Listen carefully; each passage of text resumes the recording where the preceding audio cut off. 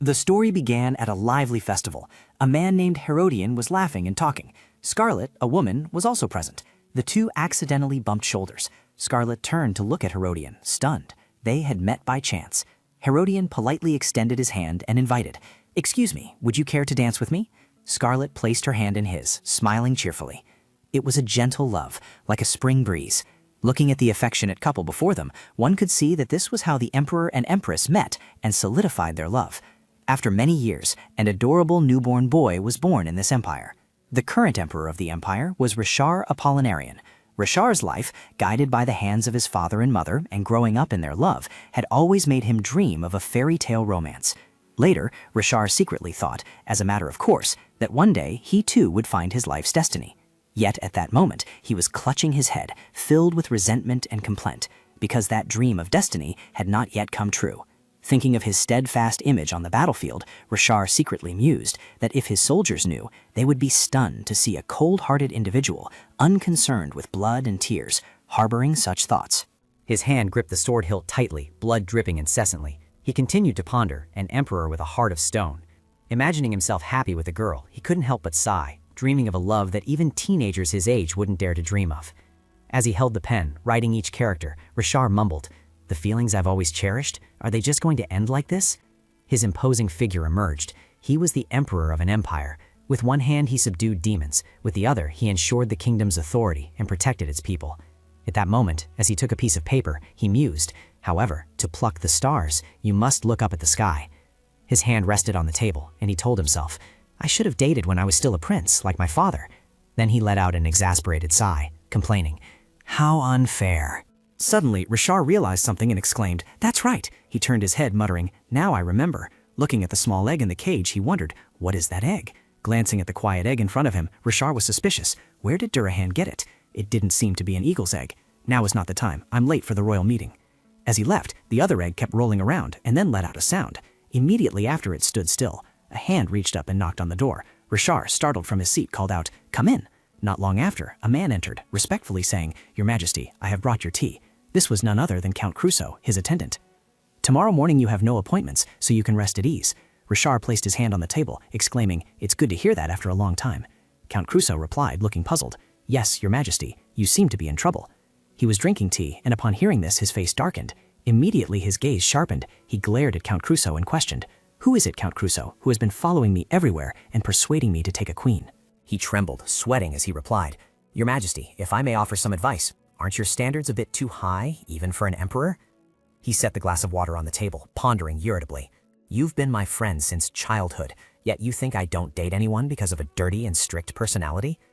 Rishar's face darkened and he commanded, "If you're done speaking, you may withdraw." However, in his heart, he didn't refute those words, even though it was a painful truth. Count Crusoe bowed his head, weeping, and excused himself. "Then I shall take my leave." Suddenly, he looked up and saw the window was still open. "I'll go close it and then leave." As he stepped forward and looked up at the night sky, he secretly sighed. Everything would have been better if he showed as much interest in women as he did in the little bird he raised as a child. Suddenly, he was startled by something he saw. The Count bowed his head, looked into the cage, and asked, "Your Majesty, what is this egg?" Rishar sat there, turned, and replied, "I don't know. Durahan brought it." He put his hands on his hips and wondered, "Durahan is male, isn't he?" "Then I shall take my leave to rest. Good night, Your Majesty." He spoke up to stop him. "Wait a moment. Did the egg just move?" The Count laughed, waving his hand, and asked, "What are you saying? How could that egg move? It must have been the wind." A single sentence from Rishar made him freeze. "You just closed the window, didn't you?" Count shrieked in panic, "So that's a ghost!" Contrary to his fear, Rishar calmly looked at the egg. The egg lay motionless there. A trembling voice asked, "Should I throw it away?" In the celestial realm, about 200 years before an unknown egg fell to earth, Helena, the goddess of origins, sat on her noble throne and spoke. The day to fulfill the promise made to earth is drawing near. Before her were owls with glowing eyes. She thought to herself, the most outstanding angel among you will be sent to the mortal realm. This is an opportunity to show who is the best among the apprentice angels. She added, the demons in the mortal realm are unusual. Find out their schemes and prevent them from achieving their desires. A pair of the white wings fluttered. Haniel thought to herself, I have been training for 200 years. At this moment, Helena announced, now I will choose a child to go down to the mortal realm. Among the goddess's disciples were an eagle, an owl, a colorful bird, and a peacock. Haniel thought to herself, all of them are beautiful and powerful. except for me. Suddenly, someone stepped forward and called out loudly, "Hey, you mongrel!" Haniel, still an unknown at this time, angrily yelled, "I am not a mongrel." Someone with dark brown skin spoke disdainfully, "A failed angel like you, how dare you consider yourself equal to us?" She resignedly did not reply. The girl scoffed again, asking, "Surely you don't think you'll be chosen?" Haniel firmly retorted, "Why not? I've been practicing for 200 years. I can do it too." That angel girl swiftly flew by, looking down at her sitting on the ground, and nonchalantly provoked, "Oh really? Then prove it, you mongrel." Haniel clenched her fists, telling herself inwardly, "I can do it, at any cost." She bit her lip tightly and declared, "I will defeat these arrogant ones and go to the human realm for that very reason." A scene of that girl constantly studying with books emerged.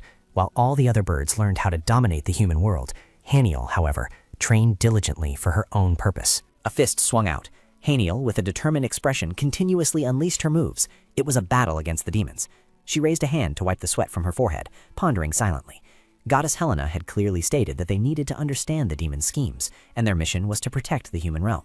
Therefore, the most important thing now was to learn how to defeat them. The demons' power lay in their magic. Thus, there were only two ways for her to defeat the demons.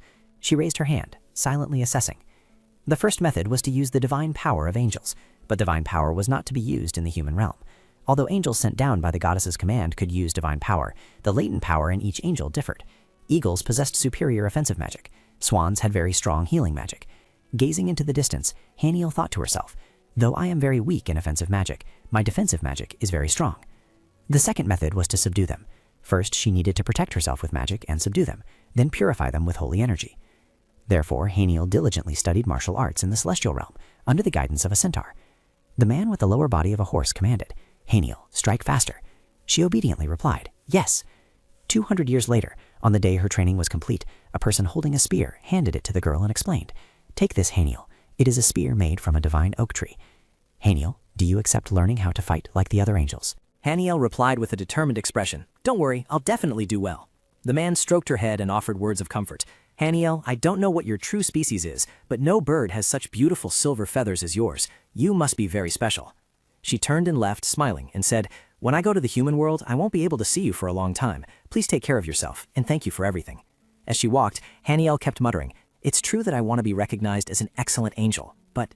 Immediately after, standing amidst sweet couples, Haniel, looking pale, thought, "I also want to be paired with a wonderful man." She bowed her head and sadly thought, "But everyone likes large and colorful birds." Haniel clenched her fist, affirming to herself, "Yes, silver feathers being a flaw is just a rumor. I will prove it." In an instant, her face brightened again. On a fateful day in the celestial realm, a steady voice announced, "The apprentice angel descending to the human world is Haniel. You have trained very diligently." Haniel asked with a worried and doubtful expression, "I have prepared very thoroughly, but can I really do it?" Hearing this, Heliana gently smiled and comforted her. "My child, you are the child with the most beautiful soul I have ever seen. Don't be afraid, Haniel. You will succeed." When a yellow line was drawn on Haniel's hair, she was astonished. Contrary to her radiant expression, the crowd behind her frowned in displeasure. Haniel turned to stare, startling them. Immediately after, she sneered and whispered, "Unlike me, all of you have basic knowledge but are powerless. Have a good stay." At that moment, an egg lay in the tree hollow. Haniel had come to the human world in the form of an egg. According to the goddess's prophecy, this was the destiny Haniel was searching for in the human world. Currently, Durahan is flying in the sky, making the animals below tense. It spread its wings, gaining momentum to land, its feet clutching an egg. The wind blew, making the tree branches sway continuously. The small egg was now nestled in a cage. Someone looked at the egg and asked, "Durahan, what's with this egg?" Inside the egg, Haniel thought suspiciously, "What's going on? Why am I hearing human voices? I'm sure I've already reached my old nest. What is this? I'm too curious, but if I break the eggshell before 30 days, I'll lose my ability to use magic." Looking at the strange room, Haniel wondered, exactly where am I? The egg tumbled onto a small mattress. Then, bouncing back up, Haniel told herself, if I move, they'll hear me. It's so quiet here. Was that an illusion just now? No, I'm definitely hearing something, because I've been training for 200 years. The egg fell back again. Durahan walked over and stared. She ignored it and thought, never mind, I'm sleepy. I need to sleep a little more. At a castle, a maid suddenly flinched when she saw the egg. The maid walked over, looked into the cage, and asked, why is there an egg here? A man replied blankly, Durahan probably laid it. The maid's face immediately turned pale, and she turned to him suspiciously. But isn't Durahan male? The other person casually chimed in, then Durahan probably brought it along as a snack. The girl put her hand to her chin, looking thoughtful. Perhaps, but isn't that a bit cruel? The man reached for the egg and replied, "It's just an egg. I'll take this to the kitchen and ask them to make a snack for Durahan." Holding the egg, he opened the door and entered the kitchen, calling out loudly, "Chef, please make a snack for Durahan. Where are you?" He mused to himself. Perhaps he stepped out for a bit, but this... Then he kept shaking the egg, remarking, "This egg is quite heavy. It seems there's something inside." Inside, Haniel was spinning uncontrollably, wondering, "So dizzy, what's happening?" The chef walked in, pointing and shouting, "Hey, who's there?" The man casually ordered, "Chef, please make a snack for Durahan. I think this will be delicious." The chef's expression immediately changed, and he replied awkwardly, "What? For Durahan? If it's a snack for Durahan, the Emperor's beloved pet, I should make it myself." He froze, exclaiming, "Oh, humans." The egg was now resting quietly on the cutting board. The chef hummed continuously, "Up it goes, a delicious fried dish." Haniel in the egg flinched. Wait, what did that person just say? A figure loomed over the small egg. He reached out towards the egg, and Haniel secretly wondered, is he going to fry me? The chef repeatedly tapped the egg against the edge of the table. He asked in bewildered doubt, "Why isn't it breaking?" The egg turned gray. Like a bolt of lightning, Haniel in the egg jumped and cried out, What's happening? I can handle a little impact, but this is too much."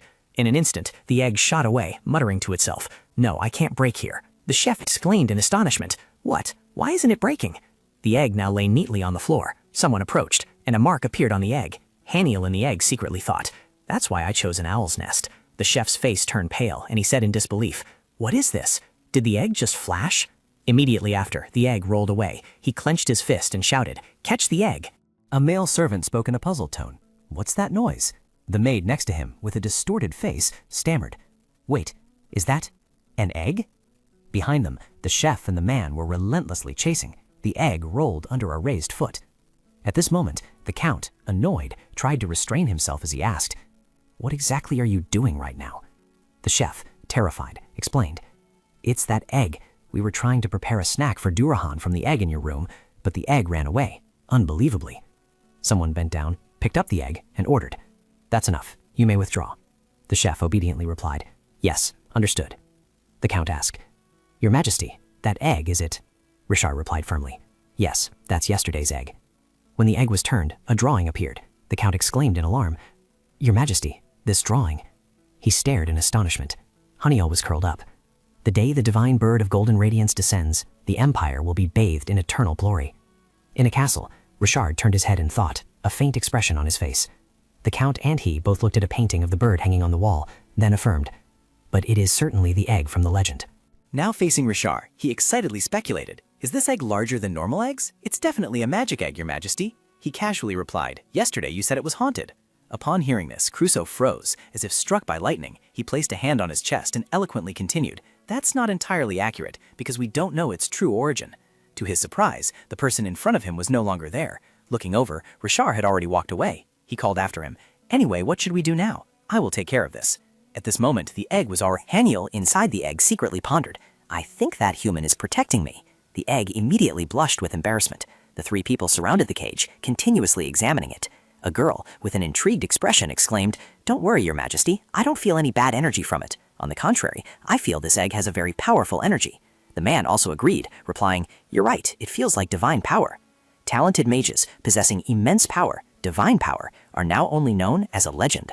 Wizards use elemental magic, while demons use dark magic. The small egg glowed continuously, but the sacred divine power emanating from it was completely different. This is certainly a very special egg. Night fell upon the castle. Someone spoke up, "This is the first time I've witnessed a bird being born from a divine egg." Richard raised a hand to his chin, deep in thought. "A creature born of divine power. I wonder what it will look like." His gaze swept to the end of the room, where a painting of a bird hung. As he looked, he mused to himself, "It would be truly interesting if a large hawk hatched from this egg." Flipping through the pages of a book, Richard wondered, "What should I do to ensure it is born healthy?" Recalling the sight of Durahan incubating the egg, he thought to himself, "Durahan, who warmed this egg every day, where are you now?" Reaching out to touch the egg, Richard reassured himself, "Perhaps I should calm down. Everything will turn out well thanks to this little creature." Thinking of the high-ranking officials laughing with delight, he secretly speculated, "Even those high-ranking officials who only ever talk about the queen, this is the first time I've seen them talk so much about this mysterious egg." He smiled, looking at the small egg in his hand.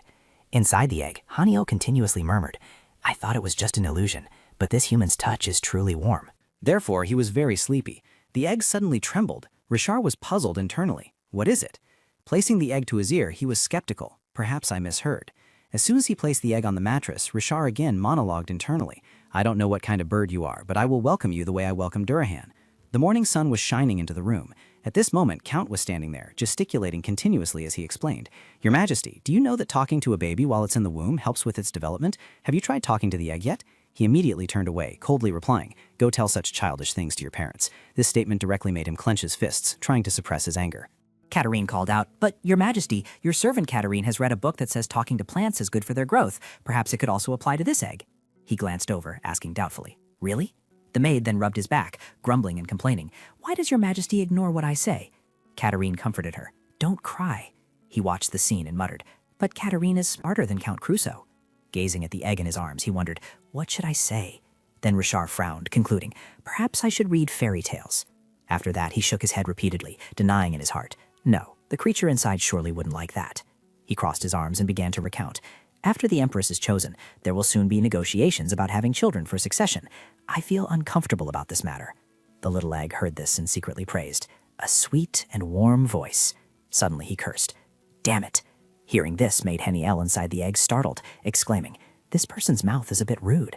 The next day, a person sat sternly on a chair, shouting, Everything would be easier if we were on the battlefield. I could immediately kill the ministers who say foolish things. The egg, hearing this, secretly thought with fear, Battlefield, don't say such scary things. They always say that humanity is always at war. Is that true?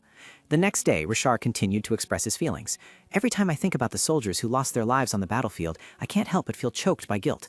Haniel, inside the egg, heard this and secretly thought with regret, Are you sad? If I could hatch right now, I would be by your side and comfort you. The next day, a hand slammed down on the table. He recounted angrily, The demons have attacked the border. Haniel was startled and repeated, Demons? That hand then touched the top of the egg, gently rubbing it to reassure.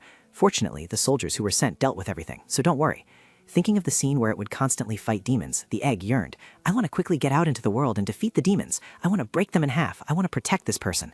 Richard stood before the egg, continuously confiding. I have many subordinates, but no one I can talk to comfortably. I can only share this with you because I am very lonely.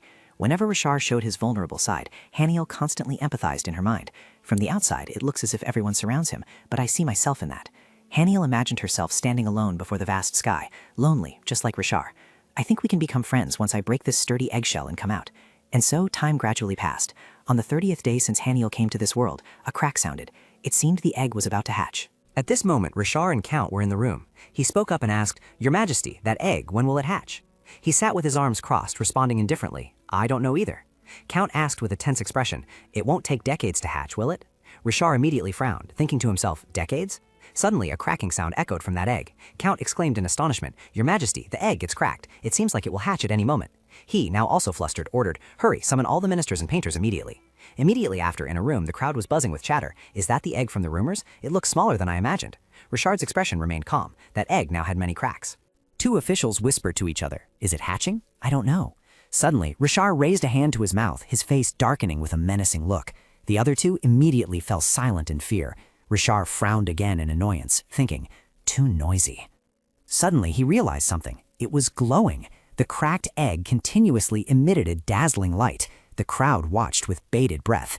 Richard, looking at the egg in front of him, blushed with gratitude. Finally, it is hatched. The egg emitted cracking sounds from its shell. He thought, Although I hoped I could help the egg hatch, humans should not interfere with the shell-breaking process of a divine bird. Richard smiled gently, looking forward. Phoenix, I cannot wait to call you by the name I have prepared. After thinking, he raised a hand to his chin, speculating, What kind of bird will it be? Imagining different types of birds, Richard pondered, A large eagle? A sharp hawk? Or could it be a species I've never seen before? In an instant, a piece of the shell popped off. The high-ranking officials gasped in astonishment. The egg remained still, showing no signs of movement. They watched tensely. Then a head poked out. The bird spread its wings and let out a cute chirp. The crowd couldn't help but murmur, What is this? A ball of fluff? A disbelieving minister asked, Sir, isn't that just a tuft of feathers? Richard immediately glared and snapped, Silence! The other person was forced to be silent, replying, Yes. He gripped the armrest tightly, silently commanding, All of you, shut your mouths. Richard's face darkened as he muttered to himself, Because, well, he furrowed his brows, unable to help but wonder, I am the most outstanding person here, so what the hell is going on? Phoenix flew up. Richard watched nervously. The bird flew to the painting, its expression seemingly very excited. He was helpless, disbelieving. Could this bird truly be a divine bird? A minister immediately presented his opinion. Your Majesty, I apologize, but I have never seen this species of bird before. It is indeed a female bird. He crossed his arms and asked, what kind of bird is this? Is it closely related to a tailor bird or a sparrow? The other person replied, I have never seen this bird before, but in terms of appearance, it resembles a tailor bird and a long-tailed tit. Suddenly he looked up, then continued with an awkward smile, but it is certainly not an eagle. Rishar's face immediately turned pale, and he turned away. He reluctantly forced out a devilish smile, probing, are you thinking that I don't know that? Examining each feature of the bird closely, he speculated. Just as the legend recounts, this bird also has a few golden shimmering feathers. How unfair. Rishar waved his hand, calling, Phoenix, come here. The bird immediately flew and landed on his hand. Rishar looked at it and declared, I proclaim the birth of the divine bird. A large castle loomed into view. Rumors about the birth of the divine bird had spread throughout the country. Although there were exaggerated rumors that the bird was as large as the imperial palace, the birth of the divine bird was entirely sufficient to heighten the admiration for the emperor. In the room, Haniel and Rishar met each other's gaze. Rishar asked, hey, are you really the divine bird? Hearing Rishar's question, Haniel nodded continuously. Rishar thought to himself, the divine bird is a gift from God. Those tufts of golden feathers? No, those shimmering golden feathers are a clear sign that this bird is the divine bird. Will it really transform, as the Count said? He recalled the Count's words from before, that the bird would transform once more under certain conditions. Rishar frowned deeply as he remembered those words. He was constantly gesticulating and exclaiming just like that. He pointed at the painting of the large bird. The high-ranking officials turned to look at an annoyed Rishar and whispered, perhaps so, yes, this will certainly be new news. Everything will completely change. He rested his chin in his hand and said, so this is what they call change. Then his face darkened as he asked, is that what you're saying? Get out. Looking at Phoenix in his arms, he turned pale and said in disbelief to himself, no way, Count Crusoe's words can't be true. Rishar stubbornly crossed his arms and asked, are you truly the mythical divine bird? The little bird looked happy. He mumbled, do you understand everything I'm saying? Its expression immediately changed. Phoenix flapped its wings continuously. He said, puzzled and doubtful, do you want me to open the cage? Immediately after, Rishar reached out and opened the cage door, and Phoenix flew out. It flew and landed on his shoulder. Rishar glanced at it and thought to himself, are you trying to act cute? Phoenix continuously rubbed its face against his shoulder. Afterwards, it flew in front of him, chirping meaningless sounds. Rishar laughed hoarsely with joy. Perhaps we should change to a more suitable name. Then he raised his hand. It landed on his finger, and Rishar's expression softened as he exclaimed, you're too adorable. The name Phoenix doesn't seem to fit. Hearing this, it stiffened all over, as if struck by lightning. Seeing such a strong reaction, he speculated to himself, based on that reaction, it seems you don't want to, do you? He put it down and reassured it. All right, I'll keep it as is, Phoenix. In a certain room, Rishar was relaxing in a hot bath. He muttered to himself, surprised by Phoenix, but unable to show it in front of his subjects. Rishar brought a hand to his head again, a thoughtful expression on his face. I cannot let them see my weaknesses. I cannot rely on anyone. I must get used to loneliness. In the next 10 years, or perhaps 20, how much longer will I have to endure this period of solitude? Then he let out a long sigh, leaning his head back. Rishar continued his monologue. All I need is a friend. What can I do now but be content with Phoenix? Thinking of the tiny Phoenix sitting on Durahan's tail, he mused. Although it's hard to judge by appearance, Phoenix is too small compared to other birds. Rishar put his hand to his chin and thought, will it gradually grow bigger? Imagining a huge phoenix with a fierce face, he broke out in a sweat and exclaimed, just imagining it makes me feel uneasy. As he put on his clothes, he mused, if that's the case, then perhaps it's better as it is now. Rishar's gaze dropped. Suddenly he was startled by something and wondered, huh, where are you looking? Looking at Phoenix with its glowing eyes, he secretly wondered, sweating, why are its eyes sparkling like that? As he walked, Rishar mumbled in denial, no, maybe I'm overthinking it. Lying down on the bed, he turned to look. Phoenix looked back, puzzled. Rishar accepted the thought, all right, it's not too bad. He softly said, good night, Phoenix. That evening at the castle, Phoenix stared at the sleeping person, thinking, I saw it very clearly. Recalling Rishar from earlier, it assessed. A sexy body, a physique like a sculpted statue. His handsome face appeared, and it evaluated. Even more than that, he also has beautiful, golden, lustrous hair like a god. Phoenix's face showed a shy admiration. Even an eagle that considers itself the most handsome would be utterly shocked by this man. Thinking of him walking side by side with it, it thought with certainty, no one could find a better partner than this. Phoenix continuously mumbled in praise. I truly like him from head to toe, completely my type. This man, I won't let him get away. Its face full of schemes, it stared at the sleeping Rishar, asserting, human, you are my mate. It watched Rishar lying there, continuously sweating. A new day at the Grand Palace. Durahan was currently holding something in its mouth. Seeing this, Phoenix was startled and secretly cursed. This crazy eagle? Suddenly, it brought that multicolored thing into the cage, as if wanting to give it to her. She screamed in her head, "No, I can't believe it." Durahan then tilted its head back and put that thing into its mouth. A moment later, it swallowed with a gulp. He bent down and instructed her, "This is how we eat." Phoenix was stunned by this, covering her mouth with her wing. Annoyed, she retorted, "I am a divine bird." Durahan asked, bewildered, "So what should I do?" Looking at the large bird in front of her, Phoenix irritably judged to herself, "This bird is too stupid." Suddenly, a hand reached towards the cage. Richard gently walked over and opened the cage door, causing her to turn sharply and affectionately whisper, "My other half." Immediately, she flew to his side.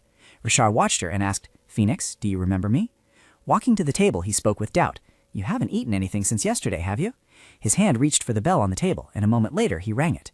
A person entered the room and respectfully asked, "Did you call for me, Your Majesty?" He ordered, "Count, prepare food for Phoenix." He replied, "Yes, Phoenix." "But what does Phoenix eat?" "Insects." Hearing this, she shook her head continuously. Richard speculated, "It seems it doesn't like eating insects or grains or something like that." Phoenix, perched on his shoulder, let out a cheerful chirp. Count handed him a book and replied, "Yes, I will go tell them to bring the food. Here is today's schedule. By the way, it seems you are very close with the divine bird." Looking at the small bird, he smiled gently and continued, "Is that so? I think it likes me. Moreover, it seems Phoenix understands what I'm saying." He asked curiously, "Have you spoken to this bird?" Glancing at her, Richard mused to himself, "That's right. If it understands me, I can ask directly."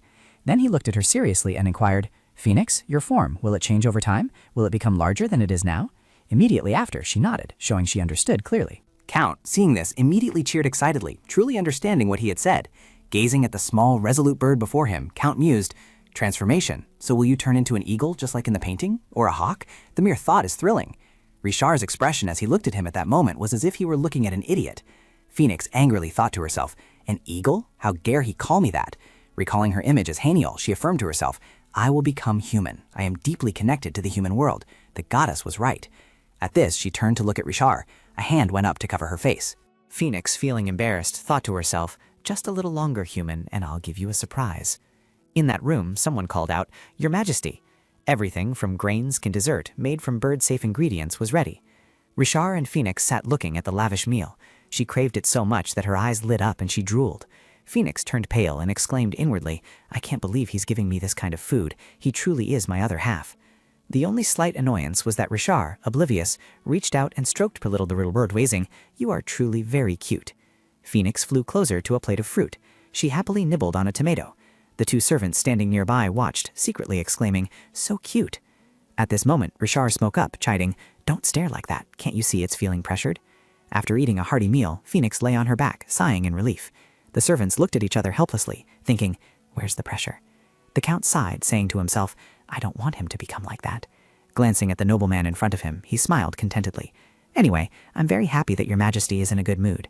Then his expression turned pained as he complained, "Because my schedule today is also very packed." Phoenix flew closer to Richard. She continuously chirped, "The food was really delicious, thank you." He hugged Phoenix and assessed, "A cute and charming bird, not bad at all." The night enveloped the magnificent castle. Richard was sleeping peacefully on his bed. Phoenix's mind wandered. "I never thought he would..." Recalling the moment he touched her face, she thought to herself, "Kiss me." Thinking of the rules in the heavenly realm, Phoenix blushed. There, dating, proposing, and then kissing usually followed that order. She thought about it, practically salivating. But this person kissed me even before dating. Phoenix covered her mouth, smiling slyly, and declared confidently, "This guy is really interesting. Exactly my type. I must definitely have him." The next morning, in that room, a voice announced, "From today onwards, I will take Phoenix with me everywhere." Count was stunned and doubtful. "Phoenix?" Katerine spoke up in agreement. "I think that's a very good idea, Your Majesty." Count immediately agreed. "That's right. Normally, animals don't they aren't very fond of Your Majesty." Richard immediately crossed his arms and gave him a sharp glare that made Count freeze. He continued to explain, "Honestly, only Durahan is an exception. Even the Emperor and Empress's former birds were very afraid of it." He replied helplessly, "I hate to admit it, but it's true. But Phoenix is very intelligent, so it will surely understand me, just like Durahan." The Count urged, "Then let's go. It's a very busy day today." At that arena, two young men were constantly sparring with swords. Amanda turned and exclaimed happily, "The weather is truly beautiful today, Miss Katerine." She smiled and said, "Yes, it seems winter is approaching. How is the situation in the border region?" The maid respectfully reported, "The report states that all of them were buried alive." Katerine praised, "Good, that is what His Majesty wanted." Maid Katerine was in fact the captain of the Night Knights, Richard's protector, whose primary mission was assassination. At this moment, Katerine slightly frowned. She was currently the Emperor's unofficial bodyguard. Thinking of Amanda, she pondered. Amanda was an outstanding demon hunter, she said confidently. Surely everything had been handled well. Remembering Richard on the battlefield, Catherine sighed, but I still can't relax when I think about that day. At that time, Richard was surrounded by demons. Catherine frantically called out, "Your Majesty!" She put a hand to her chin in doubt. The frenzied demons were rushing towards you. Why? Thinking of Richard, Catherine secretly affirmed, "The demons must have been attracted by something about Your Majesty." Frowning deeply, she promised herself, "We must protect you at all costs." Thinking of that magnificent palace, Catherine mused, although hunters have been stationed in the palace to guard against bad situations, if high-level demons infiltrated, they wouldn't be recognized. If only someone could recognize the demons immediately. At that moment, Phoenix was relaxing in its cage. The crowd immediately started buzzing. "I heard it can change its size later, transform into an eagle, just like in the paintings? Really? But it's so adorable." Hearing that, her expression immediately became arrogant. Richard, sitting in front of the crowd, secretly thought, "That's why the servants always whisper whenever I'm with Phoenix." She took flight and circled around, making the crowd look on with delight. He pondered, but to be this distracted even during a meeting? Suddenly, someone raised their hand, and the young woman expressed with a smile, "I was just thinking about getting a little bird like Phoenix, Your Majesty." A man with a disdainful expression asked, "Duchess, haven't you already adopted several birds that symbolize your family?" The young woman then tried to suppress her irritation and replied, "I just find Your Majesty's Phoenix too adorable. What kind of bird has silver feathers like that?" Seeing Richard holding his head in exasperation, the young woman added, "Indeed, that's why I'm considering getting more mynah birds or sparrows." At this moment, Richard looked up. He sighed and muttered, "What kind of charade are you playing?"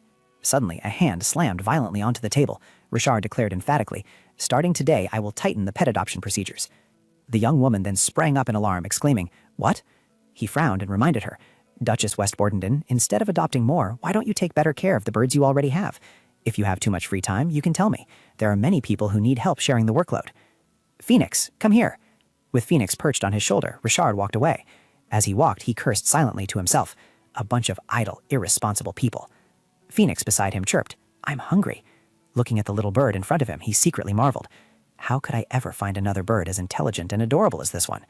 A finger poked her cheek, and Richard smiled helplessly, admitting, "I can't deny it anymore, that I've lost my heart to this adorable little bird." A lavish meal was laid out before her. Looking at the dishes, Richard pondered, wondering if she had ever been this happy before. Upon hearing the adorable chirps, she no longer felt lonely. Phoenix was different from Durahan. If it were left free, it would become prey for large birds. In the future, even with her by its side, all windows would have to be closed. She thought Phoenix shouldn't be allowed outside unless she was by its side. The thought of the little bird officially losing its freedom stunned her, and she wondered if that truly meant it was safe. Just then, someone clasped their hands together and exclaimed, "Phoenix!" Count, with an infatuated expression, extended both hands and called out, "Come here with me, Phoenix." Phoenix's expression immediately became strangely disdainful. Count immediately tried out in agony, "How outrageous!" Seeing this, Richard immediately felt an awkwardly smug self-satisfaction in his heart, an indescribable feeling of joy. After all, only he was the exception. Katerine showed no reaction to the suffering Count beside her. Then she stepped forward, extended her hand, and gently called, "Come here, Phoenix." Richard immediately thought with conviction, "It's useless, Phoenix won't be lured." Phoenix's eyes probed for a moment. After that, she immediately jumped onto Katerine's hand, making her exclaim in delight, "Oh my!" Count immediately cried out in alarm. It actually jumped onto her hand. Richard beside them felt as if struck by lightning, his face changing color as he wondered, why wasn't it me? Looking at Phoenix's delighted expression, Richard secretly reproached, You dare to make that face while in someone else's hands." At that moment, Phoenix was in a basin of water, looking up at the person in front of her, and thought to herself, "This human." Her gaze immediately swept down Richard's every firm abdominal muscle, and she judged, "How shameless." She blushed and mumbled, "Bathing together before marriage." A finger reached out to caress her face, but Phoenix ignored it and pondered, "It's too embarrassing, but oh well." Looking at Richard, she thought to herself, "No matter what I think." Richard rested his chin on his hand and smiled gently. Recalling what she knew from the heavenly realm, Phoenix mused, "According to the regulations of the heavenly realm, the condition for a mortal and an angel to become a couple is very simple. The angel must conceal their identity, and the human must truly love the angel." Currently in the small room, Phoenix thought to herself, "But it's okay."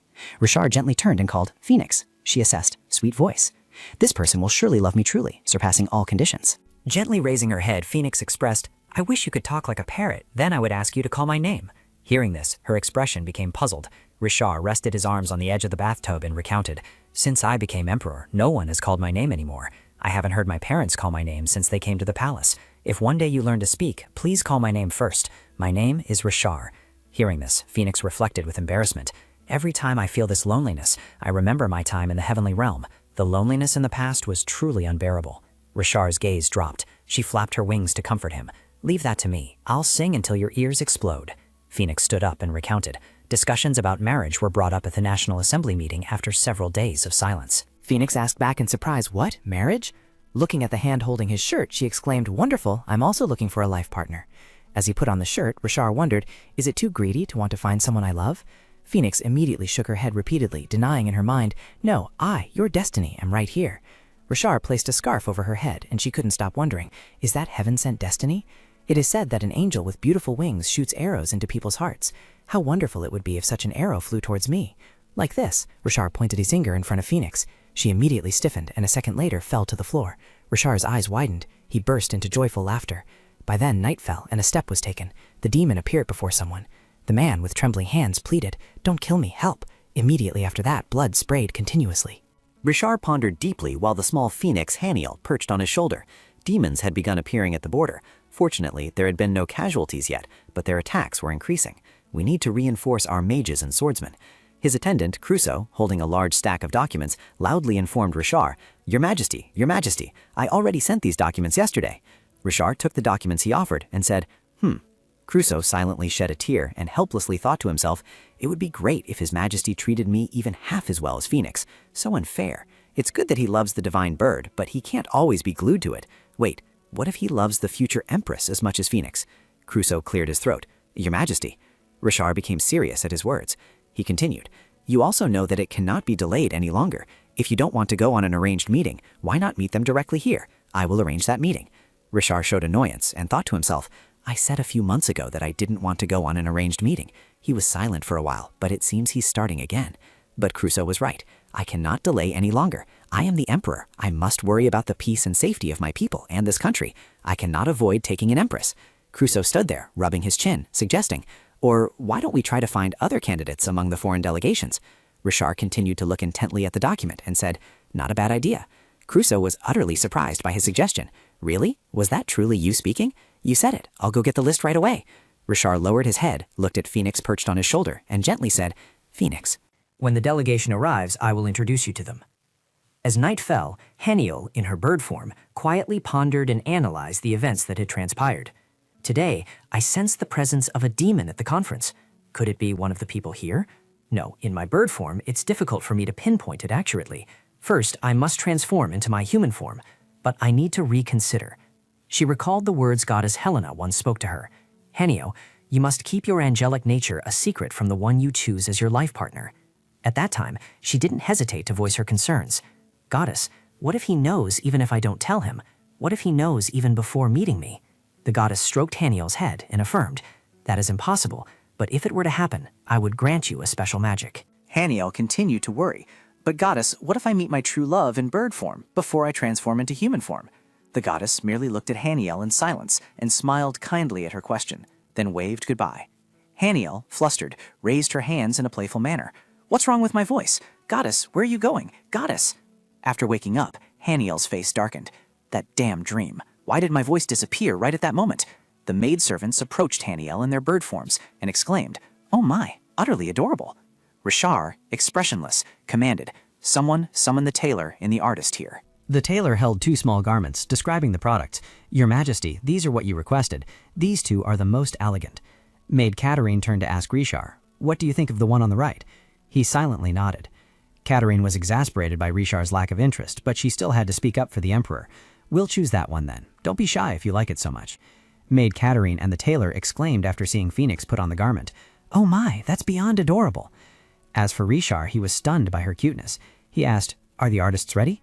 The artists replied, "Yes, Your Majesty, we are ready." Rishar commanded, "Royal artists, remember that the works you paint today will be displayed throughout the palace, so do not disappoint me." He beckoned Phoenix. "Come here." Rishar thought to himself, "At first, I wanted you to transform into an eagle or a falcon in my imagination, but the more time I spent with you, those thoughts vanished. Phoenix is very captivating. Indeed, its power is cuteness." In the magnificent and splendid castle, the maids, pausing their work, gathered together, laughing and talking while looking at the painting of Phoenix hanging on the wall, and exclaimed, "Goodness, it's just too cute. I wish I could see that bird in real life with my own eyes. Hey, don't be so fanciful. Don't you know that the divine bird is always close to His Majesty? Perhaps the maids in the Sun Palace get to see her every day, right? How envious. It's rumored that even the maids have never seen the divine bird, because the imperial guards handle everything related to it. But still, I'm envious. Suddenly, a tiny, pure white and plump creature darted down from the stairs and zipped past the working maids, startling them. Huh? What was that just now? Wasn't that Phoenix?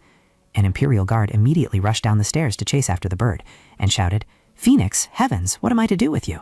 The maids were bewildered and confused. Huh? What's going on? What's happening?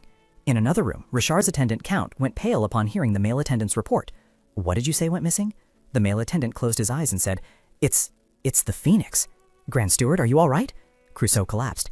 Does he mean the Phoenix has disappeared? That's the bird the Emperor cherishes so much. Quickly, summon the knights. This won't do. We must inform His Majesty. Oh, what am I going to do about this? Richard suddenly entered from the doorway and asked, What's going on? Crusoe was frightened, tears welling in his eyes. Your Majesty, that Phoenix has... Richard waved his hand, ordering, "Immediately summon all knights and bring Durahan here." Phoenix had flown to the maidservants' quarters, lost in thought about food. The maidservants were airing out bedding and chatting. So I told that knight, "Oh my God, what's going on? Isn't that Phoenix? My goodness, how did it get here? The little bird flew all the way here? If this is indeed the bird His Majesty lost, then we must catch it, even if it means digging a hole and burrowing underground." But Phoenix took off in time before being caught and wondered, why is everyone chasing me like this? Moreover, that arrogant thing, it kept circling above my head, just like it usually did before hunting. On one side, the male servants were pointing at it. "That's Phoenix, catch it." On the other side, the maidservants were holding up their skirts and running after it. "Phoenix, please stop." Phoenix darted into a room and thought, unbelievable. Everyone is so determined to catch me. It's really dangerous outside. When will Richard get here? I haven't flown in so long. I feel so tired. Phoenix tiredly landed on a pillow and fell asleep. Late at night, Richard entered the room and sadly thought to himself, "In the end, I couldn't find you. Phoenix, where did you go?" Suddenly, he heard Phoenix's snores from inside the cage, and he breathed a sigh of relief. "I spent so many hours searching for this little bird. Phoenix." She looked doubtfully as Richard lifted her with both hands. "You're scaring me," she thought to herself. "Why is he acting this way? Has he been trying to find me?" Richard explained, "I don't want to have to imprison you." He smiled gently and lightly kissed her. "My little bird." He leaned down to touch Phoenix and earnestly expressed his wish. "Don't leave me." Phoenix firmly replied, "Chirp, chirp, don't worry. I will always be by your side." The Perso continent, located outside the Apolline continent, is home to various principalities. The principalities on the Perso continent have allied with Apolline, and they also participate in the war against the demon race. The demon race disguises themselves as humans and hides to harass them, especially high-ranking demons, who are even harder to identify. Humans began to suspect each other. To counter the demon race, the Apolline Empire must strengthen its alliances with weaker nations. This is also the purpose behind the delegation's visit, with the aim of filling the empty seat beside the Emperor. The Count reported, "Your Majesty, I have heard rumors that the women of the neighboring kingdom not only possess peerless beauty, but also wield extraordinary power." The Emperor looked at Richard in confusion. Richard asked, "What are you trying to say?" Crusoe explained his query. "I merely thought that perhaps because it is a kingdom in the desert, Your Majesty, don't you feel curious?" "Your Majesty, the ball requires your presence for an extended period. You shouldn't merely show up and then vanish." Richard calmly set down his half-finished teacup and remained silent, not answering Crusoe's question. Crusoe was taken aback by his ambiguous attitude. "Then I shall take my leave." As soon as he left the room, Richard's face grew serious as he thought to himself, is everything truly over? So the wedding would proceed soon. For Crusoe, everything would soon be completed. Chadden, commander of the Night Guard, held a stack of documents in his hand and reported, "Your Majesty, these are the documents you requested." He thought to himself, Count Crusoe is eagerly awaiting this. Indeed, he is a handsome and powerful monarch. That woman was nominated for the position of Empress, but unfortunately, she couldn't attain that position. Seeing her face flush every time they met, she must have fallen for His Majesty. It seems His Majesty hasn't taken an interest in anyone yet. Chadden bowed his head, lost in thought. If His Majesty doesn't have anyone in his heart, sooner or later, the official selection process will commence. If no one suitable is found, then a woman from the collateral royal family could be chosen, in that case. Richard, who was reading the documents, suddenly asked, "Chadden, do you have something to say?" Chadden closed his eyes and replied, "No, Your Majesty, but I understand Count Crusoe's concerns." Richard smiled and continued, "It seems Count Crusoe is handling quite a lot of matters." Chadden hesitated before speaking. "Your Majesty, why don't you try having tea with ladies of your age?" Richard pursed his lips, his expression darkening, emitting an uncomfortable aura as he questioned, "It seems you're quite eager for this wedding, aren't you?" Chadden bowed his head. "I apologize, Your Majesty." The phoenix in its cage, with an expressionless face, witnessed the entire scene. Chirp, chirp. Chadden looked in the direction of the sound and silently acknowledged, "It's true what they say. The divine bird is truly adorable, even more beautiful than the paintings hanging along the palace corridors." Suddenly, a voice pulled him back to reality. Chadden broke out in a cold sweat and hastily replied, "Yes, Your Majesty." Richard said with an unchanging expression, "I have seen everything. You may go." Chadden bowed respectfully. "Yes, Your Majesty, I respectfully take my leave." Richard watched Chaiden's retreating back until he was out of sight, then approached Phoenix and opened the cage. Finally, everyone has left and no windows are open. Now it should be fine. Phoenix, you can come out now. He lifted her up and gently said, Phoenix, starting tomorrow, guests will arrive at the Imperial Palace. It might be a bit noisy. Phoenix chirped, chirp chirp. Richard looked at her quizzically. It seems you're responding, but what exactly are you saying? Phoenix's chirping always had a distinct tone. Chirp, chirp, he said. Although you're not as big as a hawk or an eagle, I hope you can speak. Richard gently stroked her perfectly round, snow-white head and thought to himself, on this matter, Phoenix had been out of her egg for about 100 days. Because the supreme goddess had descended to the mortal realm and stayed for 100 days, in the Apollinarian Empire, the number 100 held a very special meaning. Richard asked himself, should we hold a banquet to celebrate your 100th day of birth, Phoenix? Phoenix's eyes lit up with joy, and she flapped her wings. Why don't you propose on that very day? After 100 days, I can freely transform into a human. I know what to do if you don't like my appearance. However, I believe fate has destined us to be together. You are the one I've been waiting for in the mortal realm. Phoenix shyly stared at Richard, flapped her wings, flew up, and touched her beak to his lips. When I become human, the first thing I long for is to kiss you. In the magnificent and splendid castle, groups of guests and delegations gathered one after another for the banquet. The once quiet Sapphire Palace now bustled with activity under dazzling lights and jewels. But what truly overwhelmed everyone were the whispers and murmurs. A lady whispered to a gentleman at the ceremony. Have you heard the news? He asked curiously. What is it? She replied. They say it's highly likely that the Empress will emerge from these very delegations. All eyes turned towards His Majesty, and among them, the most excited person was none other than Count Crusoe. Count Crusoe appeared calm on the outside, but inwardly he could not control his joy and anticipation. Finally, A once-in-a-thousand-year opportunity, the day to decide who would be crowned Empress. Fortunately, Your Majesty's beauty today was more radiant than ever. He whispered into Richard's ear, Your Majesty, please smile. The ladies will be captivated by you.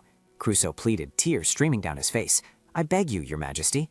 Richard's face grew serious, and he thought, Crusoe isn't wrong, but leaving Phoenix like that, I can't stop thinking about it. But bringing it to the delegation meeting is inappropriate. Crusoe beside him waved his hands and cried helplessly, Your Majesty, please, just one smile. Richard closed his eyes and sighed wearily. Perhaps I just need to finish this as quickly as possible and return. The sound of an arrival announcement echoed. Crusoe frantically begged Richard, They're here, Your Majesty. Smile, Your Majesty. The servant's announcement rang out. Your Majesty, the delegation from the Kingdom of Barbet has arrived. Richard stood up and commanded, Count Crusoe, you respond. Yes. Richard looked at him and calmly ordered, Stop your nonsense and lead the way. The Kingdom of Barbet, a rather vast nation, was located across the Western Sea. The Emperor had to personally receive the delegation from the Kingdom of Barbet as they had provided significant support in the war against the demons. Richard looked down from above at the Barbet delegation, standing formally below, and thought to himself, Indeed, I understand why Count Crusoe made such a fuss. The Barbet royal family, their mysterious aura was further deepened by the thin veil covering their faces and the distinctive sea-colored eyes of the Barbet kingdom. The Princess of Barbet smiled and said to Richard through her mask, As rumored, you seem quite cold. Richard raised an eyebrow at her and said, Let's go inside. The young man walking beside the princess chuckled. What should we do? It seems His Majesty isn't paying much attention to you. The princess frowned in annoyance. Don't mind me. You should worry about yourself first. Women aren't fond of divorced men. The young man watched her retreating back and sneered. How annoying. How is it my fault when the crown princess was the one who ran away? I'm not exactly innocent myself, though. To be treated like such an idiot. You're right, I also came here to find a wife, so I must try my best. I will proudly bring home a noble lady as my wife. The crown princess didn't bother to turn her head to answer him, only thinking to herself, just flirting with a few maids will be enough. When will I ever escape this situation? Can that man truly show such emotions? He is truly breathtakingly beautiful, a beauty that can never be found anywhere else. What is he looking at that makes him smile like that? His Majesty's portrait. I never thought there could be someone even more beautiful than a painting. Indeed, an admirable appearance. Her gaze suddenly stopped at his shoulder, precisely spotting a plump, pure white bird, wearing a crown and a small dragon robe. She wondered, wait, is that a quail? Richard froze and turned his head to look at her, questioning angrily, a quail?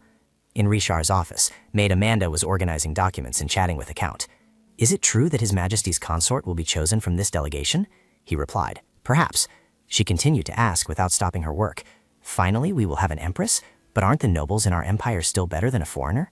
Crusoe deftly arranged several stacks of documents and continued, I think so too. To become His Majesty's consort, she must at least be a princess from some kingdom, right? He grumbled, Why do you keep talking to me? I dropped some documents and His Majesty gave me a good scolding.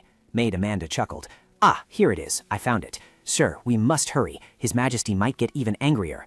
Elsewhere, Phoenix was flapping her wings in anger and indignation. What? Not me? He's marrying someone from another country? I even saw Rishar's naked body, yet he's going to marry another woman? What is this? What the hell is going on? Rishar looked at her with sharp eyes, in a face that couldn't hide his anger. He asked, "How dare you be here?" Rishar's attendant angrily exclaimed, "A quail? That is the divine bird of the Empire, Your Highness." The group from BRBE all thought to themselves, "Phoenix, phoenix, but shouldn't it be a bird larger than even an eagle? That common bird is the divine bird? Wouldn't that diminish the Empire's prestige?" The man accompanying the princess of BRBE glanced at everyone and thought, the rumors we heard were different. However, Barbe is a small country. The divine bird is the sacred symbol of the empire. Calling it a quail is a serious insult. He immediately bowed his head and apologized on behalf of the crown princess. "We are very sorry. We must have misunderstood. We heard it's a bird even larger than an eagle." Richard's attendant turned sharply away, not bothering to look at him, and said, "I will lead you to the reception room and the lounge. Please follow me." The man walking beside the crown princess broke out in a cold sweat. Had Barbe's image not already been damaged? Seizing the opportunity to speak with Richard, Barbe, one of the 5 Grand Dukes, whose family emblem was the eagle, quickly spoke up. "Your Majesty, please don't worry too much about that. They are merely people in robes from the desert." Richard continued walking without bothering to look at him. "It's a good thing I didn't bring Phoenix with me." Barbe followed Richard, still incessantly chattering in his ear. "The delegation from the Kingdom of Lena will arrive this afternoon. Your Majesty should rest until dinner." Richard replied, "All right, I need to see Phoenix." Jacques-Pierre looked sad. "I will go with you. I am also troubled and need to see Lord Phoenix." Richard's face was full of questions, but she continued speaking to him. "You know, it's been almost 100 days since Phoenix hatched." Jacques-Pierre smiled. 100 days, that is a momentous day for the Empire. Isn't it true that on the 100th day after the goddess descended upon this island, a blessing will occur? 100 days, the day the goddess returned to the celestial realm, is also the day the Apollinarian Empire was founded. Jacques-Pierre stroked his chin. "Indeed, a momentous day. I should prepare a gift for Lord Phoenix." Richard turned to look at Phoenix and instinctively thought, a gift. As night fell in Richard's private room, Phoenix lay idly on a pillow, wondering, why were there so many people today? But anyway, tonight's good night wishes were truly warm. Richard recalled Phoenix, carefully placing her on his palms and gently saying, "My intelligent and adorable Phoenix." Phoenix imagined herself transforming into a human and becoming shy. "You must continue to love me, even when I become human. You said you loved me to death. How could you not recognize me? At least there's no problem with the affection between Richard and me. So let's find the items for the quest first. As the goddess commanded, we must deal with the demons. I hope this peaceful moment will last forever."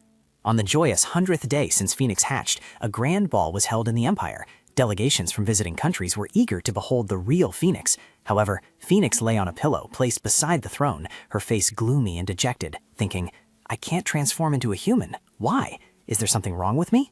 Richard looked at Phoenix, his face unable to hide his worry. "It seems Phoenix isn't feeling well. Is she sick?" He slowly picked Phoenix up in his hands and asked, "Phoenix, do you feel pain anywhere? Food will be served soon, so eat and then rest beside me." Phoenix's eyes lit up, and she optimistically thought, "That's right. Eat first, think later. Once I'm full, everything will be better." A maid respectfully carried a tray with both hands and placed it before Phoenix. "Sir Phoenix, I have brought your snack." Richard, standing nearby, gazed at Phoenix's increasingly satisfied and happy face, chuckling to himself. "She seems to have regained her energy. So cute."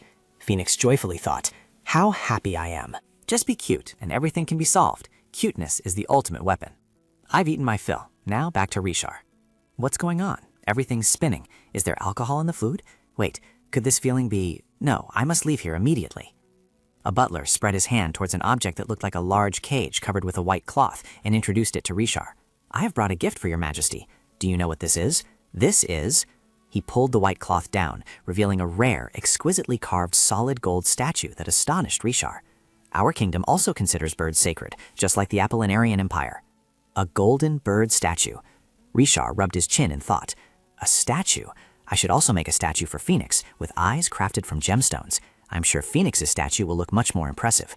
As he thought, he turned to look at Phoenix, but only saw an empty pillow. "Phoenix?" In the garden, Phoenix staggered as she flew down onto a branch, her face pale. She complained, "I've played and eaten so much that I can barely fly." She suddenly saw the man walking beside Barbie's crown princess and wondered, why is that person sighing? He looked quite handsome. Suddenly, the man looked up and asked in astonishment, "A quail?" Phoenix panicked, unable to believe her ears. "What? A quail?" She swooped down and slapped his face with her wing. "How can I be called a quail?" He rubbed his slapped face and seemed happy with her actions. "Oh my, are you trying to be cute with me?" Phoenix flapped her wings angrily. How dare you call this divine bird a quail? That feeling again. I think this time it will definitely succeed. I'm sure of it. Finally, I finally done it. Now, all I need to do is find some clothes from somewhere. I can't be discovered right now. Suddenly, Rashar stepped out from the bushes and called, "Phoenix!" Phoenix fortunately managed to return to her bird form in time. She was drenched in sweat. She chirped. It was Rashar. Rashar seriously reminded her, "You scared me. You can't leave alone." The man next to the crown princess of Barbey also approached, exclaiming, "So this is the divine bird. It truly is a very cute bird, and it even acts cute. Now I understand why His Majesty cherishes it so much." Rashar repeated his words skeptically. "Acts cute?" The man next to the crown princess of Barbey gave an awkward smile. "This atmosphere, did I just say something wrong?" That's right. It gently patted my cheek like this with its wings." Rashar scoffed, his face devoid of any amusement. "Phoenix, do you also show affection to others?" He carried her back to the throne and instructed, "Phoenix, you can't easily approach others like that. He might be a weirdo. Perhaps it's smarter and more cunning than I thought. Are all pets like this?" Rashar's attendant entered from the door and announced, "Your Majesty, delegations from various countries are waiting. You need to conclude the banquet." Rashar happily spoke to Phoenix. "Phoenix, I apologize for having to keep you confined. I'll be right back." She chirped twice in response to his words. Chirp, chirp. He's definitely gone, right? Now opening this cage is easier than breathing. Phoenix walked around the room searching. A mirror. Where's a mirror? It's been so long since I was in human form, I can't even remember my own face anymore. I don't want to be mistaken for a pervert, so it's best to put some clothes on first. I need to borrow your clothes, Rashar. Because of my small bird appearance, I wasn't confident. My human appearance is second to none in the world. Phoenix dreamily gazed at herself in the mirror and raised a hand to her cheek. Rashar will surely like me too, right? Rashar and Count stood from a distance in the crystal ballroom. His fingers, which had been swirling a glass of wine, suddenly stopped. His face darkened, clearly showing anger. It turned out he had seen Melissa happily chatting with another young man. For that reason, his expression grew increasingly displeased. Count, standing beside him, was bewildered, not understanding what was happening. Filled with doubt, he wondered, what is His Majesty looking at? Count froze.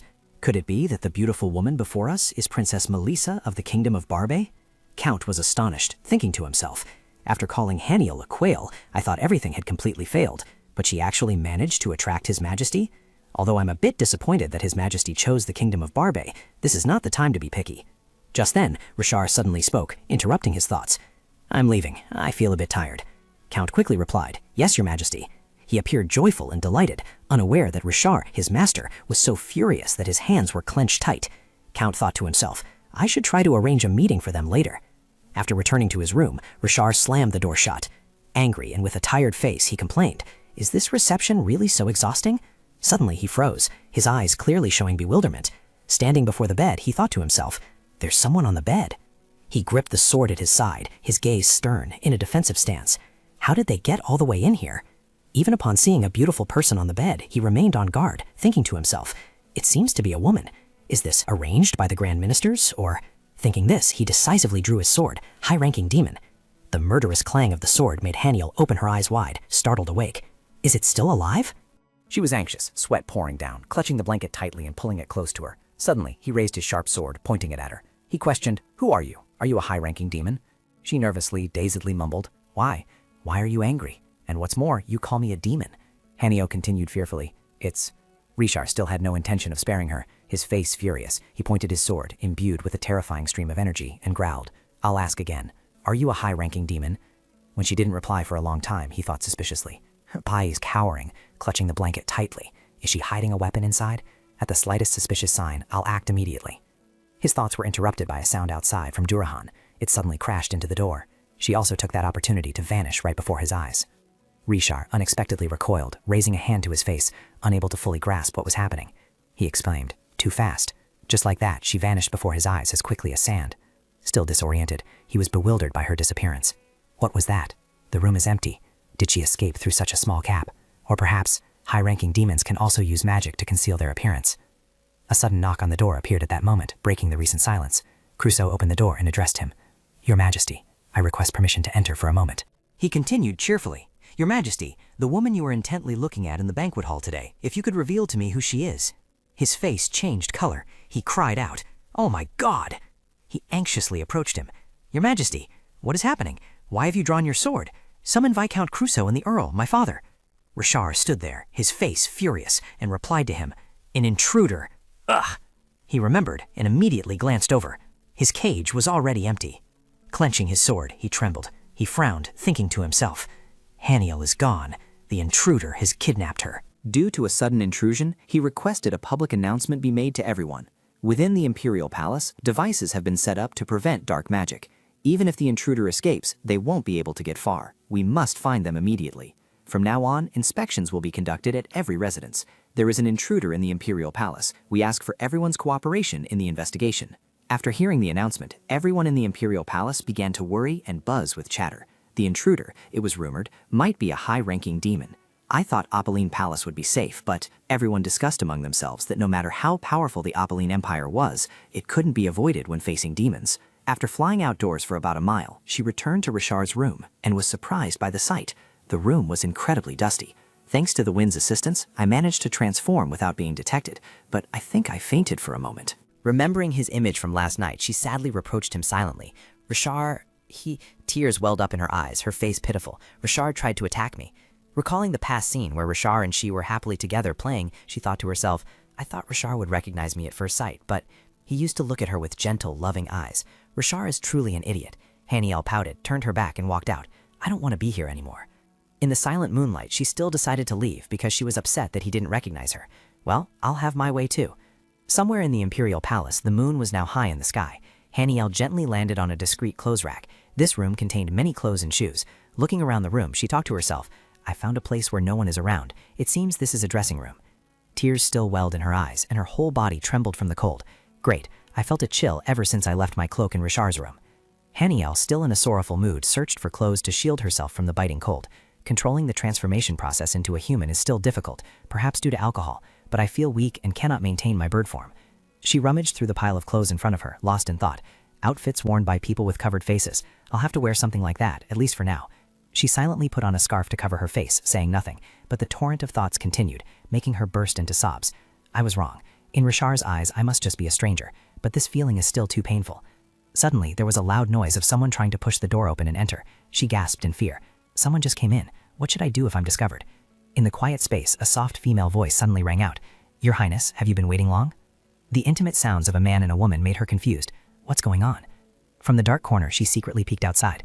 The two people were lost in their own world, the distance between them gradually vanishing, giving way to the warmth radiating from their touching skins. Haniel shyly exclaimed, Are they kissing? A moment later, upon closer inspection, she gasped, Wait, that man, a quail. That man just called me a quail. Still feeling annoyed, she pouted in frustration. I should have hit him harder with my wings. Absorbed in looking at the other person, she lost her balance, her feet unsteady. Her eyes wide open, she panicked. Wait, if I fall like this... No. Hearing a loud noise nearby, the two of them stopped in a panic. Haniel at this moment fell backward, her head spinning. She heard Melissa's sulky voice from outside. Someone's here. What do we do now? You said there was no one. No, I mean... The Crown Prince of Barbet was about to continue, but Melissa had already left without looking back, her voice still scolding. I don't know. I'm leaving. The Crown Prince of Barbet raised his hand to stop her. Wait. After she disappeared from view, his face darkened with anger, his blood boiling. Damn it. I thought everyone had returned to their rooms because of the guards. He spun around to where the sound came from, asking loudly, Who's there? At this moment, her face was pale with fear. What should I do? How can I... Her heart pounded nervously. How can I escape this situation? The Crown Prince of Barbet stepped forward, pushing aside the curtain and entering, his eyes indifferently looking at her. He cleared his throat and asked, Wearing Barbet's attire? Is she Melissa's maid? Haniel panicked, her body stiff, her mind no longer agile, chanted.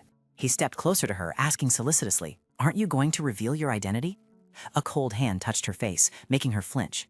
His fingers slid over the fabric pressed against her lips. Then he said, Never mind, let's just forget about your identity. You owe me for ruining my sweet moment. Richard's stern voice spoke from behind. I thought it was a mouse. He startled and turned around, recognizing the voice. Richard and two attendants glared at him and continued, Crown Prince of Barbet, surely you've been ordered back to your room. Feigning seriousness, he coughed a few times in response. I was just about to leave.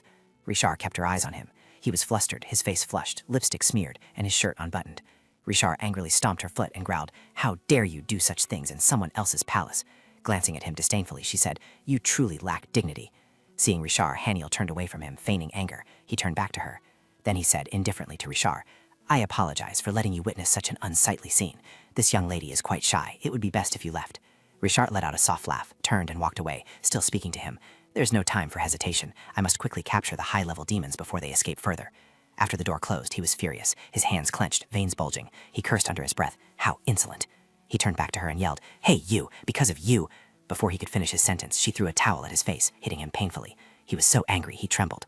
His veins bulged, he grimaced and grumbled to her. How rude. However, when he looked down, he didn't see her figure anywhere. She had completely vanished without a trace, right before his eyes. He was surprised. What? I don't see her sitting right in front of me. He was annoyed. Where did she go? It was past midnight, and she was flying through the sky, silently scolding him. How dare he call me a quail, just a common human daring to mock me? Everything about him irritates me. I regret not hitting him harder. Looking up at the full moon before her, her heart was heavy. But now, I need to find my weapon. Where could it be? Bathed in warm sunlight, brilliant golden rays streamed diagonally through the window. Yet from that tranquil and serene setting, a mournful, pained sound echoed out, completely shattering the silence. Arhaniel, it wouldn't harm that little bird, would it? The servant beside Richard sobbed uncontrollably, covering her mouth with her hand. What if it eats it? Kat was also heartbroken, her eyes brimming with tears as she added, And little Haniel, how could it find food on its own? It's so small, it wouldn't even make a meal. Her eyes were blurry with tears, her throat constricted, and she choked out, That's right. No sooner had she spoken than Caterin gently touched her elbow. She offered no explanation. Instead, a forced smile appeared on her lips. Richard now buried his face in his hands, his voice thick with emotion. I'm the one who truly wants to cry? The atmosphere began to grow heavy. He continued, An intruder in the Emperor's palace is a serious threat. The thought of some devilish hand holding Haniel infuriated him. And then there was Haniel. Had such a powerful force ever existed before? He gradually calmed down, falling into deep thought. He sat there in the silent space, his face stern. An intruder in the Emperor's palace is indeed a serious threat. If Haniel was in danger, he was in agony. No, Haniel, please! His trembling hands clutched the white silk scarf, sobbing. Durahan would return. After all, it was an eagle that had accomplished many great deeds in war. He recalled its majestic image, constantly exclaiming, Durahan is truly very intelligent, always helping me a great deal. The Grand Minister finished his magical examination and then told Richard something. All three seemed hesitant to tell him. Your Majesty, it seems the possibility of a demon intrusion is very low. There are no traces of dark magic. Hesitating for a moment, he continued, This is a mystery that even the royal mages cannot explain. Even the most skilled demon cannot completely erase traces of dark magic. We cannot just rely on Durahan and stand idly by. Richard sternly believed, after rethinking, I am certain about the demon from last night. A palace maid who had seen the suspicious person affirmed confidently. When I saw it lying on the mattress, I didn't think it was an intruder, but it definitely had silver hair. Richard walked closer to the window, looking into the distance. He recalled, silver hair. The girl I accidentally encountered in the changing room yesterday felt a bit familiar. The maid who accompanied the crown prince of the Barb Kingdom yesterday. Does she have silver hair? To find out for sure, he immediately ordered his attendant. Turning to his attendant, his gaze firm, he commanded, Bring the crown prince of the Barb Kingdom to me. A long moment later, the door unexpectedly opened. Crown Prince Temur entered, his eyes anxious as he asked him, Why are you looking for the maid from yesterday? After waiting a long time without Richard answering, he grew annoyed, thinking to himself, Ignored again. The Count, standing right beside him, unexpectedly spoke up to break the awkward silence. It's to see if there are any similarities with the intruder. He thought to himself, moreover, all the questions and answers so far had come from him, not the Emperor. He continued to ponder. Even with a powerful empire, Richard's face clearly showed his attitude towards Temur. Treating an innocent foreign royal in this manner was truly brazen. The Count continued to say to him, Please answer truthfully, Crown Prince Temur. At some point, Crown Prince Temur's hands were clenched so tightly they trembled, and he was tormented by a thought. Is our country so weak that we cannot resist such treatment? Crown Prince Temur raised a hand to his chest and said to him in a gentle tone, Most maids in the Barb Kingdom have black hair. The maid from yesterday also had brown hair. Seemingly unconvinced, the Count asked him again, Is that so? At this, Crown Prince Temur angrily turned towards him, meeting his gaze, unafraid of confrontation. Should I bring the maids myself for confirmation? To ease the tense atmosphere, the Count turned his face away and gently replied, There's no need. The guards will go check. Although he disliked him, he still had to appear cheerful, secretly cursing in his heart. This guy is truly detestable. As he left, he angrily yelled, Damn it! Long secretly thought, I'm the one who wants to find that girl. He annoyedly covered his face. From last night until now, no matter how much he searched, he still couldn't find her. Even after searching among Melissa's maids, there was no one who looked like her. The image of the girl from that day kept him restless. Even though she had covered her face with a veil, her clear eyes were still deeply etched in his memory. From her skin to her hair, everything drove him mad. Her hair, glimpsed briefly, seemed to be silver. Demer walked and pondered. Let them find her. What if she endures a little hardship? On a sunny and windy day in the Duchy of Moderland, flying close to the green canopy, she carefully considered, feeling as though she had traveled quite far north from the capital. How many days has it been? Judging by this auspicious aura, this must be the place. Exhausted, she complained. I should land and rest for a while. I feel like I'm about to die from exhaustion. Admiring the large physiques and strength of other species, she secretly sighed. This is why I've always envied large birds. She swiftly swooped down into the shade of a large tree. Resting with difficulty, she felt as if her soul had left her body. She had just closed her eyes for a moment when a sudden ray of light shone into them, causing her discomfort. I was just about to rest. What's glowing? Upon opening her eyes, Haniel immediately saw the staff glowing before her, and she was overjoyed. It's glowing? She exclaimed in delight. Durep! Unable to contain her joy, she jumped up and down, bouncing excitedly and shouting loudly, Durepari! As her hands closed tightly around the staff, a primal and powerful energy erupted in a burst of white light, transforming her back into a human. Unlike previous times, after her transformation, a sparkling outfit also appeared on her. Haniel joyfully said to the staff in her hand, "You've waited a long time, haven't you, my staff?" She reminisced about the past, the moment her master bestowed upon her the staff, a precious weapon and a special gift. Her master had carefully instructed that this staff was invisible to others, and only she could use it, fully bonded through divine power. The moment she found the staff was the happiest time of her life. Let's return now. After the staff disappeared from her hand, Haniel excitedly told herself, "Now I'm ready to fight anytime."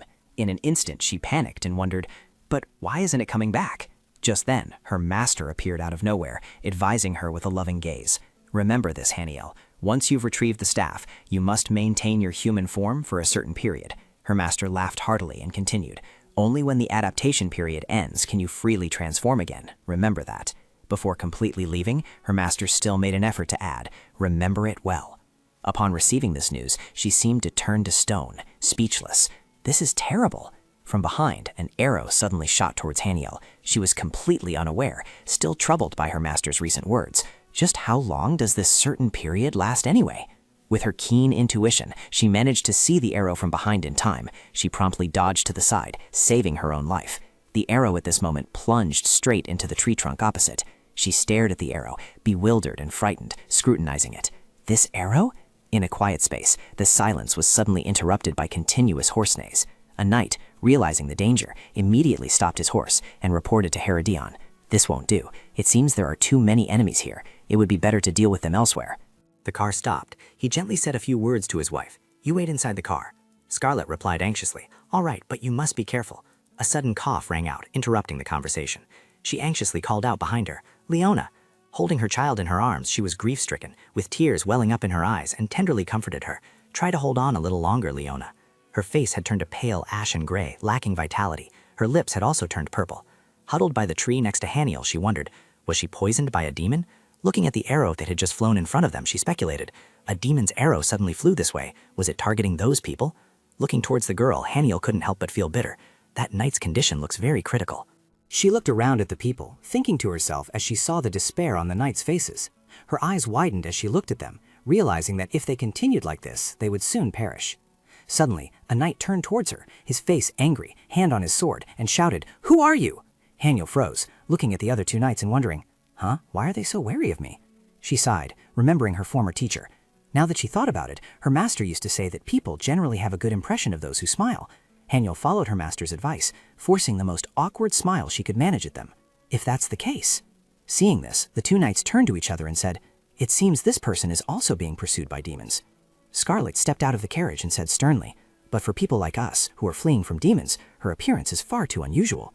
Assessing Haniel from head to toe, her clothes looked very luxurious, and her hair flowed naturally. She wore exquisite leather shoes, the kind reserved for nobility or even deities. Who exactly was she? A knight stepped forward, bowing respectfully to report the current situation. "Excuse me, but Master Leona has been injured and cannot continue to flee. Perhaps it's best to end the battle here and move elsewhere." Hearing this, Herodion turned, gently took Scarlet's hand, and advised her, "You heard that, my lady. Please get into the carriage, and under no circumstances are you to come out. May you be safe." The demon is slowly emerged from the forest, her face filled with anger. When people let their guard down, it often makes me want to kill even more. Immediately, Herodion shielded Scarlet with his arm. The two knights anxiously raised their swords, ready to fight. She could attack at any moment. Herodion sternly shouted orders to the knights, "Hold the line around the carriage." The demoness drew a deadly, poisoned arrow, her enchanting eyes fixed on them as she cursed. Die. Scarlet gasped in extreme fear, her whole body frozen. Herodian anxiously shouted, "Protect the Empress Dowager!" Rapid footsteps echoed.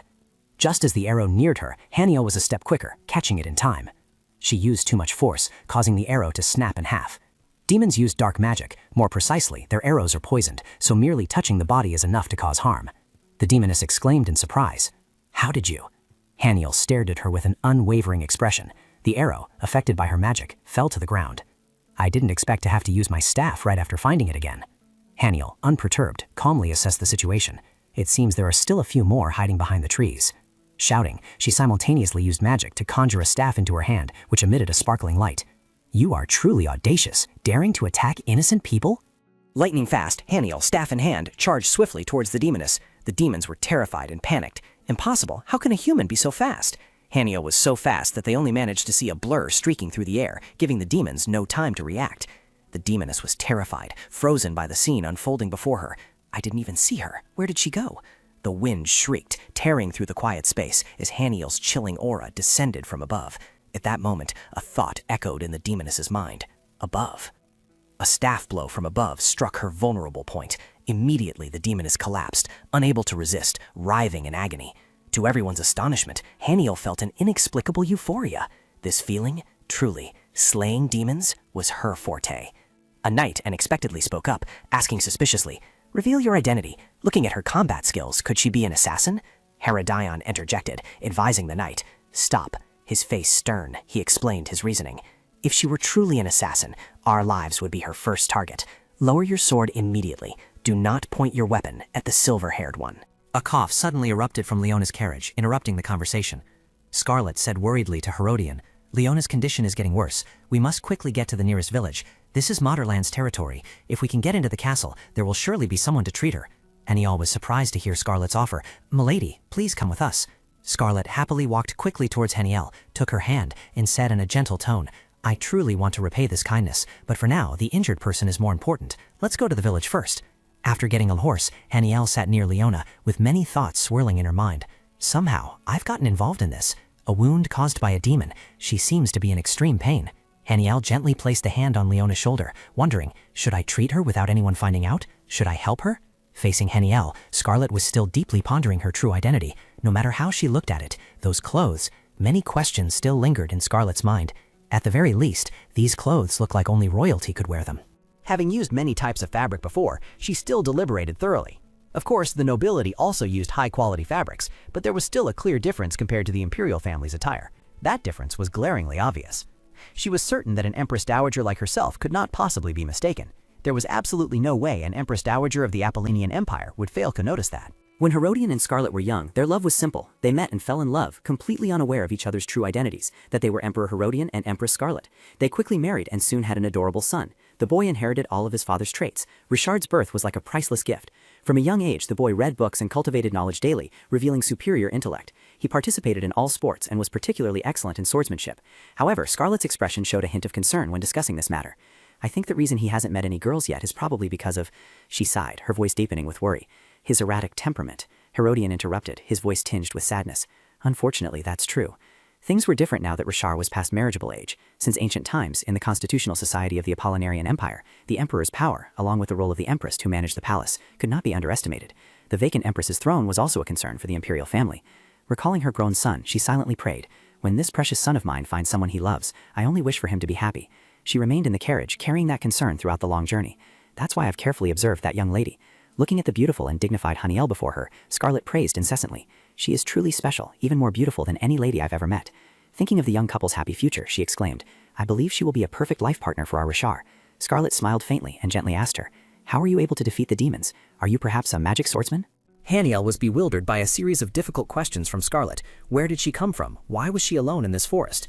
Seeing this, she laughed loudly to ease the awkwardness, explaining, "Sorry for asking too many questions, especially when you've gone to such trouble to save us."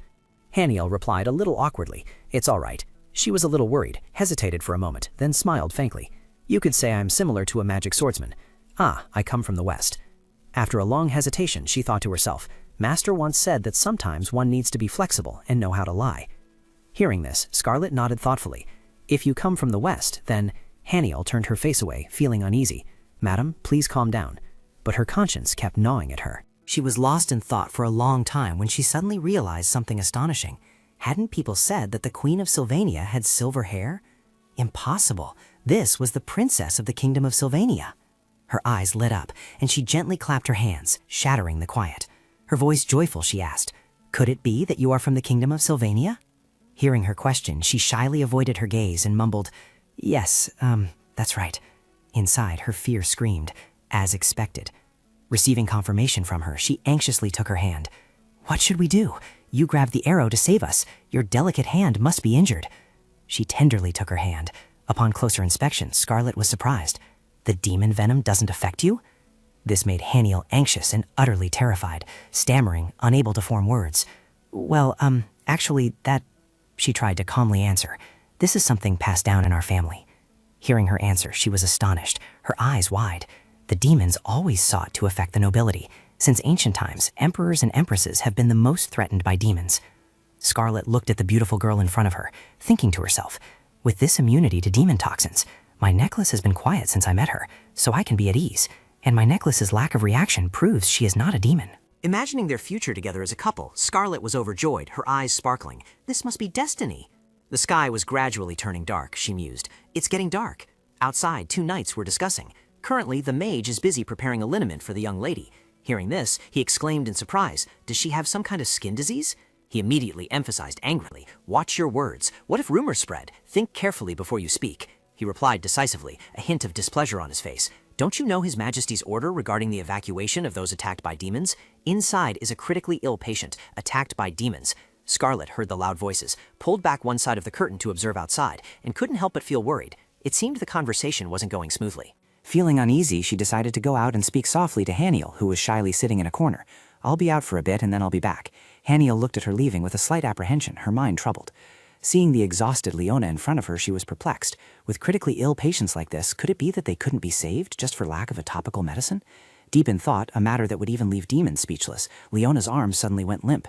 Haniel's whole body stiffened, her heart pounding. What's happening? Her arm went limp, she worried, gently bringing her index finger close to Leona's nostril. Could she be dead? Her clumsy fingers lightly touched her nostril. Haniel felt a faint breath on her finger and joyfully clutched her chest, sighing in relief. Thank goodness, she's still breathing. Seeing Leona's worsening condition, she was concerned. "If I just leave her like this, she's surely doomed," she sighed, lost in thought. "What should I do?" Looking at her hands, she wondered, "How can I save this person without revealing my own power?" She recalled her master's words of advice. "Humans believe in herbs that can cure all diseases and grant eternal life. They believe such things exist somewhere in this world. Just remember one thing, Haniel. If you need money in the human world, sell medicine." Suddenly an idea struck her, her gaze firm. "That's right, they're still this way." Looking at the twig lying in her palm, she held confident. "I just need to make them believe this is an herb, then secretly infuse it with divine power." Although this was quite a difficult challenge, her gaze remained firm. All preparations were complete. Now there was only one thing left to do. Act. How ironic. Her two clenched hands trembled slightly as she hypnotized herself. "I am a medicine peddler." Stepping out confidently, she pushed the door hard. The loud noise from the car startled Herododian and Scarlet. Both turned towards her, their eyes apprehensive. Scarlet asked Haniel, "Oh, lady, why so sudden?" Herododian, flustered, asked, "Madam, is the car door broken?" Hearing Herododian's question, Scarlet awkwardly covered her mouth with her hand, forcing a smile. "Don't mind him. Why did you suddenly come out here?" Haniel didn't beat around the bush. She went straight to the point, seriously. "Well, if we wait any longer, the patient won't make it, and it seems the mage of this territory doesn't intend to intervene and heal them." Scarlet was surprised by Haniel's words, immediately took her hand off Herododian's mouth, and hesitantly replied, "Well then?" She was momentarily embarrassed, comforting herself. "Calm down, Haniel. I have to do this as shamelessly as possible. I'm a medicine merchant. I sell medicine." She clutched a bottle of medicine in her palm, telling herself, "I am..." Her hands trembled slightly as she awkwardly held up the bottle of medicine in front of them. Her face flushed, she shyly said, "Fortunately, I happen to have an extremely effective medicine on hand. Do you two know?" She thought to herself, "A medicine peddler." Still somewhat dazed, her clear voice rang out in the quiet space. "Coincidentally, I have an extremely good medicine here." The girl's passionate and enthusiastic demeanor was exactly like someone Scarlet had met before. This tone, I've heard it somewhere before. A thought flashed through Scarlet's mind. Scarlet had definitely encountered this tone during her previous visit to the domain. She recognized it immediately. The tone of the medicine seller back then was exactly the same. Seeing Scarlet seemed rather uninterested, Haniel feigned a few coughs, then spoke in a more serious tone to persuade her. "I don't show this to just anyone. This is truly a rare and mysterious herb, passed down through my family for generations." Although it sounded surprising, Scarlet still pondered silently. Scarlet remained silent, looking at the girl with a puzzled expression, but the girl's eyes seemed to be speaking the truth. Haniel continued to explain. This herb can heal wounds caused by demons. It's more effective than magic and has absolutely no side effects. A fierce internal struggle took place within Scarlet. Is she our savior? Should I trust her one more time? Seeing Scarlet's hesitant silence, Haniel was slightly disappointed. It doesn't work? Then, trying to maintain an arrogant demeanor, Haniel said, then turned and walked away. It's fine if you don't need it. This is something that cannot be bought even with money. Seeing this, Scarlet quickly held her back. Wait, she continued, flustered. Then I'll buy it. The voice grew earnest. I beg you, young lady.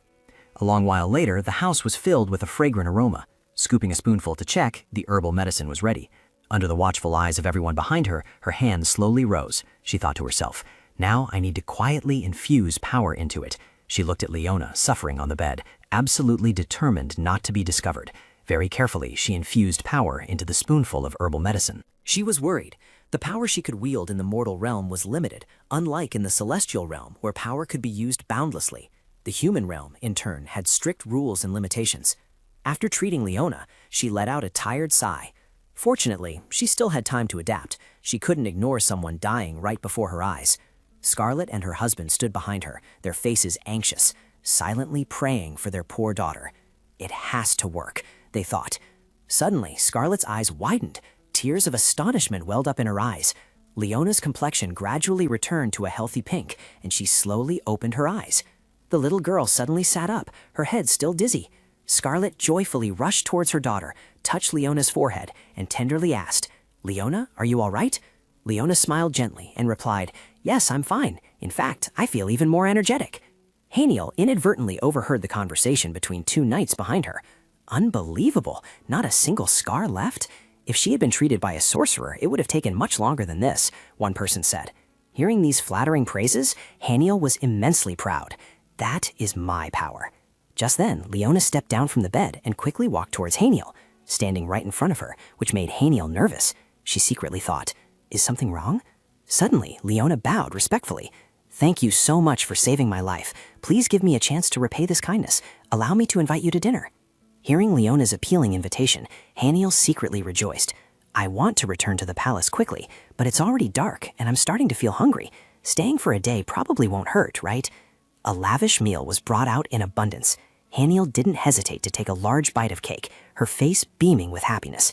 "I can't miss this delicious meal," she thought. Leona continued to bring out the next dish and offered it to Haniel. "You should try this one too, young lady. Rishar will surely understand." She suddenly stopped eating, put her spoon down on the table, her heart in turmoil. "I miss him." Rishar's face was filled with sadness, remembering the happy days she once spent with him. The night sky gradually descended. Under the moonlight, Scarlet was currently in the courtyard, lost in thought. The dedication in treating patients with precious herbs and the elegance emanating from every gesture. There's no doubt the young lady is truly the daughter of Queen Sylvania, and anyone can recognize that the young lady is the successor to the Empress. If she were with Rishar, they would undoubtedly be a perfect couple, like something out of a painting. Scarlet pondered, how can I set them up? Previously, whenever she brought up the topic of finding a partner, she was always ignored. "Son, this time please choose suitable young ladies, won't you? You're very busy." Her face clearly showed her worry. How can I convince that stubborn child? She watched the moonlight filter through the leaves, her heart troubled. I want to arrange a marriage between her and our Rishar. Two knights chatting with each other interrupted her train of thought. "Hey, did you hear that? What nonsense are they talking about now?" His voice rang out, asserting, "No, this time it's real. Truly, the palace has begun the Empress selection process." He was a little surprised. "So that's how it is?" he said as he walked. "The Empress's position has been vacant for too long." Their conversation was overheard by Scarlet. She whispered joyfully to herself, a fresh look appearing on her face. The selection process. Empress. Rishar's study remained gloomy and quiet. His furrowed brows kept the Count in constant thought. He wasn't the type to procrastinate or neglect his duties, but he seemed more agitated than the Count had expected. The Count believed he was overly preoccupied with the divine bird. This was because the Empress's position was vacant. Well, it's already happened. The Count suddenly recalled the black-haired imperial couple. He had hoped the diplomatic mission would clarify His Majesty's situation, but it seemed difficult. Amidst the heavy atmosphere, the envoys departed without understanding what was happening. More than ever in this chaotic situation, a loyal voice was needed. With that thought, the Count cleared his throat softly a few times, then cautiously began. "Your Majesty, as your Majesty knows, the Empress's position cannot remain vacant indefinitely. We must immediately announce and proceed with the selection process." But Rishar cut him off. I don't want to hear about it. The Count, unwilling to give up, stubbornly tried to persuade him further. Your Majesty, doesn't the divine bird symbolize the Empire's peace? It will surely return once the Empress's position is announced and the Empire stabilizes. These words made Richard bury his face in his hands in frustration. You just keep spouting nonsense. All right, so be it. Now that I've lost you, does the desire for a fated encounter still matter? Just come back. I don't care what happens, Phoenix. At the same time, Haniel, red-faced with anger, shouted, What? What did you just say? The Empress selection process? Scarlet was slightly taken aback by her expression. My lady, her curiosity intensified. Why is she so angry? Did I make a mistake? Haniel, realizing her overreaction, quickly lowered her voice. If it's the Empress, are you saying Richard is looking for a wife? Scarlet was somewhat dumbfounded upon hearing these words. Her thoughts made Haniel so angry that she clenched her fingers. I am right here. How can you exclude me? She noticed her discomfort, so she suddenly covered her mouth and widened her eyes. Young lady, do you happen to know His Majesty? This immediately made Haniel slap her forehead and sigh. Yes, we are very close. Scarlet continued to ask, making her even more pensive. Very close? While waiting for the answer, her mind began to wander. Where and how did she meet him? The only reason Richard went west was to hunt monsters. Could it be that during that time Scarlet couldn't help but imagine Haniel and Richard sweetly in love, with the boy going to defeat monsters and returning with both victory and love? An opportunity like this is truly rare. It's destiny for this young lady. She resolved to speak again. Young lady, you seem very close to His Majesty, don't you? Questioned, she honestly replied. Yes, Richard's always treated me very well and thoughtfully. These words seemed to shatter Richard's image in Scarlet's heart. Richard? Thoughtful? That cold person? Haniel's serious face, tinged with a hint of anger, suddenly appeared in Scarlet's mind. Mother, I must emphasize again that I have no intention of finding a queen. It may sound funny, but I only want to meet the destiny of my life, just like you, Mother. After seeing Haniel's bewildered expression, she had an epiphany. Now I understand why the boy so resolutely refused. Surely the position of queen has been vacant all this time just to wait for this woman. Thinking of this, Scarlet couldn't hide her joy. It was truly too romantic. A man forced to leave the woman he loved due to responsibility. A woman who traveled a long distance to reunite with the man she longed for. This story was exactly like something out of a novel. After a brief moment of speculation, she returned to reality. Now that things have come to this, as a mother, I must play matchmaker for the two of them. This young lady might also be lying, but there's nothing to lose by trying once. Anyway, I will know the result when I return to the palace. Acting on her thought, Scarlet reached out, took her hands, and whispered, My lady, do you wish to marry His Majesty? Upon hearing this question, Haniel became even more resolute. Of course, Richard is my soulmate. Then she even uttered a rather embarrassing statement without hesitation. If you see someone without a stitch of clothing, then naturally you must take responsibility, right? Scarlet was completely petrified by those words. What do you mean, my lady? Seeing that she didn't answer, Haniel pressed further. Isn't that right? Right? Cornered by her, Scarlet could only stammer. No, well, if one has seen it, then naturally. Waiting only for this answer, Haniel spoke with great determination. I will definitely be with Richard, and I also want to have many children. However, those clear words were filled with bitterness. The Empress selection process once again plunged her into her own thoughts. I have always wanted to build a happy family, just like other angels. So why is even that so difficult? Why am I always like this? Always alone? At Haniel's most desperate moment, Scarlet reached out to her. She sat down and gently comforted Haniel. My lady, do not worry. If you truly have a deep connection with His Majesty, I will help you. This affirmation left her stunned for a moment. Haniel quickly stood up, looking at her with bright eyes. Really? Can you truly help me? Scarlet knew she had cheered up, and her confidence immediately surged. Of course, just trust me. I know Duke Greta, and I will repay your kindness with this. Those words sank deep into Haniel's mind, leaving her motionless, eyes wide open. She took her hand, as if signaling the start of the endeavor to help the future Empress. Come to the palace. I will help you become a candidate for the throne of Empress. The elegant letter was quickly sealed with a seal. The royal emblem appeared on the red wax. The selection process for the emperors had been widely announced nationwide. Among the 5 dukes, a special insignia bearing the royal emblem was used. As the Count was reporting, he saw His Majesty heartbroken by Phoenix's disappearance. Your Majesty, it's time to move on to the next item on the schedule. The Count thought to himself. I feel a little uneasy. Despite my conscience gnawing at me, I still feel a bit proud of myself, but I'm only doing what needs to be done. It wasn't until they stepped outside that Chayden could speak with the Count. By the way, Count, do you know why His Majesty suddenly ordered the selection to be halted? The Count was equally perplexed, exclaiming, It's unclear. He elaborated in his mind. Initially, we thought it was caused by high-ranking nobles, but the head mages said there were no traces whatsoever. We even suspected a conflict among the head mages of the Royal Academy of Magic, but that's almost impossible. Those individuals are more loyal to His Majesty than anyone else. There's no reason for them to act on their own accord. The Count began to explain magic in the Empire, where magic was divided into two main groups. One group consisted of mages who studied everyday applied magic. The other group consisted of magic swordsmen who defeated enemies with swords enhanced by magic. And there was one person considered a master of all fields, the Sword King. His Majesty personally selected the most outstanding individuals from these two groups to be their leaders, making them beyond suspicion. Kat walked in silence for a long time, wondering, so who could it be? A thought suddenly flashed through his mind. Could it be... But Chat interrupted that train of thought. Could it be the rebels? Hearing this, Kat remembered the assassins connected to him. Although things had quieted down, it seemed they were about to flare up again. Especially at this time, a thorough search must be conducted within the palace to see if there are any spies among us. Despite talking for so long, both remained immersed in gloomy despair. Although security had been tightened, it was unclear what His Majesty was thinking. That's what I wanted to say, Kat sighed. Every time Kat thought of Rashar playing with Haniel, his heart ached. It seemed that Phoenix's disappearance had made His Majesty extremely sad, but very quickly he replaced that sadness with an optimistic smile. However, don't worry too much. Let's observe for a while longer. After all, we are busy preparing for the Empress selection that everyone has long awaited. Kat couldn't help but feel excited looking at the stack of papers in his hand. Even the duchies seemed eagerly awaiting this moment.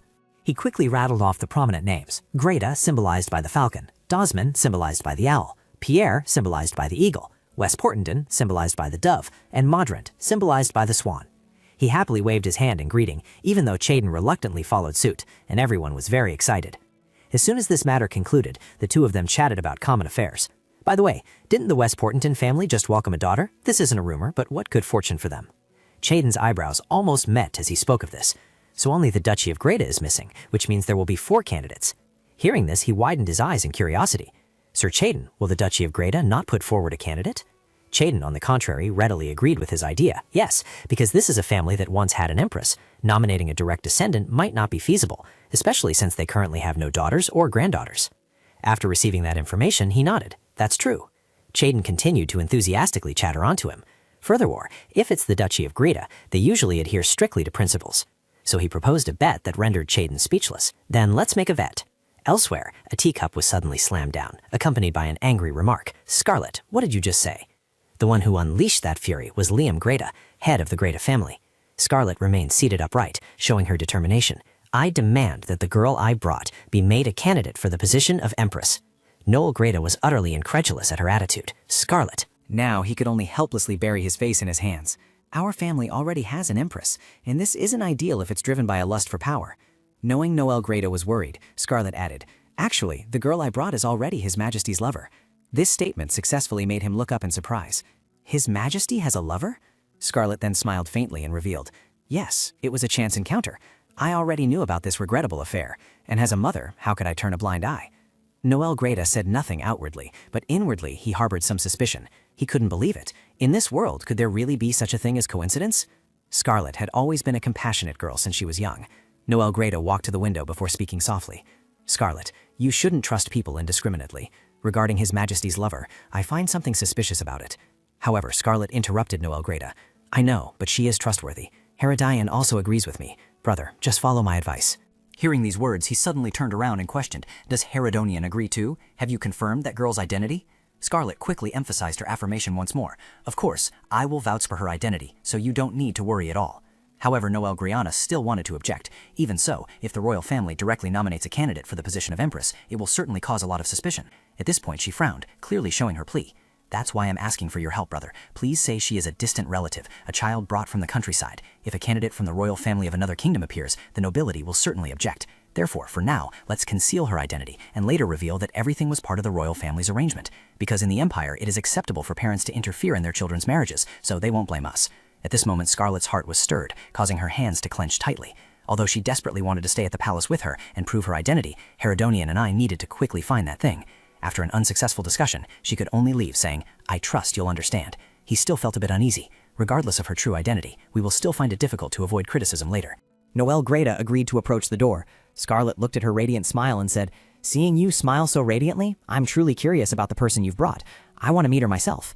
When the door opened, Scarlet's joyful voice rang out. Ah, there she is! Before them, Haniel was chatting very happily with Herodian. She then softly signaled to Haniel. Haniel, say hello. He is Duke Greta, whose family is one of the 5 most powerful in the Empire. Haniel started to move, following the voice. Her graceful figure appeared in a blue dress. She smiled faintly and bowed to him. "It's a pleasure to meet you, Duke. I am Haniel, and I hope for your kind consideration." Dawn broke, and gentle sunbeams pierced through the large window crack. Haniel was surprised. This is... She was moved with surprise. These things... Right before her eyes was a lavish dining table, exquisitely arranged. Her eyes sparkled with happiness. "What's happening? I'm so happy I could faint." She enjoyed them deliciously, thinking to herself, "These are the dishes I was always curious about whenever Rashar ate them. Finally, I get to try them." Suddenly, she stopped. But the Duke stared at her, like an eagle targeting its prey. That gaze was sharp and calculating. She quickly turned away, feeling uneasy. "Is it okay if I eat?" Then she gently cut a piece of beef with her knife, thinking to herself, "I wonder if I can eat like Rashar, like this." Then she put it in her mouth to taste. It was as if an electric current ran through her. It was so delicious it made her freeze. The Empress Dowager saw this and immediately asked, "Is it to your liking, Haniel?" She happily replied immediately, "Yes." The Empress Dowager offered her another dish.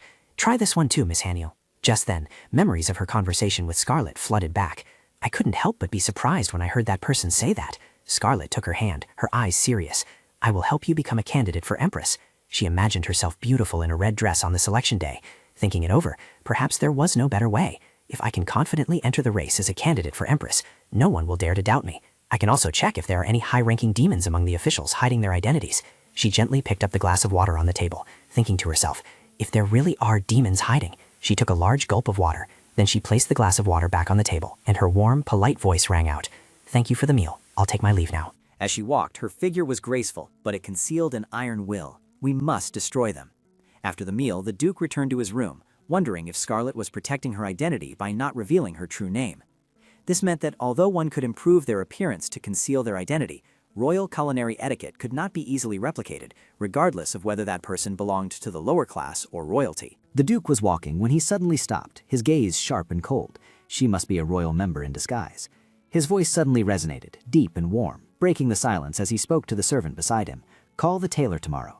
The servant quickly replied, "Do you mean the dressmaker, Your Grace?" An enigmatic smile appeared on the Duke's lips, the corner of his mouth twitching upwards. It seemed that woman believed Scarlet was a merchant. Then let her dress appropriately. If one only grows up in silk and velvet, people will gradually realize whether one is naive or a fool. The sound of a carriage echoed, breaking the silence of the fresh morning. Narnia stepped lightly down from the carriage, greeting respectfully with a soft tone. "It's been a long time, Your Majesty the Empress Dowager."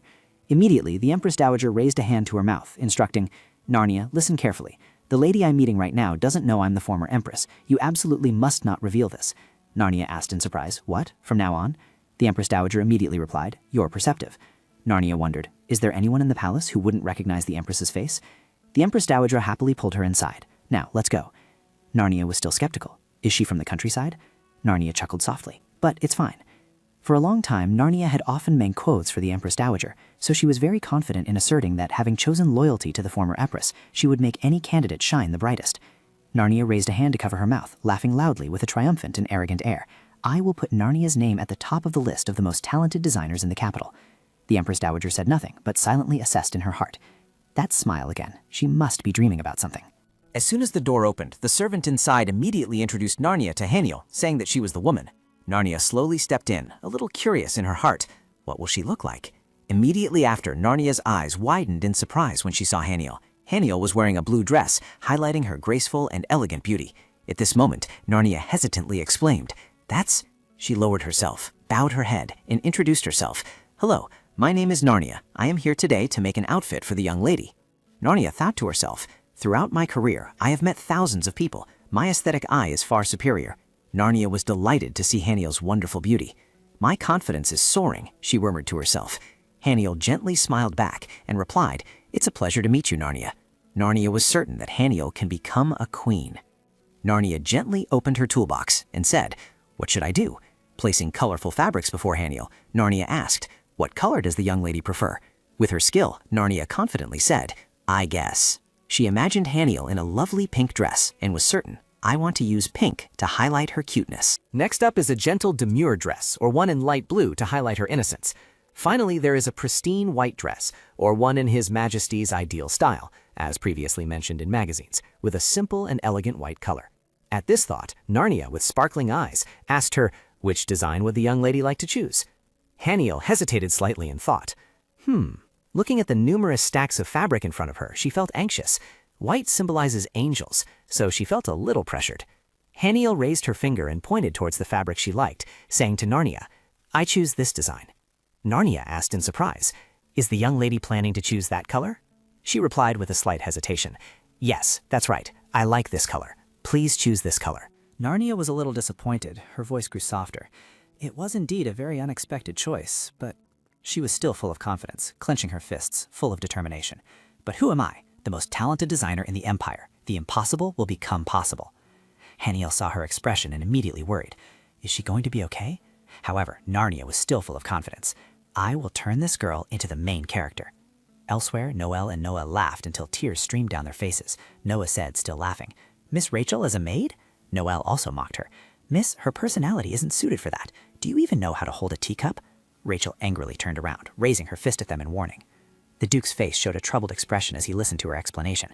Rachel said, "Sir, I am truly angry, but Noelle and Noah are right.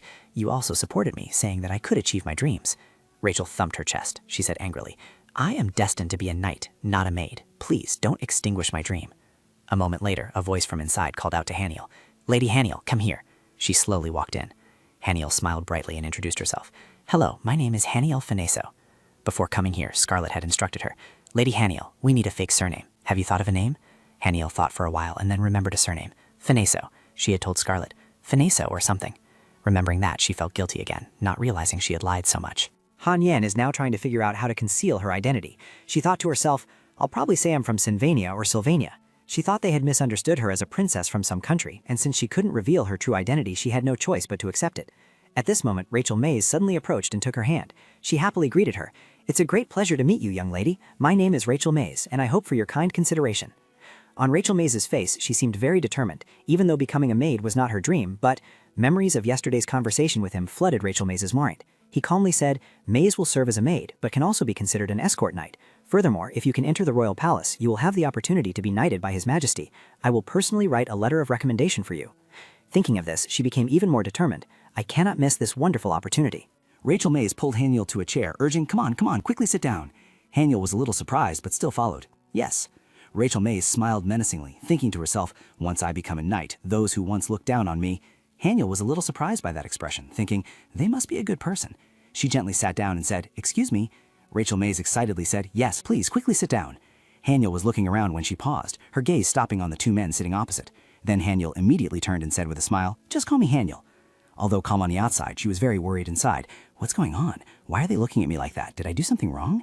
Rachel turned and saw that the two of them were still whispering to each other. She cleared her throat lightly and said, "Aren't you two going to greet her? Noelle? Noah?" Hearing that, the two hesitated and said, "Well..." Noah Greta shyly introduced himself first. "I am Noah Greta." Next, Noelle Greta also said, "My name is Noelle Greta." Haniel smiled gently and friendly, saying, "It's a pleasure to meet you. I'm Haniel." But before Haniel could finish speaking, Noah Greta suddenly slammed his hand on the table and stood up abruptly. He stammered shyly and then hastily that. I have to go." Noelle Greta was a little surprised to see Noah like that. He suddenly glanced at Haniel. But as soon as their eyes met, Noelle Greta startled and shyly stood up. "I'll also excuse myself and leave first." Haniel tried to stop them. "Hey, wait a minute." But eventually they left, much to her astonishment. Haniel sadly thought, "What did I do wrong?" Seeing this, Rachel Mays immediately explained, "Let them be, Lady Haniel. Just put those two in front of a girl and they instantly turn into idiots." Then she turned and asked, "By the way, sir, will Lady Haniel enter the palace as a candidate representing the Greta family?" He calmly replied, "That's right, though it's not quite a confrontation, but..." At this point, he subtly glanced at her, then continued, "One of them will become the Empress." Haniel resolved to think, excellent, I'll seize this opportunity to officially become Rashar's partner. But when she saw Rachel Mays smile, she felt scared. She suddenly stood up and shouted, "All right, Lady Haniel, things have come to this. Lady Haniel must become the Empress." Rachel Mays looked very excited. That Chloe from the Duchy of Dosman and Rosaline from Madrid, it's time to send those two packing. Haniel asked with a bewildered face, "Who is Rosaline?" Rachel Mays immediately explained to her, "She's that girl who always thinks she's the most beautiful in the world." Saying this, she smirked. It seems that will end today. Rachel Mays confidently thought, "Just you wait, Rosaline." At the same time, elsewhere, Noelle Greta and Noah Greta, after fleeing, were slumped outside. Noelle Greta hesitantly said, "My heart is still pounding." His face was flushed with embarrassment. Noah Greta also shyly said, "Me too. What kind of person is she after all?" The two of them chattered. "She doesn't look quite human, so what is she?" Both hesitated, then said in unison, "Could it be... no way. An angel?" Noelle Greta smiled brightly and said with a doubtful expression, "Or a winter spirit that appears when it gets cold." Noah Greta actually agreed with him. It's very possible, isn't it? Haniel's radiant face and smile flooded their minds, along with her words, "Please care for me." Seeing the awkward atmosphere, Noel Greta suggested, "Let's go outside and get some fresh air." As soon as he finished speaking, both of them left. She started teasing Noah Greta, who had looked like an idiot just now. Hearing that, he calmly replied, "Well, you ran away too."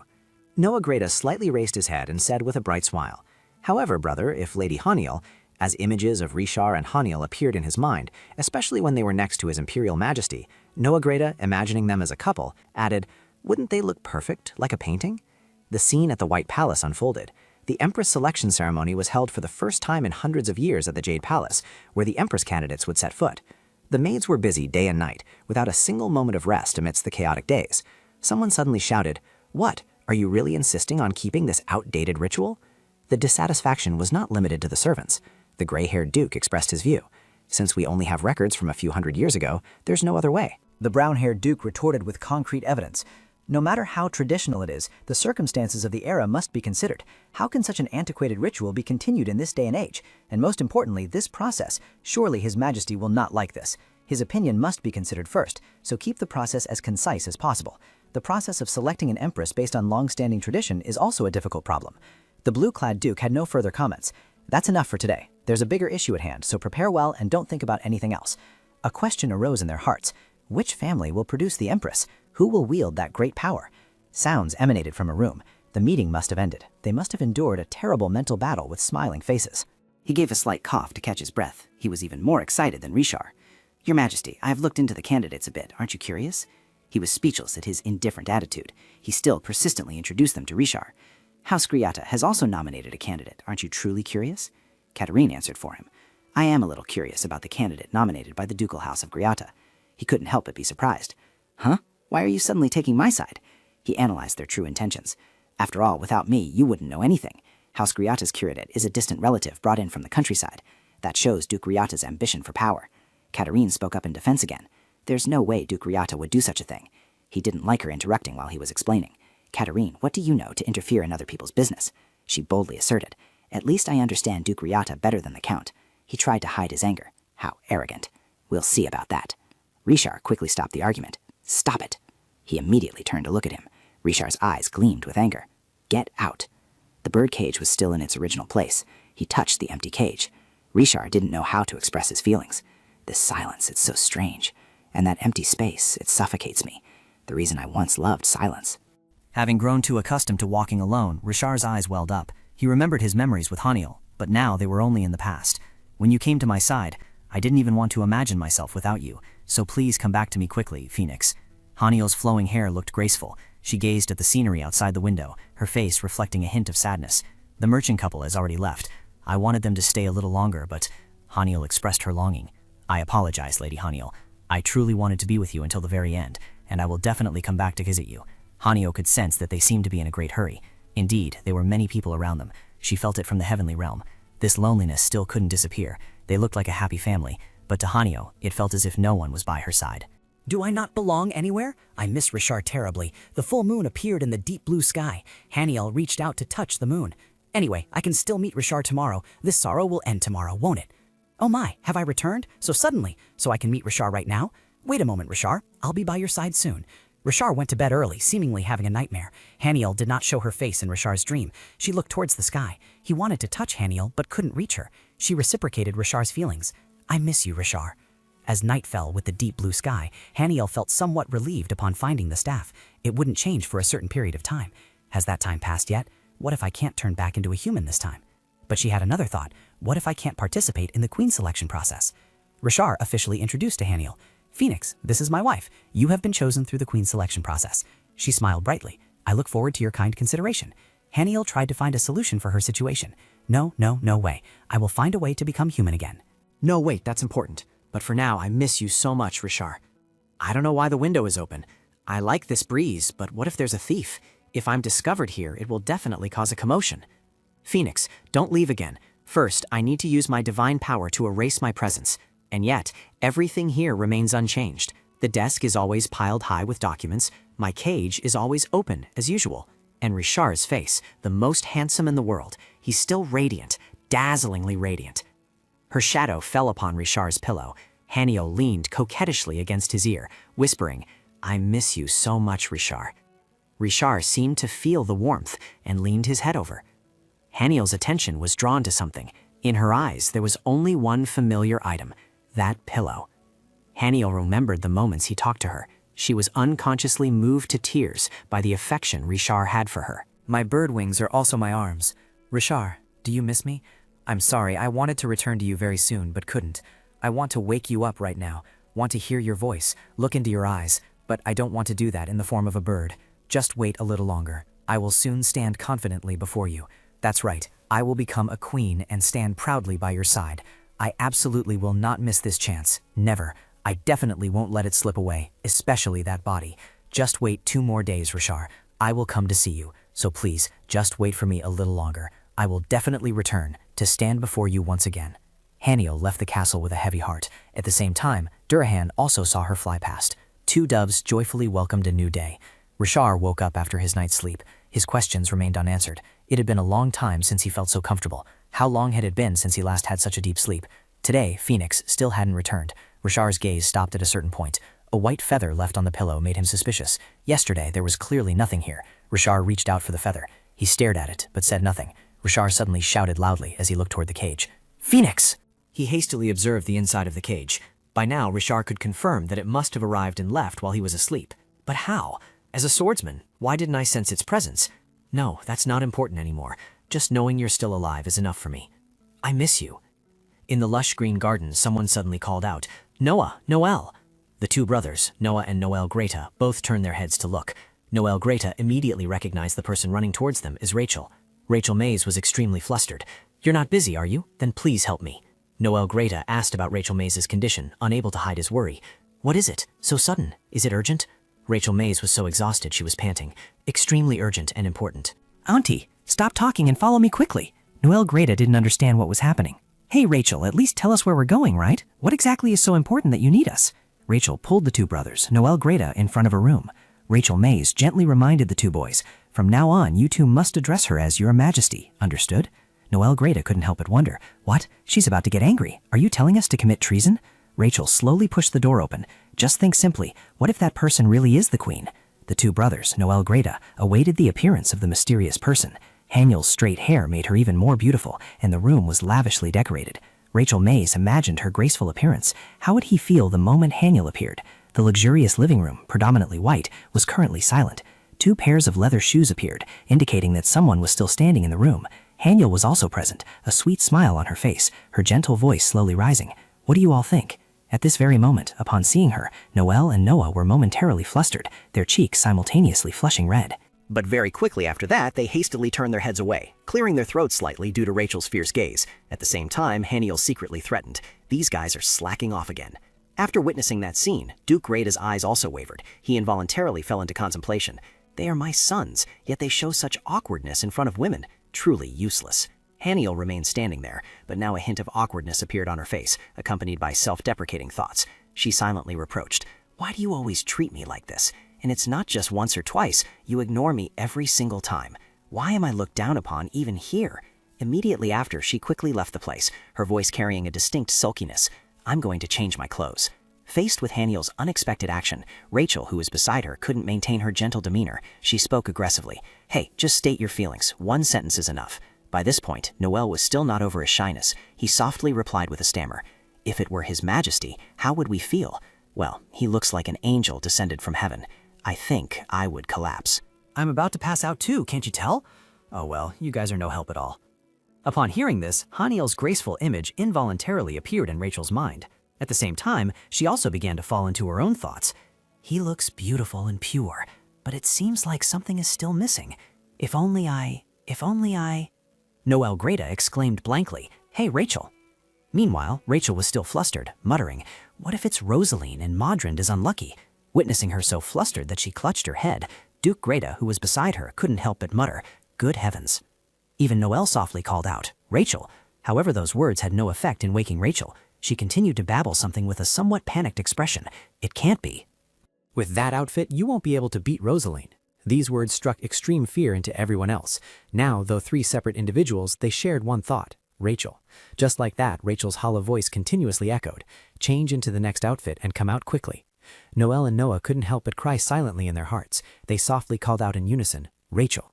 At the same time, an unshakable determination appeared on her face, and inwardly she began to make a decision. I am close to Lady Haniel, so I absolutely cannot lose to Rosaline.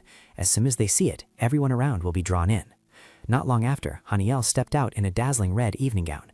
As soon as she saw her, Rachel couldn't hide her astonishment and involuntarily exclaimed, Lady Haniel, are you done? Even Duke Greta couldn't help but widen his eyes in surprise when he saw her, but very quickly he lowered his head and cleared his throat, continuously telling himself, this isn't good, I mustn't get distracted. Indeed, now I understand why Scarlet insisted on you participating in the selection. Haniel, still in her red evening gown, stood there, her face innocent yet incredibly charming, her eyes holding an indescribable purity. Rachel stepped forward from somewhere, gripping Haniel's hand tightly, a radiant smile continuously appearing on her face. Her voice of admiration continuously rose. It's perfect, Haniel, absolutely beautiful. She couldn't help but feel excited upon hearing those words.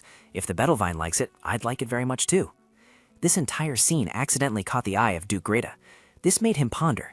If that person were to be paired with His Majesty, the two would make a very beautiful couple. Just wait and see. Although that person is still quite young, later on they will be able to change our entire future. But as soon as Duke Greta stepped towards Noel and Noah, the atmosphere in the room suddenly fell into a chilling silence. He bowed his head low, his face full of helplessness, and his voice became softer than before. This old father asks to take his leave now. Please take your time to talk. There must be many things you want to say. Things that couldn't be said before, things that you've always wanted to say, and also the things you've done until now. Reckless behavior will tarnish the reputation of the Greta family. I shouldn't do that, should I? As soon as he finished speaking, Duke Greta quickly pushed the door open and left the place. Until this moment, the two Greta brothers still didn't understand what had happened. Noel instinctively exchanged glances with the other person. What should we do now? Huh, brother? Brother? He said. Before his words finished, he received an answer from Noah. I was wrong. Now Jay Chow stood, gripping Haniel's shoulders tightly, shaking her repeatedly. Haniel turned her expectant gaze towards them and asked, Noah, Noelle, what do you guys think? This outfit is really beautiful, isn't it? It's perfect, isn't it? These words once again left Noelle and Noah feeling awkward. They stood there with flushed faces, unable to react. After a period of silence, Noah awkwardly replied, we are... Although Haniel said nothing, her expectant gaze was fixed on him. This action made Noelle and Noah even more embarrassed. Their faces turned red as tomatoes, and they stammered, It's very beautiful. After that remark, Noelle seemed to regain some composure. He softly whispered, Lady Haniel, please forgive me. The truth is, we were just too embarrassed. After hearing these words, Haniel couldn't help but be surprised. She unconsciously widened her eyes, staring intently at him for a long time. He seemed to notice the curiosity in her eyes and immediately continued. Although I look quite flustered, I only show this side of myself when I'm in front of women. Oh no, only in front of a woman wearing such a splendid outfit. We certainly don't mean to avoid you. As soon as he finished speaking, the atmosphere in the room fell silent once more. Noel, who was beside him, finally spoke up hastily, his face a little calmer. We apologize. Before he could finish, Haniel spoke, astonishing them. It's all right.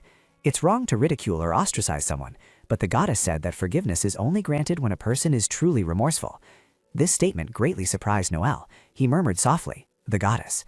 Immediately after, Haniel extended her hand forward. She offered, Therefore, I will also forgive the two of you. I've already shaken your hands, so let's consider it settled, all right? As soon as she finished speaking, the other party hastily replied, Yes, yes. A radiant smile began to appear on her pretty face, her voice carrying anticipation. There's one more thing I forgot to mention. Next time I won't forgive you, so I hope from now on the two of you won't avoid me anymore. Hearing this, Noel and Noelle couldn't help but tremble as they replied, Yes, we understand. The picturesque land beside the river quickly appeared in someone's mind, a vast land rich with precious stones, wealth accumulated based on abundant resources. The Mondrian family, to get what they wanted, were willing to do anything, resorting to any method or trick. Back in Rosaline's room, the youngest daughter of the Mondrian family, cosmetic jars were neatly arranged on the shelf. She was carefully brushing each strand of her hair with a very relaxed expression. Suddenly, Rosaline called out, Brother! The person she referred to was Thierman, the eldest son of the Mondrian family. She sat there with a joyful face, repeatedly asking, What do you think? Is this beautiful enough to captivate His Majesty the Emperor? As soon as the words left her lips, Thierman casually replied, Of course, who else in this kingdom is more beautiful than you? You know this is the 5th time I've said this, Rosaline. Hearing these words, she immediately affirmed with a smile, I still like being praised for my beauty. Suddenly, 2 red-haired young men nearby, one of whom was sitting, interjected, Rosaline, do you want these 2 brothers to tell you how beautiful you are? They were the second and third sons of the Mondrian family, the twins, Thiago and Timothy. A smug smile gradually appeared on Timothy's face. He stated, "Tomorrow you'll make Chloe Dossman cry. Your friend said so too, that unlucky girl." Immediately after, Thiago, who was beside him, softly whispered, I know. With such an ugly face, a high nose bridge would be fitting, wouldn't it?" He seemed to completely agree with the other. Will crying tomorrow make her even uglier? This scene accidentally caught Rosaline's eye. She couldn't help but clear her throat in dissatisfaction. Brothers, that's enough. Do you really think Rosaline would be friends with someone like that? That hurts my pride too much. Just leave him alone, and he'll know when he hits rock bottom, my brothers.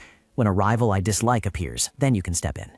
At the same time, in Haniel's warm room, the clock's chimes rang incessantly. Despite this, she remained motionless on the bed. Haniel let out a tired sigh, but very quickly she regained her composure, her determined gaze fixed forward, along with the thoughts swirling in her mind. Why? Why is everything like this? Time seems to not pass at all. Tomorrow I have to go to the palace.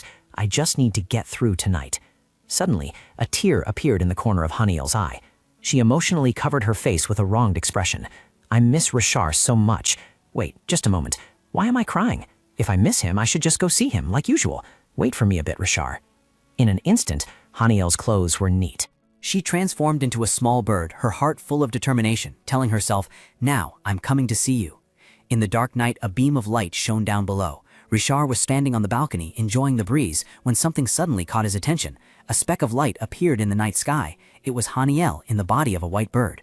The moment he saw her, Richard was utterly astonished. "Phoenix!" He quickly extended his arms to embrace her, a happy expression on his face. At the same time, his deep voice rang out, "Phoenix, you finally returned!" However, Haniel, like an egg, crashed directly into him. Richard painfully crumpled to the ground, clutching his stomach, his mouth continuously groaning under her bewildered gaze. "Phoenix, your power! But anyway, thank you for coming back. Phoenix!" At this moment, Haniel was in front of Richard, playfully wanting to convey, "I miss you so much, Richard." Immediately after, he brought her inside. Richard's resonant voice continuously echoed, "Do you have so many things to tell me? I will listen to it all. First, let's look at the newly made cage. The chief mage of the royal palace put in a lot of effort. It is a very sturdily built magic cage." Richard's words made Haniel couldn't help but feel suspicious. What did Richard just say? A product of the chief mage in the palace? A magic cage? Thinking of this, she hastily got off Richard's shoulder before his astonished gaze and cried out, "Phoenix." Haniel acted as if she didn't hear his call, using all her strength to rush forward with the thought, "I can't be caught like this. Do you know how difficult it was for me to meet you?" Meanwhile, Rosa behind her kept calling out, "Wait, hold on, Phoenix." However, she had already shot out the window at an incredibly astonishing speed, disregarding the other party's concern. Haniel quickly made her escape, her heart filled with self-reproach. "I'm sorry for leaving you to run alone. Rosa, I miss you every day. I want to hear your stories every day. I want to be confident by your side in my true form. Please, wait for me a little longer." Before long, time had passed to the next day. By then, Duke Gratat had prepared a magnificent carriage and was waiting in front of Haniel's mansion. He cautiously looked inside and slowly spoke. "Haniel, are you ready? We've finished all the preparations." Meanwhile, he couldn't stop thinking. "I'm really worried about Noelle and Noah." Not keeping Duke Gratat waiting long, Haniel stepped out and gracefully replied, "Yes, I'm coming down now." The grand door quickly opened, and she stepped out looking splendid. Haniel flashed a radiant smile and announced, "I'm ready. Let's go. To the royal palace." A large villa, predominantly white, quickly appeared before everyone's eyes. Inside, everyone was bustling with work. Lately, the palace maids have been extremely busy. After the emperor announced the queen's selection process, they began preparing the Jade Palace, where the queen candidates would reside. We also meticulously and responsibly reviewed each candidate's documents. When the preparations were complete, the queen candidates' carriages departed one by one for the imperial palace. I entered the reception room with eyes full of anticipation, feeling incredibly curious about each candidate's unique charm. A maid with bangs stood there, her face a little awkward, and she softly spoke, "Excuse me, the Greta family has not yet arrived. Please wait and enjoy the prepared tea." At the same time, I couldn't help but feel worried. But why is everyone wearing white dresses like this? At this moment, Rosaline sat on a chair with a sullen face. She observed everyone in the room once and couldn't help but be astonished. I never thought everyone would wear white dresses. Could it be that they read the tabloids saying His Majesty's ideal type is a simple woman? That's why I also wore a white dress, even though this color doesn't suit me. Those foolish hussies, what do they think dressing like that will change? With just a beautiful face, simple attire can still shine, just like me. But it's still surprising. I knew Chloe Dossman would appear sooner or later, so I wasn't surprised. The surprise is their audacity in appearing one after another. Before the selection, a woman arrived as the adopted daughter of Duke West Portington. At the same time, another woman from Duke Barb's family was also present, but her true identity had not yet been revealed among the upper class. Judging by her appearance, there was probably no need to be wary of Rosaline. With such an appearance, she could be easily overshadowed. What was she thinking, daring to contend for the queen's position with such an appearance? Yenica Westportington, the adopted daughter of Duke Westportington, was rumored to be very beautiful, but in reality, she was as tall as a deer and had a very strong appearance. Did she know that such a strong appearance wasn't truly attractive to men? The same was true for the daughter of Duke Barb's family. A dangerous aura emanated around her. However, she seemed immature and appeared arrogant and superficial. In this situation, how could I not feel uncomfortable? It's ridiculous even before thinking about the outcome. That's obvious. At this thought, Rosaline suddenly turned towards the maid with bangs and spoke up. Excuse me, I have a question. May I ask it? Immediately after, the other party quickly replied, Yes, Lady Rosaline, please ask. It was then that she softly whispered, Do you know when the potential candidate for Princess Greta will arrive? After hearing this, she replied with a smile, The information isn't very certain, but I heard she's arriving soon. Hearing this, Rosaline quickly picked up her teacup, slowly changing the subject. In that case, may I have another cup of tea? The maid with Bang's words just now made her fall into deep thought. She couldn't believe that she still hadn't arrived by this time. The palace isn't that far. Or is she intentionally late? Does she want to attract attention by being the last to appear? The Greta family. It is said that this family has been unlucky since the time of the former Empress. Since things have turned out this way, I think I'll just go with the flow. Suddenly, Rosaline spoke in a weary tone. Is she that kind of person? Today we have to meet His Majesty the Emperor, but she's late. For me, time is precious, so this is a bit annoying. What about you, Lady Chloe? That action made Chloe helplessly think to herself. That girl is at it again. She knew there was still plenty of time, so she did it on purpose. Anyway, her status is low in places like this. There will be many people like her. It's a beautiful face, all you have. You should at least be as elegant as I am. Suddenly, the large door slowly pushed open, and the butler's voice rang out. Excuse me, the candidate for queen, Princess Greta, has arrived. This made Chloe extremely eager. She's here, Greta, from the former queen's house. Yenica was also drawn in, turning her head with a thought. Do we have another candidate?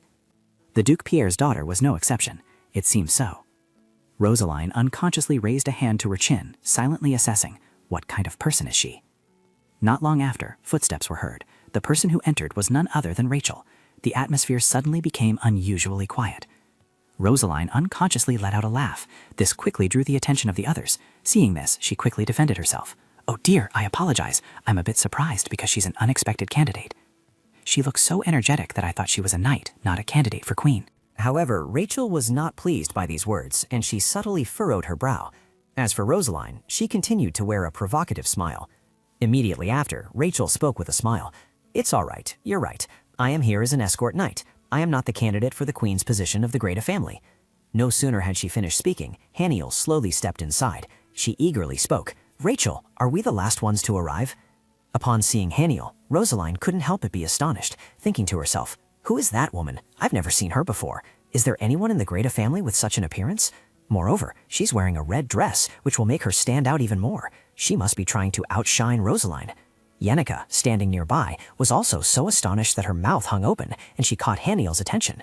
She was equally terrified upon seeing the other person, thinking to herself, this person also. The atmosphere between the two grew increasingly tense. Yenica couldn't help but flinch. An applicant for the queen's position? Why are you here? Even Haniel couldn't help but feel flustered because the person being referred to was her. The space around the mansion was peaceful in the early morning sun. How are you, Heliana? You have safely arrived in the human world and met your soulmate. You were seated beside him as an applicant for the queen's throne. You confidently entered the palace, thinking a happy future would unfold before you. However, an unexpected event occurred. The atmosphere became tense as Haniel faced the person in front of her. Why is she here? Rachel Mays tilted her head slightly, a little curious. Why are you looking at Lady Westportington like that? Haniel paused, whispering, Westportington? Rachel Mays nodded, confirming it once more. Yes, she is the lady of the Westportington family. 5 figures represented the kingdoms of the Apollinarian Duchy. Among them, the Westportington family was the only one with a duchess. Rachel's Apollinarian trivia. The symbol of this family is a dove. Initially, this family had no heir, and there were rumors that the duchess had brought her adopted daughter before deciding on the candidate selection. I never thought that rumor was true. Haniel clasped her hands, her face slightly pensive. They said she was adopted. In return, she only received Yenica's calm expression. What audacity! Pretending to be a noble, how could she drink tea so calmly? What? What are you looking at? Do you want to fight? Do you want to fight right here, right now, Yenica? Why do you keep looking at me like that? Suddenly, Yenica flashed a strange smile. This greatly annoyed Haniel. The air vibrated, and a dignified voice rang out. Please maintain order. This is the palace. Everyone should behave appropriately. These words caught Haniel's attention. Even Yenica began to pay attention to that person. The dignified count spoke clearly. There should have been a direct audience ceremony with His Majesty. However, His Majesty has urgent matters, so it's a bit difficult. She recognized the young man in front of her, Count Crusoe. This made Haniel's small heart flutter. At this, he announced, "Starting tomorrow, each of you will spend time with His Majesty. First, I will lead you to your respective residences in the palace." Please follow me. 4 beautiful girls began their journey together. Haniel took a deep breath, reassuring herself. Don't be nervous. This is just the beginning. I will defeat everyone, lie next to Richard, and gaze at him every day until I get sick of it. Please wait for me, Richard. I will let you taste heaven. No, I mean the taste of sweetness. Sunlight streamed through the window. The girls, in splendid ceremonial dresses, were entering. Rosaline subtly glanced at the foolish expression behind her back. She thought, I was worried because she has a beautiful face, but that's all there is to it, you clueless country bumpkin. If this continues, the queen's position will be mine. The results of the next queen's election were in the hands of the palace servants, and Rosaline was sure to be the frontrunner. The other candidates were nothing special, for they were all shallow and ugly. Now all I need to do is meet His Majesty the Emperor, Rosaline thought. What? Why is he suddenly looking at me like that, not avoiding my gaze? Could it be that he likes me too? Suddenly, a hoarse voice spoke. Where are you? Rosaline unconsciously took a step back. What? The Emperor suddenly raised his hand and pointed in a direction. Rosaline's heart skipped a few beats. She told herself, don't tell me he's going to say his heart belongs to you. Get a grip, Countess Crusoe. I, Rosaline, will become the queen. How could you? Rachel, witnessing this from behind, sneered. I know exactly what you're thinking. As Rosaline was about to refuse, she was interrupted by Count Thak's urgency. Where's the candidate from Grieta? It was then that Rachel and Rosaline were taken aback. Not me. Rachel turned around, thinking to herself, the candidate from Grieta, Lady Haniel. Rosaline's vision was completely blank. Where had she gone? When I was a bird, I couldn't see my drawings hung all over the palace. I never knew the palace was this vast, but now I do. How lonely I must have been. I remember my sad face. Now I have ascended to the throne as emperor. No one calls my name anymore. I have never heard anyone call my name since my parents went to the annex. If you can speak, please call my name. My name is Richard. The reason I am running now is not because I am looking for you, but because I want to comfort you greatly. After that, Haniel ran to where Richard appeared. Therefore, I hope you will accept my sincere comfort, Richard. Upon seeing Haniel, Richard was slightly annoyed. You are truly bold, daring to approach the emperor like that. She paused for a beat. Richard? Richard looked at Haniel with a puzzled expression. He thought to himself, what is this? He had never seen this face before. She was a candidate for queen, but this hairstyle. Suddenly, Haniel exclaimed, Richard! Richard secretly wondered, could she be imitating Phoenix? Are they not resorting to any means? But you won't be able to imitate that cuteness. Haniel unexpectedly reached out to Richard, asking, are you all right? Richard immediately slapped her hand away, threatening in a low voice, you, don't call the emperor by his name, understood? Immediately, Haniel felt utterly confused. What? There's a law like that? Is it because of that rule that he feels lonely? But if he's the emperor, he can completely abolish such rules. Does he not want me to call him Richard? I think I can understand the human heart. Richard continued to lecture. Looking into the emperor's eyes like that is not proper etiquette. Despite this, Haniel paid no attention. Noticing the silence, Richard annoyingly asked, wait, are you even listening to what I'm saying? Facing him, Haniel hadn't answer, but covered her face, thinking shyly, still so handsome, Richard. Time passed, and silence enveloped the room. A few minutes later, Count quickly appeared, bowing his head and saying, I apologize, Your Majesty, I should have been more careful. Richard casually replied, it's all right. Hearing this, Count gleefully thought, he's willing to forgive me. A few seconds later, Richard began to criticize. Your duty was to choose a candidate for the Empress position, but you chose an idiot, Count Crusoe. Count immediately glanced at Haniel, exclaiming, an idiot? He secretly thought, what did she do to make His Majesty so angry? Normally, wouldn't a beautiful face like hers easily be forgiven by others? At the same time, Haniel was also angry, feeling insulted by the word idiot. After finishing his criticism, Richard arrogantly ordered, that's enough nonsense for now. Take her away. Count, hearing that, immediately turned and politely said, Lady Haniel, let's go quickly. I will take you to your residence. Lady Haniel? Haniel suddenly spun around. Then she stared wide-eyed at Richard. Her intense gaze made Richard feel bewildered. Even as she turned her back, Haniel's eyes still sharply glared at Richard. Noticing the tense atmosphere, Count quickly urged, what are you doing? Let's go quickly. Acting like this will only make His Majesty dislike you even more. Meanwhile, Richard felt annoyed. What's going on? Going alone, glaring, and then? Today I met some strange people. After Haniel left, 2 servants suddenly appeared and began to cheer. Is that woman a candidate for the queen's position? She is truly beautiful. He crossed his arms, frowned, and reminded them, stop talking nonsense and go to work. As soon as he finished speaking, the 2 servants replied, yes, I understand. Richard felt a headache coming on. She had only met that woman for a short while, but truly couldn't understand her. She was ill-mannered, arrogant, and rude. Normally, she wouldn't have such strong emotions, but seeing her stirred deep feelings within her. Thinking of this, he secretly concluded, I must have just met a crazy woman. He wondered, but why? Why do I keep thinking about her like this? At the same time, Haniel's sweet voice echoed in a room, a tidy table and a window overlooking the garden, along with a soft and comfortable bed. And my hair looks awful, Haniel lamented. After saying that, she helplessly fell back. As she lay on the bed, she suddenly turned to look at the book beside her. Haniel quickly sat up, regaining her composure. All right, I know where I went wrong, but I didn't know there was such a rule in the Imperial Palace. I really didn't know. It was just that Haniel imagined Richard sadly confiding, Phoenix, I feel so lonely because no one calls my name. At that moment, she would immediately encourage him. Chip, Chip, I'll call your name. But the truth was too harsh. Haniel thought in disappointment. I called your name because I thought you were lonely. Suddenly, she unconsciously looked up. Then, a smile gradually appeared on her face. Haniel felt indignant. What? He was asked to choose a queen candidate but ended up choosing an idiot? She muttered angrily. I always thought you were kind and gentle, but you're not that kind of person, are you? Being called an idiot by the person I like, I can't just sit here. The moment Haniel stood up, her dress immediately fell to the ground. Haniel transformed back into her divine bird form, and a plan began to brew in her mind. Then let's give it a try. A loud noise suddenly echoed within the Imperial Palace grounds. Richard was startled. Huh? He narrowed his eyes, raised his hand to shield from the sun, and looked up. Phoenix's voice. In the air, behind him, something seemed to be moving towards him. Richard prickly lowered his hand and thought, could it be that I'm about to meet Phoenix while taking a stroll? When he confirmed it was her, he exclaimed joyfully, Phoenix, I knew you'd come back. In contrast to his joy, Haniel delivered a mighty slap. She acted decisively and struck a very cool pose. Richard looked at her intently in surprise. In another corner, two servants panicked. The Emperor just got slapped by the divine bird. The atmosphere suddenly became completely silent. A few seconds later, Richard proactively spoke up. Phoenix, why are you suddenly acting so cute? How embarrassing. The two servants, upon hearing this, questioned their existence. That's cute? A moment later, inside the palace, Haniel thought gleefully, I've gotten my revenge on Richard. Now, it's time to get to work. Which one of them is the demon? If my deduction is correct, then the demons have infiltrated deeper into the palace than I thought. I need to deal with them before anything happens to Richard in this form. I can't sense demonic energy, but moving around in human form has many limitations. What should I do? I need to use divine power. It's a pity that the divine power usable in the human world is limited, but it's all for Richard. In the hallway, a man suddenly stopped. Then he vigilantly turned around and looked in one direction, but there was no one behind him. After confirming that no one was following him, the man turned back and continued walking forward.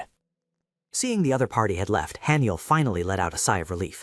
Whew, that was too dangerous. There's a smell of a demon. It must be him. I must chase after him and quickly identify his face.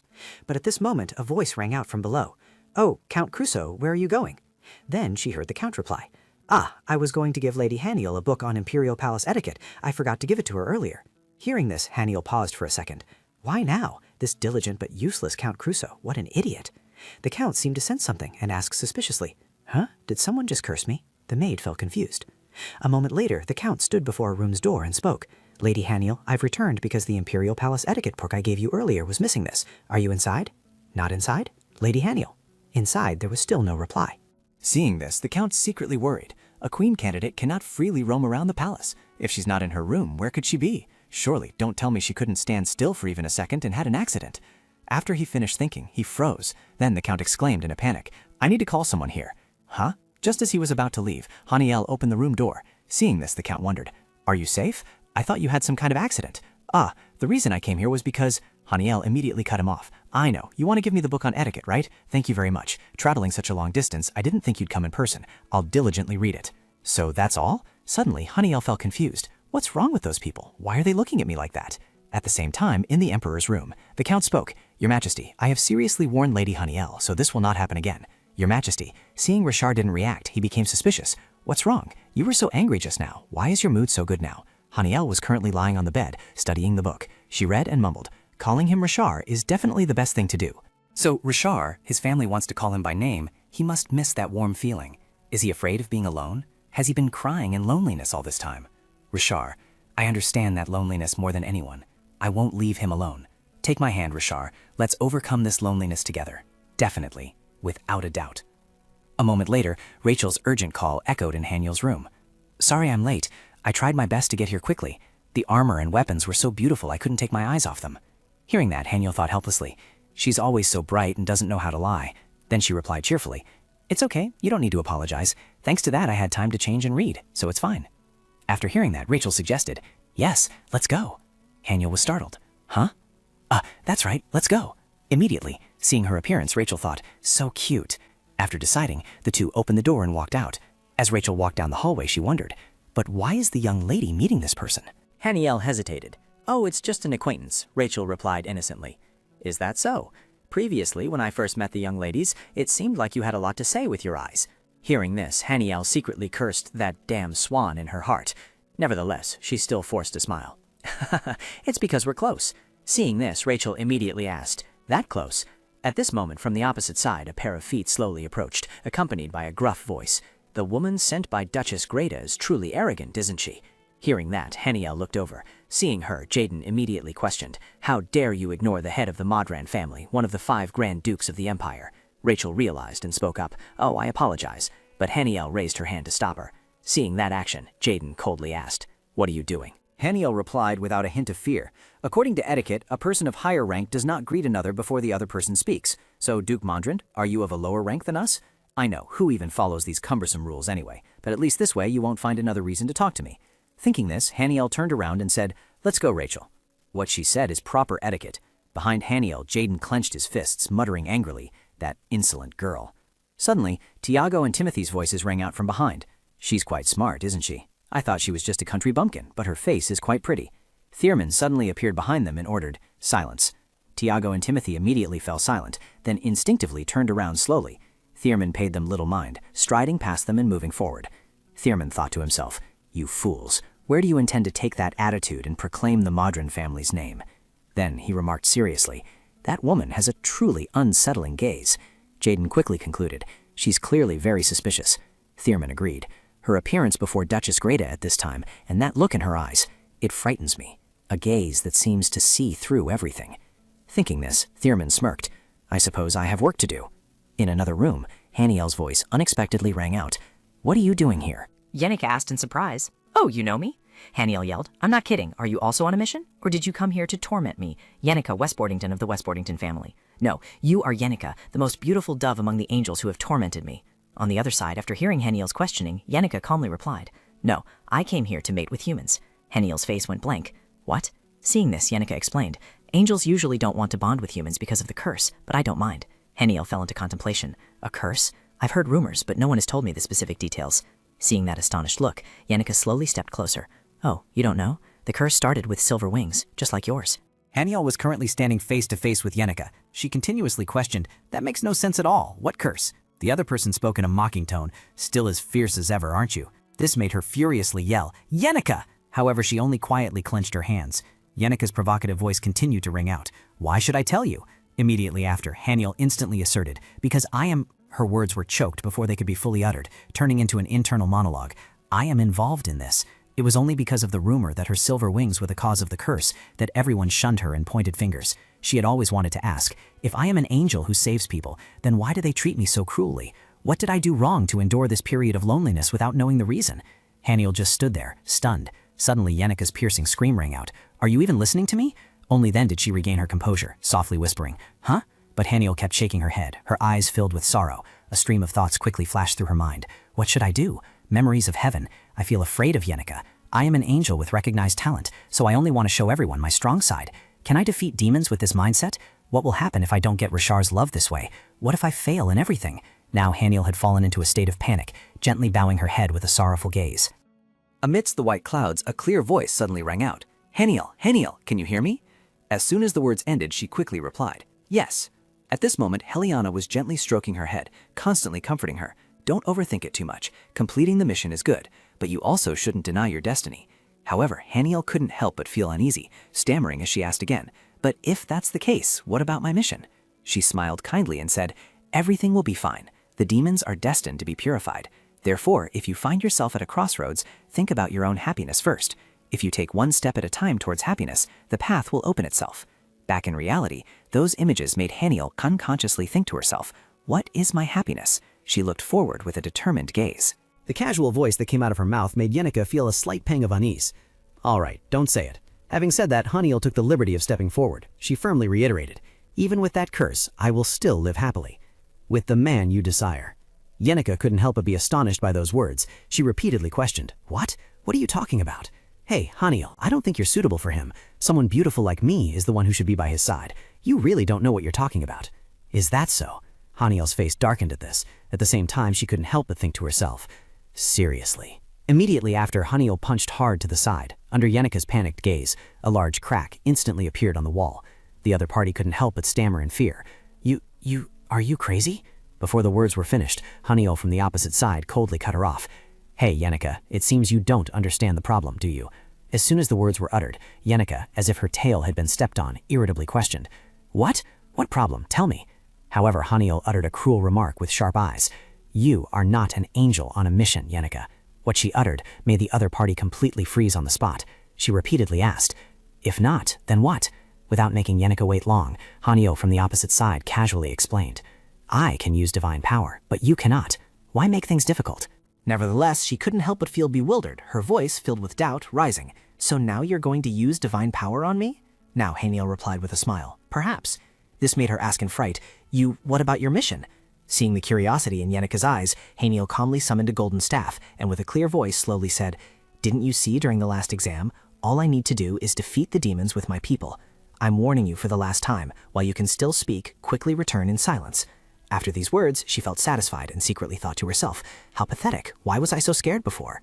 Haniel's footsteps suddenly stopped, and she unconsciously exclaimed, ah, that's right. I kissed the man you desired and even saw him without a stitch of clothing, so don't glare at me like that, Yenika exclaimed in horror. Really? Meanwhile, she burst out laughing. Come on, Rachel. Upon returning to the luxurious tea room, she thought to herself, I want to praise myself for a few hours ago for boldly confronting Yenika. Damn it, it's true that only I can see you like this, Rishar softly said. I see you. This made Haniel stunned. What? Me? He quickly requested. Go into the cage. Don't worry and rest, Phoenix. She couldn't help but be scared. Nonsense. What am I thinking? Immediately after, Haniel disappeared before Rishar's eyes. She couldn't help but feel guilty. Pervert. I'm sorry, Rishar. Just like that, Haniel left Rishar's room. To this day, I still don't know. The peace in the palace, where the queen's selection was held, was the beginning of the real power struggle. The maid, while helping Rishar get dressed, slowly said, Your Majesty, starting from today, you will have dinner with the young ladies. He quickly turned his head away, replying indifferently, Is it time already? Who's first? On the surface, it seemed so, but deep down, Rishar was secretly calculating. The Empress selection process was being held for the first time in centuries, as previous emperors had all married for love. The two main criteria for selecting an empress were, first, could she dedicate herself entirely to the country? Second, could she bond with the emperor and become his lifelong companion? To evaluate these two conditions, private time between the emperor and each candidate would be arranged starting today. Suddenly, the count, standing nearby with a radiant face, casually spoke. The first candidate is Lady Haniel Finesso from the Duchy of Greta. Rishar still showed no wavering in his eyes. However, his tone was more curious than before. Haniel Finesso? Who is that again? Hearing these words from him, the Count quickly explained, while Rishar was slowly putting on his gloves. She is the young lady your Majesty met at the training grounds. Immediately after that statement, the atmosphere in the room grew gloomy. Rishar couldn't stop his internal thoughts. The audacious woman who dared to imitate my phoenix is the first one? In a splendid room adorned with yellow and red, a large painting of Haney in the form of a white bird hung on the wall. At this very moment, she was sitting opposite Rishar at a lavish dining table. He glanced at her with extremely sharp eyes, slowly assessing. I thought she was completely foolish because of yesterday's incident, but her eating etiquette is perfect. Thinking back, there's no way they would send a candidate so lacking in such basic things, especially not from the Duchy of Greta, my mother's homeland. But I couldn't forgive her. How dare she? How dare she utter the name I reserved solely for my wife? Haniel felt extremely awkward seeing his displeased expression. Meanwhile, Rishar continued to show his indignation. He grumbled to himself. Everything about her annoyed him. As for Haniel, she was extremely awkward, thinking to herself, why does he keep staring at me? He looks even more handsome today. I think my face is going to turn as red as a tomato. Calm down. You need to calm down, Haniel. Maybe some juice will help. She gently took a sip of wine to try and regain her composure. As soon as she finished her sip, Haniel's eyes shone brightly. She instinctively spoke up, full of curiosity. Your Majesty, is grape juice all right? But you can't drink grape juice. However, Rishar, who was opposite her, wore a dark expression. He questioned coldly, Who told you that? Hearing this, Haniel quickly raised a hand to cover her mouth, her eyes flustered. She timidly replied, I apologize. Suddenly, he spoke in a slightly softer tone. Only my close aide knows that I cannot drink grape juice. But Rishar's sharp gaze remained fixed on Haniel, making her feel awkward. At the same time, he implicitly questioned, Who is that person? Facing his coldness, she secretly pondered, What should I do? I've said too much. All the recent events replayed in Haniel's mind as she lay beside Rashar. At that moment, she recalled him secretly thinking about the conversation they had after bathing, back when she was still a bird. He had said, "Phoenix, I don't like grape juice. That subtle bitter taste doesn't suit me at all. But since you like grapes, eat as much as you want." Suddenly, seeing him ask her, she quickly replied, "Yes." The very next second, Rashar was lost in his own thoughts again.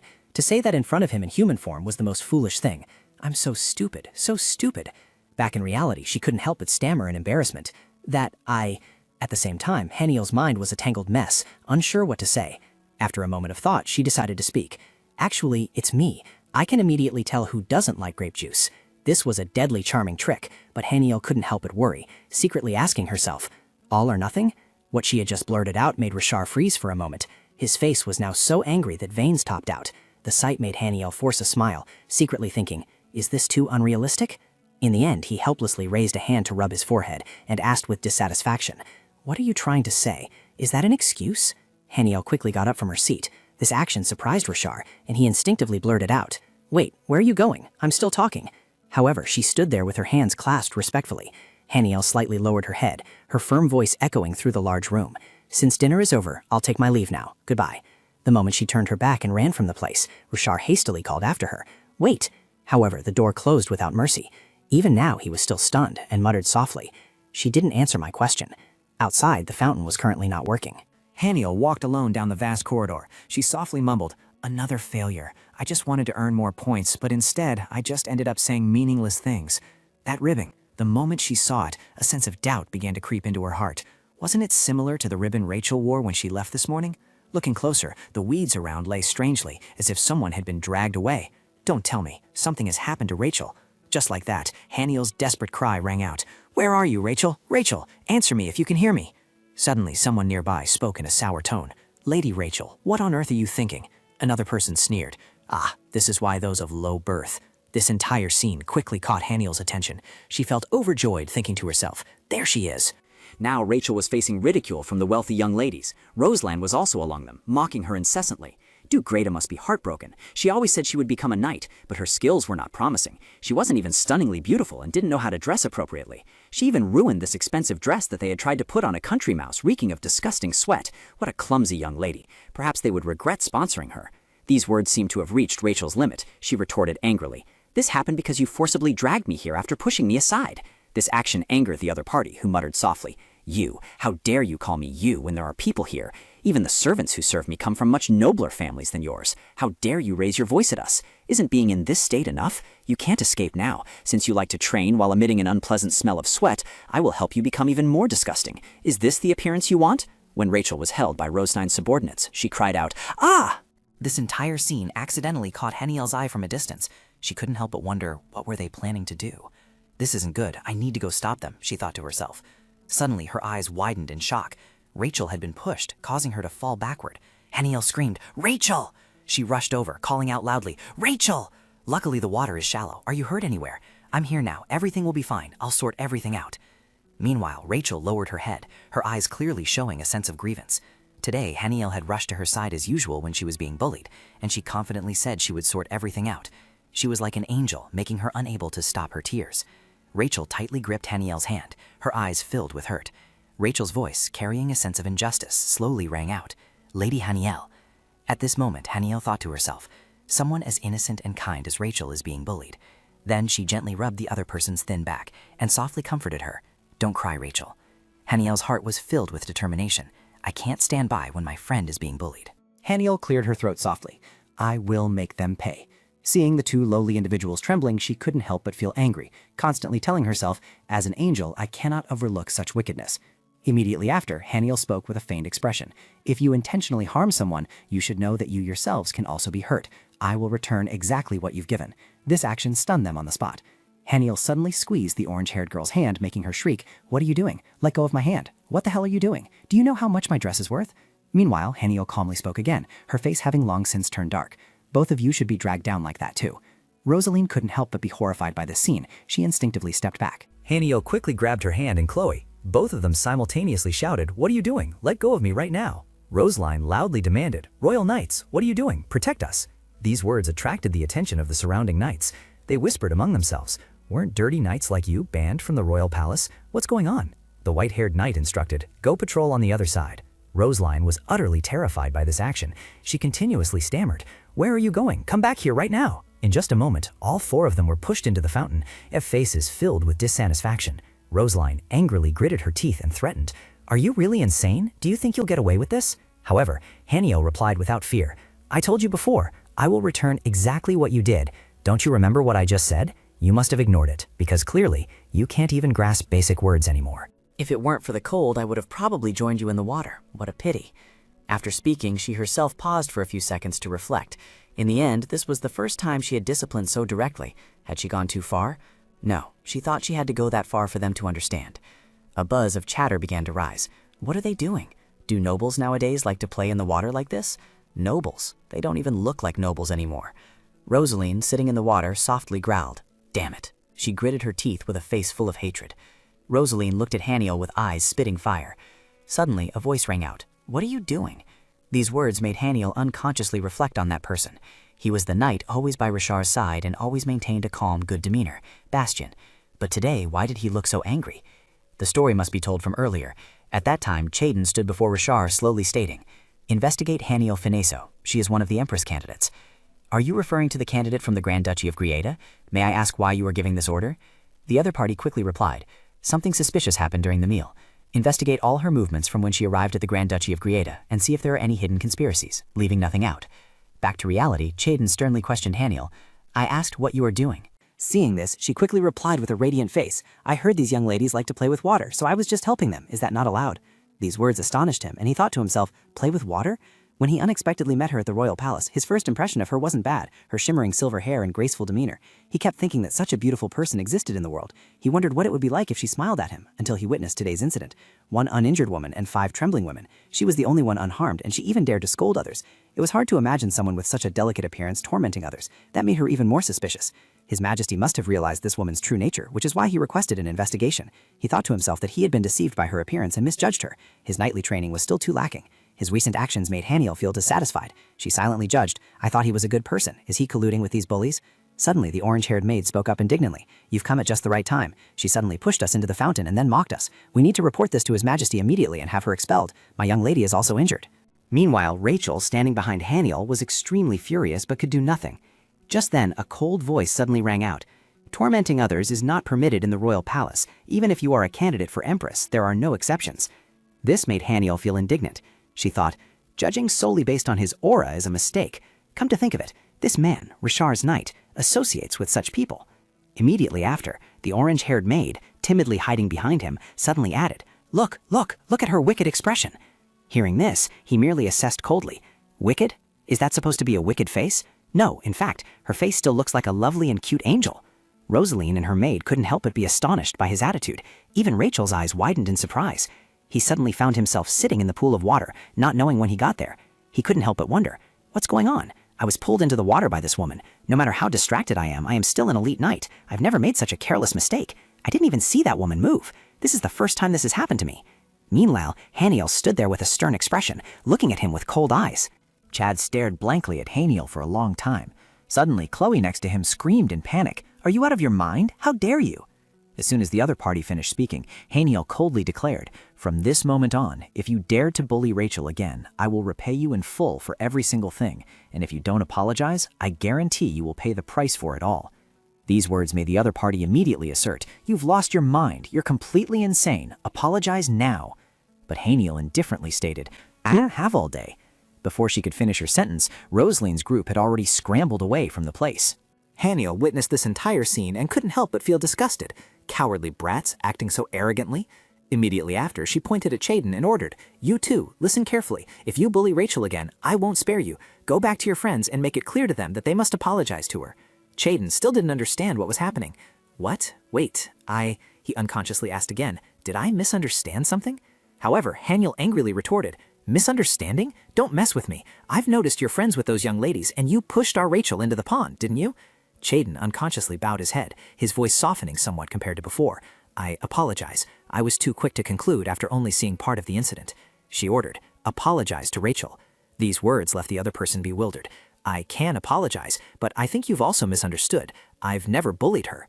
"You haven't," Haniel stated, "but Rachel is scared when you appear. Isn't that right, Rachel? Rachel, standing nearby, was still astonished and felt dissatisfied. Lady Haniel pushed my role model, Sir Chaden, into the pond. What should I do? If Sir Chaden hates me because of this, I won't be able to become a knight. Bintio fainted. Haniel, seeing her faint, quickly called out, Rachel, look, she fainted because of him. Have you really never bullied her? At this, Chaden still firmly asserted, I swear, this is the first time I've met her, and I don't think she fainted because of me. These words surprised her, and she thought to herself, he's never met her? He's not lying. I know what kind of person he is because I'm an angel. A moment later, Haniel slowly spoke with a confused expression. It seems I've misunderstood. I apologize. So to be fair, I'll jump into the lake too. You can push me. But Chaden quickly replied, it's all right. You don't need to do that. Immediately, Haniel's eyes lit up. Really? You truly are a generous person. You're sure to be lucky. Then I'll take my leave. Chaden couldn't help but be astonished by what he witnessed. Did she really take her away like that? Who is she? Her speed and strength were unmatched. Moreover, His Majesty had ordered an investigation into her. She was certainly someone to keep an eye on. Haniel's earlier words echoed in his mind. So to be fair, I'll jump into the lake too. Chaden involuntarily chuckled. The way she said it so seriously. How interesting. I wonder what else she can do. As soon as she returned to the room, Rachel repeatedly said, No, Lady Haniel, that person. No, no, no. Haniel instinctively asked, Are you all right, Rachel? Do you feel better now? At this moment, she calmed down. This is my room. A gentle voice rang out. Lady Haniel. Rachel thought blankly. Huh? Nothing's unusual. Immediately after, she involuntarily exclaimed, Thank goodness, it was all just a dream. Haniel asked doubtfully, What kind of dream was it? But the other person continuously waved their hand. It was a terrible nightmare. Lady Haniel was with Lady Rosaline's group, and then Sir Chad. Suddenly, she wondered, but why was that dream so vivid? It felt like it wasn't a dream at all. Suddenly, Haniel asked, What about Sir Chad? Hearing that, Rachel stammered, Don't tell me it wasn't a dream. But she then asserted, Don't worry, I've taken care of everything. It was then that Rachel finally believed, so it really wasn't a dream. Haniel suddenly hesitated. Just now Sir Chad said he never bullied you, so why are you trembling? Rachel screamed in horror. Lady Haniel, you've lost your mind. She exclaimed in panic. Ah! At this moment she finally explained. Sir Chad is trusted by His Majesty. You cannot just meddle in his affairs. Furthermore, Lady Rosaline and Lady Chloe come from extremely powerful families. They won't leave you alone, Lady Haniel. If that happens, the Greta family could be in trouble. Hearing this, Haniel gently comforted Rachel. Rachel, from what I've seen, the Greta family is quite formidable. They won't be harmed just because of something like this. Besides, I'm sure they wouldn't want to see you scared and upset. Father, please take it quickly. Rachel made it herself. Haniel continued to say to Rachel, You don't know how warmly the Duke looks at you, and no matter how they act, Noelle and Noah admire you greatly. You haven't done anything wrong, so you don't have to worry at all. Are you crying, Rachel? Rachel felt touched upon hearing this. How could someone be so beautiful and strong? When I'm with Lady Haniel, I feel like everything will be all right. The way she helped me just now, if I were to meet an angel, it would probably be like this. But immediately after, Rachel spoke up. Lady Haniel, promise me just one thing. Haniel quickly replied, What is it, Rachel? She gently reminded, No matter what happens, please be careful with Rosaline Maudrand. If she wants something, she will do anything to get it, and if anyone stands in her way, she will eliminate them without a second thought. I don't know how far she will go to get rid of you, so please stay away from that family, no matter what trouble they cause. Hearing this, she reassured the other person. Don't worry, Rachel, I am stronger than you think. As for Rosaline, the mirror had long been shattered. She was trembling with anger. A sudden voice rang out. Rosaline, what has made you so angry? Tell me. Rosaline fiercely yelled, That wretched girl dared to humiliate me. I won't rest until that bitch is dead. Think of a way to get rid of her, Timothy. Timothy unconsciously smiled with amusement. Timothy couldn't help but think, That girl dared to yell at me like that again. Finally, he replied, There's no need to shout, Rosaline. I can still hear you. Now tell me exactly what happened. You always blindly believe what you hear. You need to think more carefully. Normally, I've had to deal with many people like you've described. But Rosaline was still furious. This morning, Duchess Greta pushed me and Sir Chaden into the pond. These words stunned Timothy. A woman could push a skilled knight like Sir Chaden into the water? She continued, Where did they find such an ill-mannered woman? Or should we tell father and file a complaint about Duchess Greta? He felt helpless. Here we go again. She's complaining about things she doesn't like. Timothy replied wearily, Unfortunately, father's situation isn't good right now. His intention to recruit a royal maid has been discovered. Rosaline screamed in panic. What? He continued. Furthermore, the right to investigate has been transferred to Duchess Greta. The Apollinaire Empire managed the Royal Maid Course to prepare for the final war against the demons. Those with outstanding magic had to join the Royal Maid Course. Therefore, if anyone wanted to recruit their own maid, they had to pay a considerable sum, even if those mages weren't very skilled. My father, Duke Maudrand, was dissatisfied with the system, because even with money, he couldn't hire a skilled maid. In recent years, he has intended to bring the royal maids to his family. However, a small mistake by a subordinate caused the emperor to discover this, creating an extremely awkward situation. Duke Greta, who was entrusted with the investigation, is gleefully bringing trouble to our family. He even loudly declared this to be evidence of treason. Hearing this, Rosaline grumbled, "Any time but now? This will only tarnish my reputation even more." Her heart was in a tangled mess. Even in this situation, the girl only knew how to worry about herself. She still had too many shortcomings, and there was nothing to be done about it. "I need to help my sister, don't I?"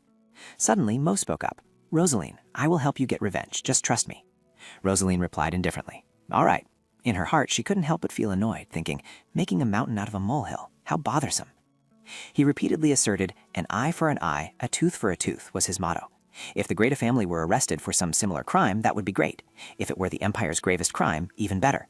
The atmosphere among the Grand Ministers was like the calm before a storm, as the case of Duke Modron bribing the royal mage was under investigation. Everyone clearly felt the tension. 2 candidates for the position of queen were nominated by 2 dukes. Of course, everyone paid attention to both, but sadly they only gathered to gossip about rumors. Count kept thinking, doesn't the Emperor prefer the person chosen by Duke Rieta? Otherwise, the right to investigate would never have fallen into Duke Rieta's hands. What about the Modron family then? That's truly absurd. Duke Rieta is not the type of person easily swayed by flattery. Even if His Majesty has feelings for Kohaniel, he wouldn't entrust the right to investigate to Duke Rieta just because he likes her. Other servants kept gossiping. Oh dear, don't worry, Count Crusoe is always like that. However, Count didn't care at all. Currently, His Majesty has rejected all other young ladies, and the only one receiving attention is Kohaniel, but no one knew the true tension between the two of them. At times like these, how wonderful it would be if Phoenix were here to cheer up the Emperor. But where are you, Phoenix? A few days later, time flew by. In the garden, animals were enjoying their meal together, looking incredibly harmonious. Haniel saw this and couldn't stop praising. They're eating so well. Suddenly, her attention was caught by the black cat next to her. Rachel beside her couldn't stop exclaiming. Haniel was friendly with the little animals, not only in the mansion but also in the garden. Haniel burst out laughing, thinking to herself, "It's strange, animals always seem to like me a lot." She had her own calculations in her heart. It had been a series of peaceful days. Rosaline's group seemed scared and had remained silent, allowing Haniel to finally get some rest. But Rachel pointed forward and gently asked, "Lady Haniel, why don't you try feeding the pigeons again?" At this, Haniel thought to herself, "Except for that one, it stubbornly stays here and refuses to go to heaven." Immediately after, she stood up and said, "I don't like pigeons." "Really?" Rachel couldn't help but be suspicious. The pigeon looked a bit grumpy. Rachel suggested, "Shall we go inside and relax with some tea?" Haniel suddenly asked, "Why are you in such a hurry? You want to see the knights, don't you, Rachel?" She awkwardly refused. "No, it's not like that at all." Haniel continuously exclaimed in her heart, "She's so easy to read." Haniel quickly gestured, "You go check it out. I'll go inside the house." Rachel was still suspicious. "Really?" At this, she secretly smiled to herself, seeing her eyes sparkle. Rachel quickly replied, "Thank you. I'll be back before it's too late. See you later." Haniel gave an awkward smile. "Go well." Haniel rejoiced inwardly, finally having time to herself. Last time she had found a suspicious demon. She thought finding that demon would be easier than others, but if she stayed in human form, it would be harder than she imagined. Recently, Rachel had been constantly by her side, making it increasingly difficult. Now that Rachel was gone, this was her chance. She had to find the demon quickly.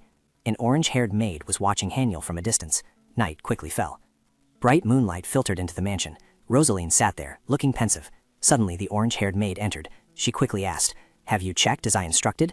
It was unclear what she said, but Rosaline seemed very angry. "So all the animals like that girl?" The other person replied, "Yes. After observing for a few days, it can be said that she is strangely friendly with animals, except for an old pigeon." "The pigeon," Rosaline interrupted. "It must be true. And the money you mentioned." A calculation formed in her mind. The closer she gets to the animals, the better. She truly looked forward to seeing the expression on that girl's face when the plan unfolded. After a moment of thought, Rosaline ordered, "Now go steal a piece of cloth from her." The blonde looked at the ring in her hand, feeling doubtful. "Madam, this is too precious. Do you need a piece of cloth from her clothes?" However, Rosaline replied indifferently, "I have a use for it. Wait until I call you again. Now go." Rosaline continuously pondered in her heart about a rather good idea from Timothy. In the Apollinaire Empire, where birds are always highly valued, animal cruelty is a serious crime, almost akin to murder. If the candidate for the queen's position abuses animals, that would be a great crime, enough to overshadow the bribery of the royal mage. The closer she is to animals, the better. After luring those animals with her clothes fabric, I will beat them. If I successfully frame her, I can eliminate all the troublesome individuals from Greta's faction at once. The bright sunlight quickly illuminated everywhere. Richard was astonished when he saw Haniel. "Phoenix, you're back. Phoenix, you're finally back. Phoenix, why are you just standing there? Phoenix." Katerine, standing nearby, hesitantly spoke up. "Phoenix wants to stay with me." This made Richard displeased. "Why? I even opened the magic cage." Hania was still sulking. "For now, I don't even want to look at you. Every time I think back to that day, my heart still aches," she mumbled softly. "How annoying, how annoying." Richard stared blankly at Hanio and questioned, "Do you know how many times I've told you not to look at me like that?" She replied, 6 times. This answer stunned him. She knew the exact number of times, yet she still looked. Richard put the paper down on the table and got straight to the point. Do you truly want to become queen? Haniel nodded repeatedly, making him suspicious. Why? She stammered an explanation. Because being queen means being your life partner, right? I like you, so I want to be your life partner. Those words made him feel awkward. She wanted to be queen because she liked him. When did she even meet him? Their first meeting was at the training ground, and he wasn't someone who didn't believe in love at first sight. Immediately after, Richard spoke, but unfortunately that wouldn't happen. Haniel awkwardly asked again, what, why not? As soon as she finished speaking, she received a cold reply from the other person, because you're not my type. Haniel felt gloomy inside. He only found her beautiful when she was in bird form, but couldn't stand her in human form. Therefore, she felt very angry. In front of Haniel, Richard kept whispering, Phoenix, come here with me. But she grumbled to herself, I'm already mad because I couldn't find the demons. Rachel went out at the same time every day. I'm going to the training ground again. Have a safe journey, she said. Richard thought to himself, I also go looking for demons at that time. The first time was just luck. Now I can't find any demons at all. Richard said plaintively, Phoenix, are you leaving again? Hearing that, Haniel quickly replied, I just came to visit you for a bit. Haniel kept explaining to herself, I'm leaving now. Rachel said she has a meeting tomorrow. I wish her luck. Walking beside Rachel, she kept asking, Is there a new little animal today? It's so cute. Haniel smiled and replied, Yes, a plump little sparrow. Cute, Rachel said. Suddenly she advised, You should visit your garden more often. What if the little animals at the mansion get angry? Haniel was a little surprised. I don't think they would. Suddenly something caught Rachel's attention. The smell of blood? What's going on? Following her retreating back, Rachel called out, Huh? What's wrong? Miss Haniel quickly replied, I think something's happening over there. I smell blood from that direction. Soon they arrived at the scene. Haniel exclaimed in horror. What? She gently extended her hand forward. At the same time, a piercing scream rang out. The queen candidate is abusing an animal. Rachel spun around, instructing. Nonsense. Now is not the time to worry about that. Haniel, I'll go find help. You can wait here alone. However, Haniel refused. No, Rachel. Do you know first aid?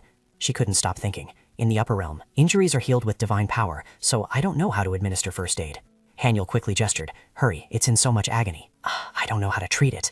The black cat before her made Haniel anxious. I don't know how to treat animals. I would need to use a lot of divine power to heal it, but I can't do that in front of Rachel. What should I do? Rachel, flustered, spoke up beside her. I don't know much about treating animals either.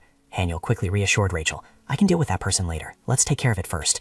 Rachel quickly replied. All right. Haniel instructed how to bandage the wound little by little, pressing gently to stop the bleeding. Suddenly, whispers spread.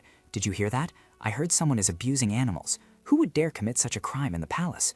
Impossible. But just to be sure, is that the queen candidate? Did she really abuse an animal? Does anyone here know how to treat wounds? A girl stepped forward with a panicked face, saying, Let me take a look. She quickly touched the black cat. Her eyes became calmer. Fortunately, it's still alive and can be treated. If left longer, it would be very serious. But this wound doesn't look like it's from an animal fight. It was caused by a knife. So did you really? Rachel quickly retorted. What are you talking about? Of course not. We were just stopping the bleeding. We were walking when we found it lying there. Amidst the discussions, Timothy involuntarily sneered. But isn't this where the candidates are? What's going on? Everything was going according to plan. He quickly cut her off. Do you have the stolen cloth? The orange-haired maid immediately replied, Yes, here it is. He continued to signal. I didn't intend to go this far, but they bullied my youngest sibling. I heard that the two girls from the Greta family leave the palace at this time every day, using that cloth to lure the animal in. I will harm it myself. You just need to wait nearby, then take the blood-soaked dress and hide it in the room. When they find the animal, scream that the Empress candidate abused animals to draw people's attention. Since this is a serious matter, His Majesty will surely appear in person. Then you will give a statement saying you saw them abusing the animal. The blood-stained dress will be the evidence. Tell them to search the room. Once she is accused, you won't have to worry about money anymore. Their unusual behavior quickly caught Haniel's attention. She kept thinking, I was too busy just now to notice, but those two, Rosaline and perhaps her brother, why are they still smiling in this situation? Is it because the person they hate is being talked about? Do they think they can eliminate me? Or are they the masterminds behind this? The instinct of a punisher told her, they are the culprits. They must be punished. Suddenly, a clear announcement echoed. The Emperor has arrived. Richard's appearance surprised everyone. His Majesty had come directly before us to resolve the horrific crime of animal abuse. Crusoe calmly declared, Haniel Fineso, you have been accused of being the culprit. You must cooperate with the investigation. Even Richard couldn't believe what he saw. Haniel Fineso. Haniel thought in horror. Richard. At that moment they met, standing opposite each other in the yard. Suddenly Richard spoke. Haniel Fineso, I have received reports stating that you have committed a serious crime. This is not something to be taken lightly, so it will be thoroughly investigated. I ask first, did you truly do it? After hearing Richard's question, Haniel did not fearfully back down. Instead, she firmly protested. No, I did not harm these children. Rachel and I had just walked back. When I got there, I smelled blood. I witnessed everything. I personally witnessed the candidate torturing animals. After beating the animal, that person ordered me to bury it in the garden. A cold, murderous aura emanated from Rishar. Her face seemed to threaten her opponent. Your Majesty looks so terrifying. It seemed the maid didn't stop. She continued to recount the incident. I am a maid working in the castle. At that time, as I passed by, I saw those two people torturing several animals. She looked at me in surprise and told me to help clean up, saying that success was inevitable anyway. I ran away in fear. If I failed, the Modron family would not leave me alone. Seeing how unfavorably things were unfolding, the attendant Mays couldn't help but speak up. Lies. That never happened. Your Majesty, we were walking in another garden and have just returned. We found the injured animal and gave it first aid. Normally, we are the ones who care for the animals, so we would never harm them. Haniel looked towards the maid, and thoughts suddenly flashed through his mind. This voice is a bit different, but similar to the voice we used earlier when we scolded the children not to harm them. It sounds like this maid deliberately lowered her voice. Seriously, why is she lying like this? Was she bribed by Rosaline? The maid still hadn't realized her mistake, stubbornly refusing to acknowledge Rishar and remaining resolute. Your Majesty, when I ran away, I clearly heard one thing. She said her dress was covered in a lot of blood, and she needed to change it. There will definitely be many blood-stained clothes in the room. He stood silently in the quiet space, unsure how to resolve this issue. After calming down, his voice deepened. Count Crusoe, please go check the knights and the candidates' rooms. Yes. Amidst the vibrant garden, servants were approaching. They respectfully presented a blood-stained garment, and one of them tremblingly said to Rishar, "Your Majesty, I found this garment in the corner of the candidate's room." Rishar exclaimed, "Oh my!" The servant continued, "So it's clear the candidate did it. Otherwise, why would there be blood-stained items in the room?" Explain this item. If you don't provide a satisfactory explanation, I will throw you in prison. At that question, Rachel Mays couldn't help but be stunned, surprised, anxious, and afraid. No, why would that item? Your Majesty, that item... Interrupting the conversation, Thierman spoke. Your Majesty, I have something to tell you. Seeing Thierman's figure, Rishar was taken aback. Timothy, Modrant, why are you here? About that, I came to visit my sister for a bit. Furthermore, the candidate has done even more. Rosaline, tell us. Tears welled up on Rosaline's face, making her look pitiful. She recounted the incident. Your Majesty, the candidate also drowned us not long ago. I was just drinking tea in the garden when she suddenly came up to me. She pushed me into the water and then left. Chayton was there too, and we didn't do anything wrong. I'm really scared. That feigned pitifulness angered Haniel. She stood behind Rishar. Anyone looking would surely think I drowned you in the sea. Her acting skills are no less than those of a professional actress. Jaden Modrant, with a staff in hand, slammed it hard on the ground and shouted, "We must do something." All the ministers in the conference room have arrived. Now it's a big deal, isn't it? From Timothy to the Duke, the Modron family jumping in right now looks suspiciously convenient. Their family has been conspiring from before. They not only abused animals, but also tormented other candidates. What on earth is the Greta family thinking? How could they let such a vulgar woman be a candidate? Say something, Duke Greta. Duke Greta, they won't even let me speak. Those fraudsters are playing the victim and pushing all the blame onto me. The way they tell it, everything I do or don't do, all responsibility falls on Duke Greta. Rachel Mays stood awkwardly behind Haniel, reaching out her hand. What should we do? No one is listening to us. It'll be fine. We'll be able to explain. Just wait. In the crowd, a voice spoke up. How are things over there? Oh, the kitten has opened its eyes. As people were murmuring and discussing, they looked over at the scene of the recent accident. The cat stood up from the bloodstains on the ground, wobbling as it tried to walk. Its steps were gradually approaching, witnessed by many. Where is it going? The cat slowly approached Haniel. She froze at the sight, then quickly and gently knelt down to cradle the kitten in her arms.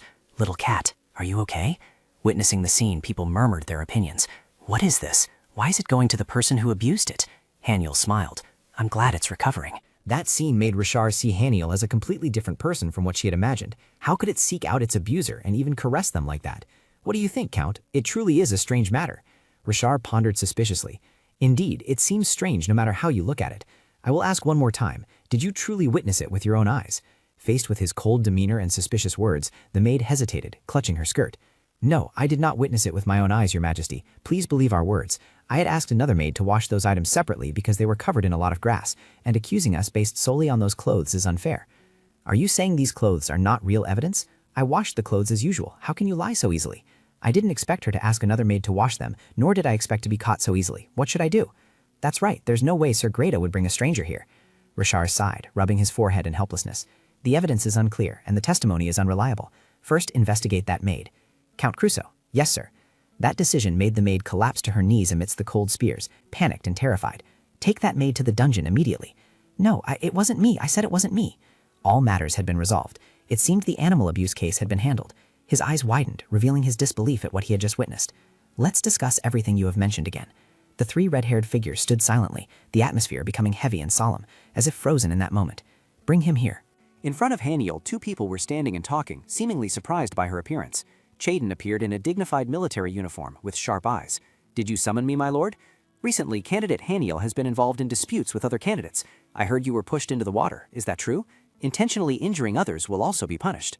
Tell me what really happened. Faced with Richard's question, Chaden hesitantly lowered her gaze. Since that day, Miss Haniel's face keeps appearing in my mind. Never has anyone appeared in my mind like that.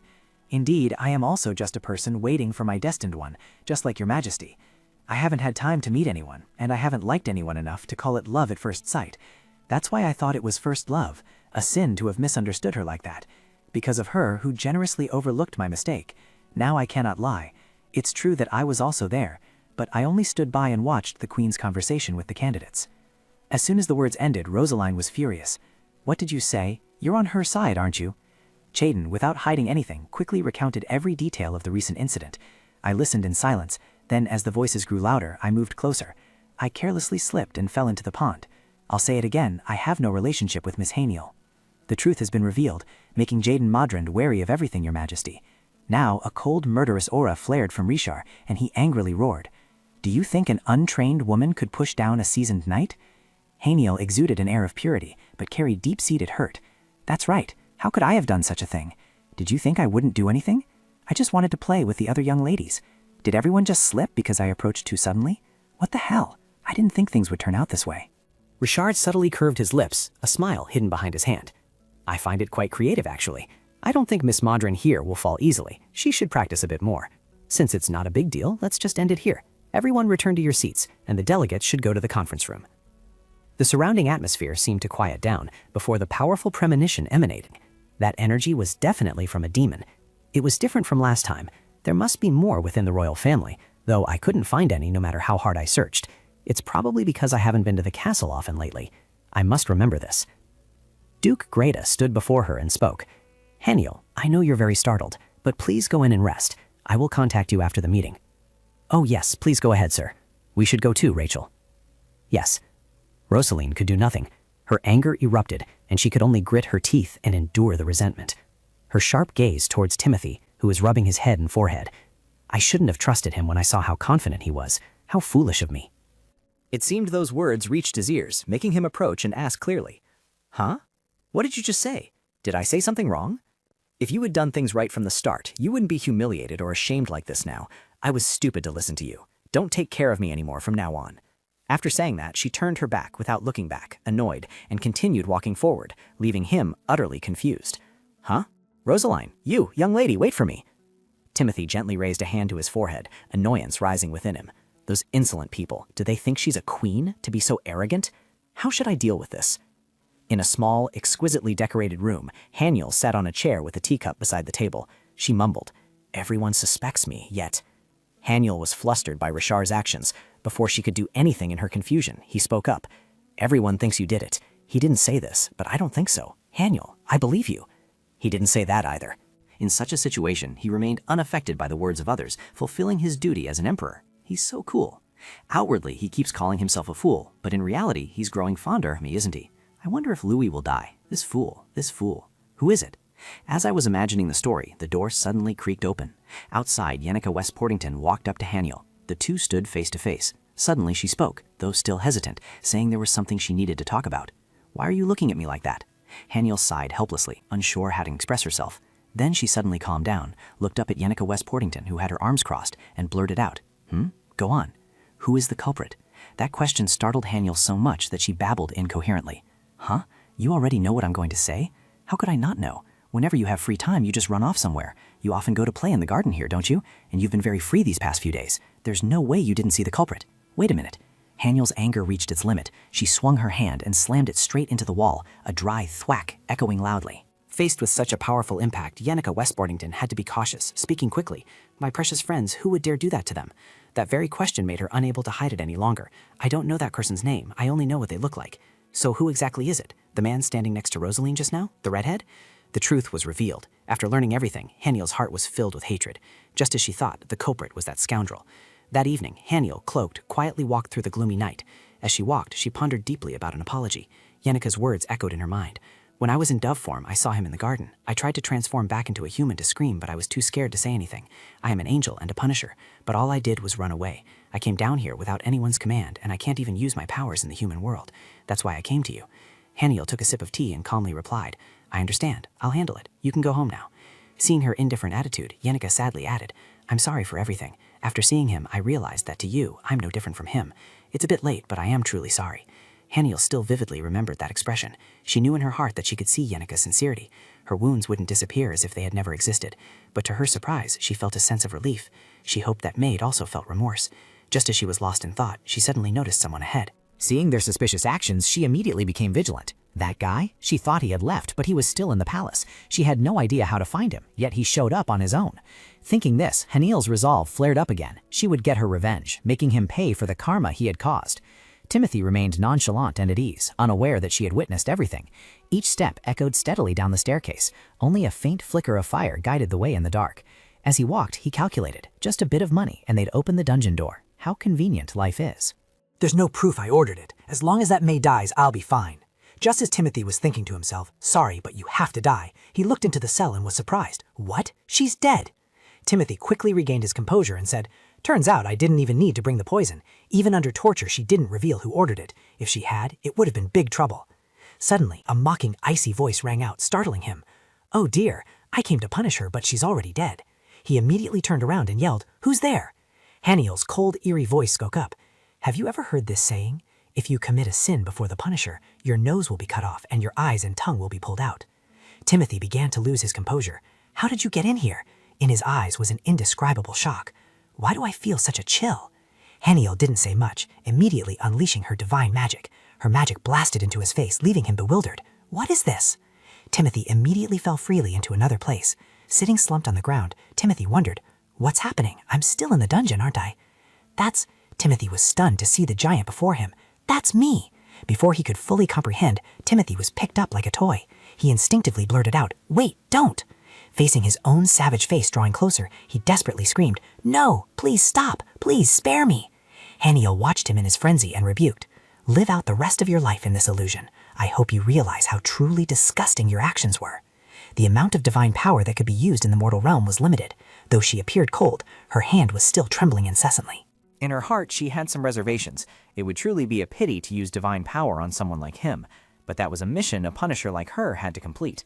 With that thought, Haniel decisively turned and left. She reassured herself that she still had plenty, and it would probably be fine.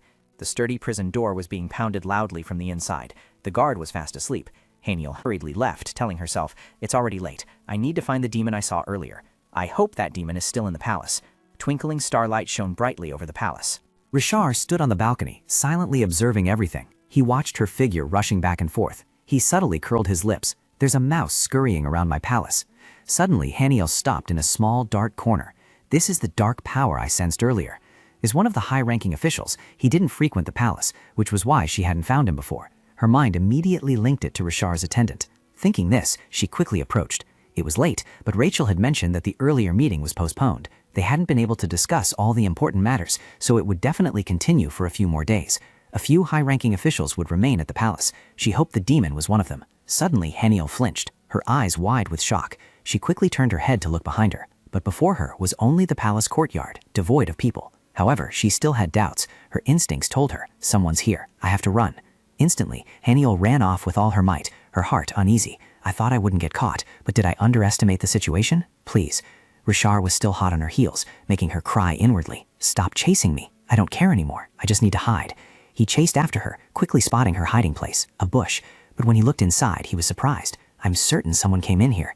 Richard could only pick up the cloak she had discarded on the ground. Anger surged within him. How dare you run away from me? Rachel angrily walked away, still muttering curses. Haniel had transformed into a bird and hidden on a tree branch at some point. Seeing this surprised her. What? In her eyes, he was full of love. Could she be getting involved? She was also surprised, but she didn't expect him to be so capable. If he wanted to be her husband, he had to be at least that good. Yes, that's exactly right. Although she really wanted to stay, she should go back. If they knew she was an angel, there would be even bigger trouble. She had definitely remembered the face of that demon. The next time she saw him, she would catch him immediately. The next morning, a large crowd gathered in the prison lobby, whispering and discussing. Some people who didn't know what was happening asked each other blankly, what's going on? The maid from yesterday had died, and it seemed they saw Tiago Modron collapse in front of that maid's cell.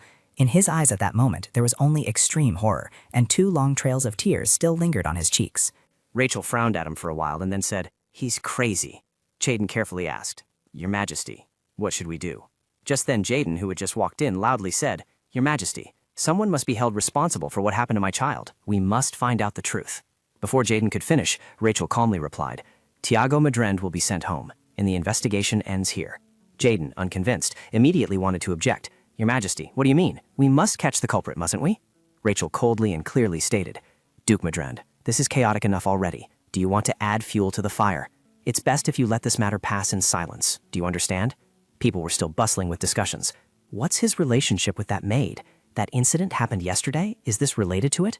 Jaden thought. The slander against the queen candidate. The tongues of the world are like invisible chains binding me. The Emperor is warning us. He suspects the Madrend family is behind yesterday's incident, and he's telling us to act cautiously. The public is already very unhappy about the witch's escape, and if this matter is added, our family will be ruined. For now, I must follow the Emperor's will, then find a way out later. Don't mess up. He slammed his staff onto the ground, right in front of Timothy's feet. His voice was extremely cold. "Let's go home, son." He cursed inwardly. It's all because of this idiot. Everything is getting worse. As soon as the carriage stopped, the household members rushed out, calling anxiously, "Timothy, father!" He fell out of the carriage and onto the ground. Jaden couldn't contain his anger and bluntly cursed, "Useless." Jaden's wife frantically helped him up. "My dear, what are you doing? Timothy, what's wrong with you? Please say something." Jaden paid no attention and angrily muttered as he walked, "I can't stand to look at that idiot anymore. Get him out of my sight." Tiago hurried after him, asking anxiously, "Father, I heard about what happened to the palace. Are you all right?" He clicked his tongue in disgust as he recounted. "That useless fool tried to help Rosaline and messed everything up. We weren't discovered, but the Emperor is convinced we're the culprits. From now on, you'll have to assist on your own." Seeing him casually give orders angered Tiago. He asked in a low, deep voice, "How can everyone talk like this when Timothy is in such a state?" Jaden frowned deeper and replied, "You should be grateful that father brought that idiot back. In the end, he's just a burden. That idiot, you and Timothy are a disgrace to this family." He lowered his head, not daring to argue, but his hands clenched tightly. Tiago no longer paid attention, quickly turning back to his mother. "Mother, I will avenge you. I will make the one who brought Timothy to this state suffer the exact same way." As soon as the words left his mouth, a fierce determination ignited within him. "I will end that person with my own hands." Meanwhile, Haniel was stealthily approaching Rashar. She cautiously approached him little by little, but he still sensed her and turned his head. He snapped, "Why do you keep following me?" Her eyes sparkled as she explained, "I'm not following you. I just happen to be going the same way as your Majesty." Rashar didn't believe her and immediately exposed her. "Nonsense. You were just going the opposite direction a moment ago." Haniel pointed to herself and said firmly, "But I want to thank you right now. Yesterday, everyone was against me, and only you tried to judge fairly. I'm very grateful for that. If I don't say it now, you'll make me wait until the next meal." In her heart, she secretly complained, "I really did meet him by chance, yet he doesn't understand my feelings." After she finished speaking, he was silent for a moment, not replying. Back in the office, Bastian revealed the whole truth. "You lied in front of everyone. Yes, I fell into the pond because of Lady Haniel, but that was just a misunderstanding on my part." Rashar was still intently looking at the pile of documents, responding indifferently. "I already know." He was a little surprised. "What? If you already know, then why?" Before he could finish speaking, he recounted. "A knight reported everything he saw from afar to me. The captain of the Royal Knights was pushed into a pond by a young lady." Having said that, he glanced up, his voice full of warning. "That's the kind of news our hidden enemies are eager to hear. It means the Emperor's defenses are weak. It seems she couldn't possibly overpower you, or were you perhaps seduced by her face? Instead of wasting time standing here, go practice mental discipline or train something. Don't let yourself be pushed into a pond again. As for that girl, I will investigate her myself." Haniel's face was neatly printed on the document in his hand. Returning to the present moment, Rashar helplessly said to her, "I am the Emperor of this nation. It's only natural that I don't show favoritism to anyone, especially in serious matters like this, so there's no need to thank me." He had many thoughts about her. "I only saw her as suspicious and clumsy, but it seems she also knows how to voice her own opinions. Even though she was constantly interrupted yesterday, she remained steadfast and explained her perspective. When given the chance, she knew how to put pressure on the other person. It's a bit troublesome, but it seems I still have much to learn about this girl." As he thought this, a smile unconsciously formed at the corner of his lips. Haniel quickly noticed this detail. She moved closer, asking cheerfully, "You're smiling. Is it because I made you laugh just now?" His expression turned serious, and he immediately denied, "Nonsense. You should go back to the path you were on." In his heart, Rashar continuously blamed himself. "What have I just done? I've seen an unexpected side of her, but she's still a woman full of doubt. I cannot let down my guard. I cannot be tempted or seduced by that face. Seeing him leave, a hint of sadness crossed her face, and she called out softly, Rashar. Under the heavy snowstorm, a thinly dressed person still wandered the streets. Their lips were pale, their hands dirty and full of scratches. The person leaned against a wall, going deep into a cave. Suddenly, their foot tripped on a small stone on the ground. The person fell heavily, rolling deep into the cave, lying helplessly sprawled on the cold ice.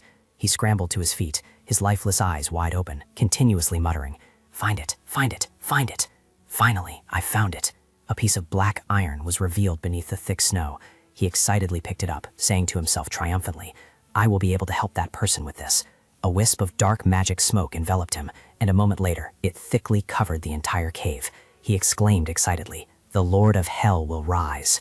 Haniel flew gaily in the sky, thinking to herself, I failed last time, but today I must succeed. The damage caused by demons was increasing. From commoners to royal knights, more and more people faced difficulties in their daily lives due to the demon attacks. Inside a room, the royals were seriously discussing, Another village has been attacked. We must send more people.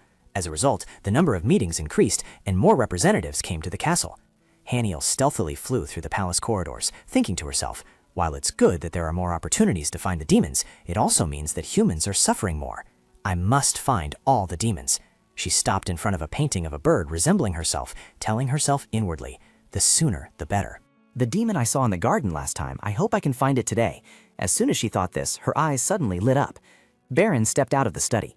Haniel exclaimed inwardly with excitement, Found him! But unlike last time, I don't feel any demonic power. I couldn't be mistaken. For now, just follow him. Thinking this, she immediately flew after him. As if he knew every nook and cranny of this castle, he only went to places where there were no knights on guard. Silently following, Haniel wondered, where is he going? Baron suddenly stopped at a locked room, and this immediately caught her attention. The iron lock was quickly opened by him. Haniel quickly transformed back into human form, hiding behind the door. She cautiously peeked inside. Inside, it looked like any other normal storage room. Haniel thought to herself, what is he looking for? I don't think there's anything important here. While secretly observing, her eyes widened in shock. A suffocating black smoke emanated. He looked around and muttered, the head is missing. Haniel turned to herself, pondering, what should I do? Should I take out my staff and attack him right away? If the fight is too big, others will notice, and then he'll hide his demonic aura and corner me again like last time. All right, I'll observe a little longer. Haniel didn't know that Rachel had appeared behind her at some point. While still engrossed in thought, she told herself that it wouldn't be too late to catch him after confirming what he was doing. Immediately, Haniel felt someone behind her, and a wave of despair suddenly rose within her. No, if I'm exposed now... His hand clamped tightly over her mouth. Rashar appeared right before her eyes, making her bewilderedly mumble through his hand, Your Majesty. He was about to ask in a low voice, Are you? When suddenly a sound came from inside the room. She put a finger to his lips, signaling silence. Haniel's mind was in a turmoil. Why was Rashar here? This is bad. I can't take down the demon like this. The two stood tense and motionless in front of the room door. She had to accept it. She'd probably have to find another opportunity. But strangely, even in this suspicious moment, she didn't feel like he would harm her. Why was that? Suddenly, Baron yelled furiously from inside the room. Where is it? This startled her slightly. Damn it, he's not planning to come out now, is he? I can't be exposed like this. She frantically pulled Rashar aside and whispered, Hide over here.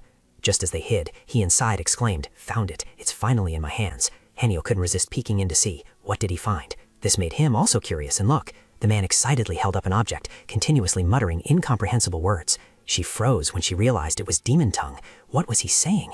Slowly? Destruction.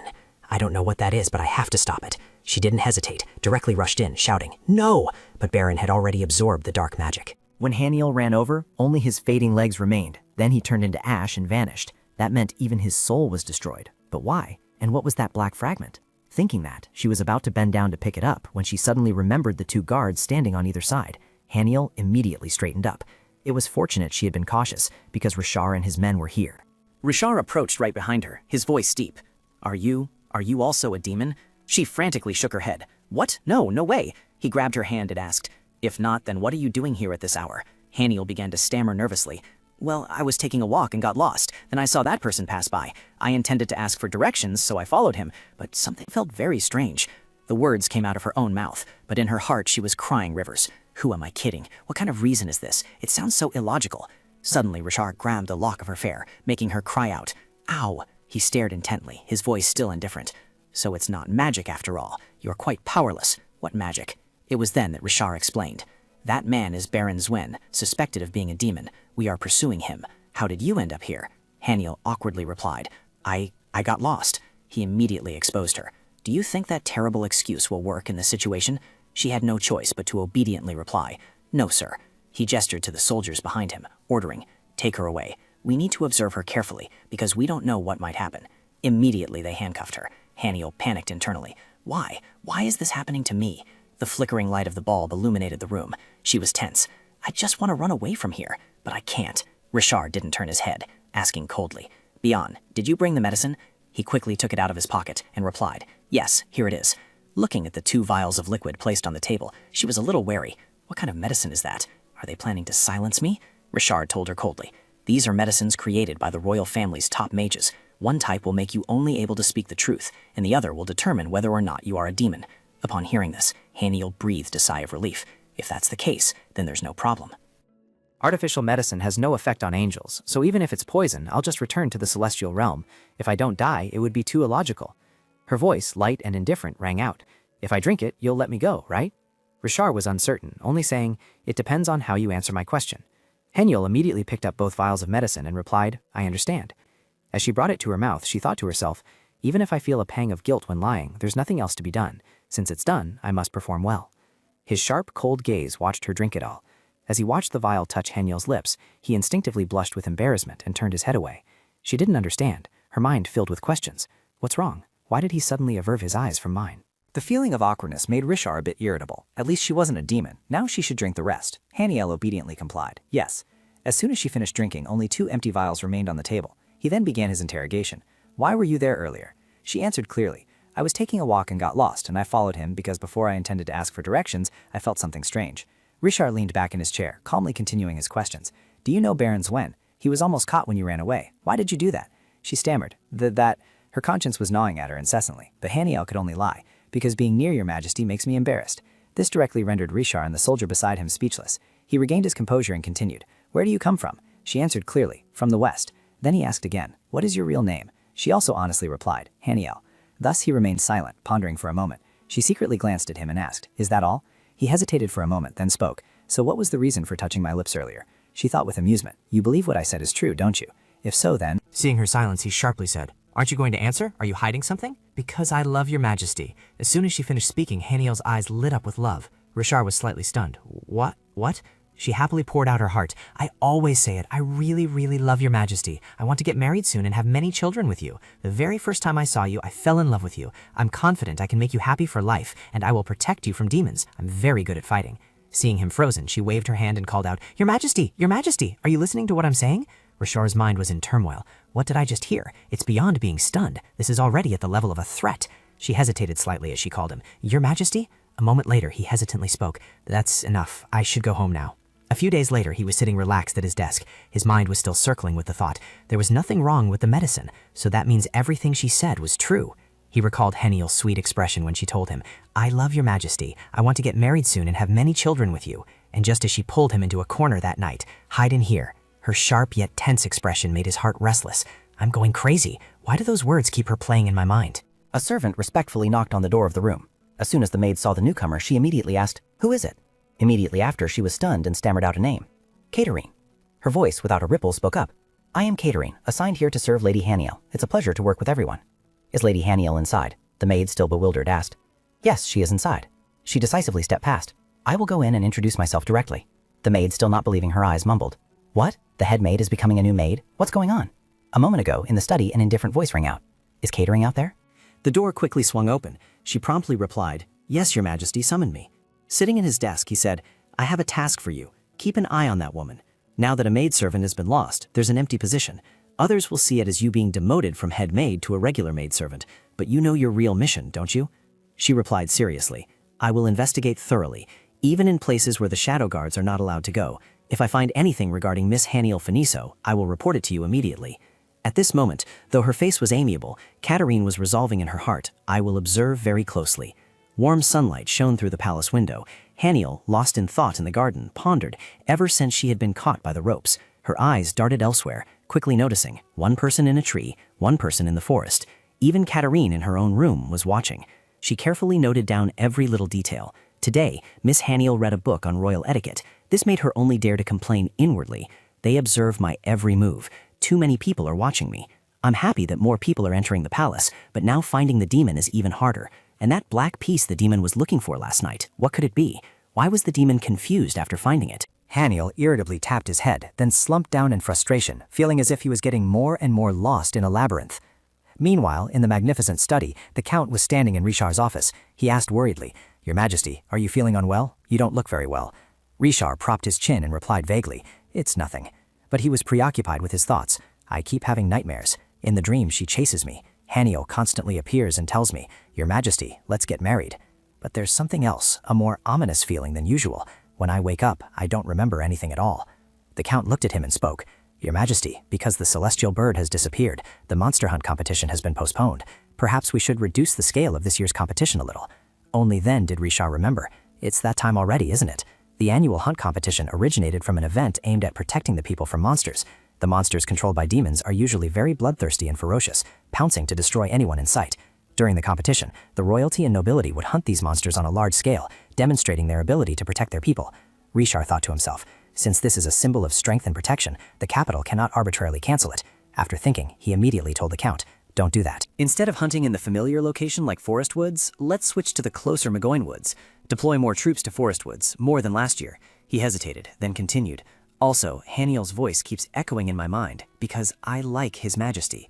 Richard then added, "Since there are queen candidates there this year, remember to prioritize their safety." Hearing this, the Count suddenly remembered. "Speaking of candidates, today the person dining with Your Majesty is—" Before he could finish, the man decisively replied, "Cancel the appointment."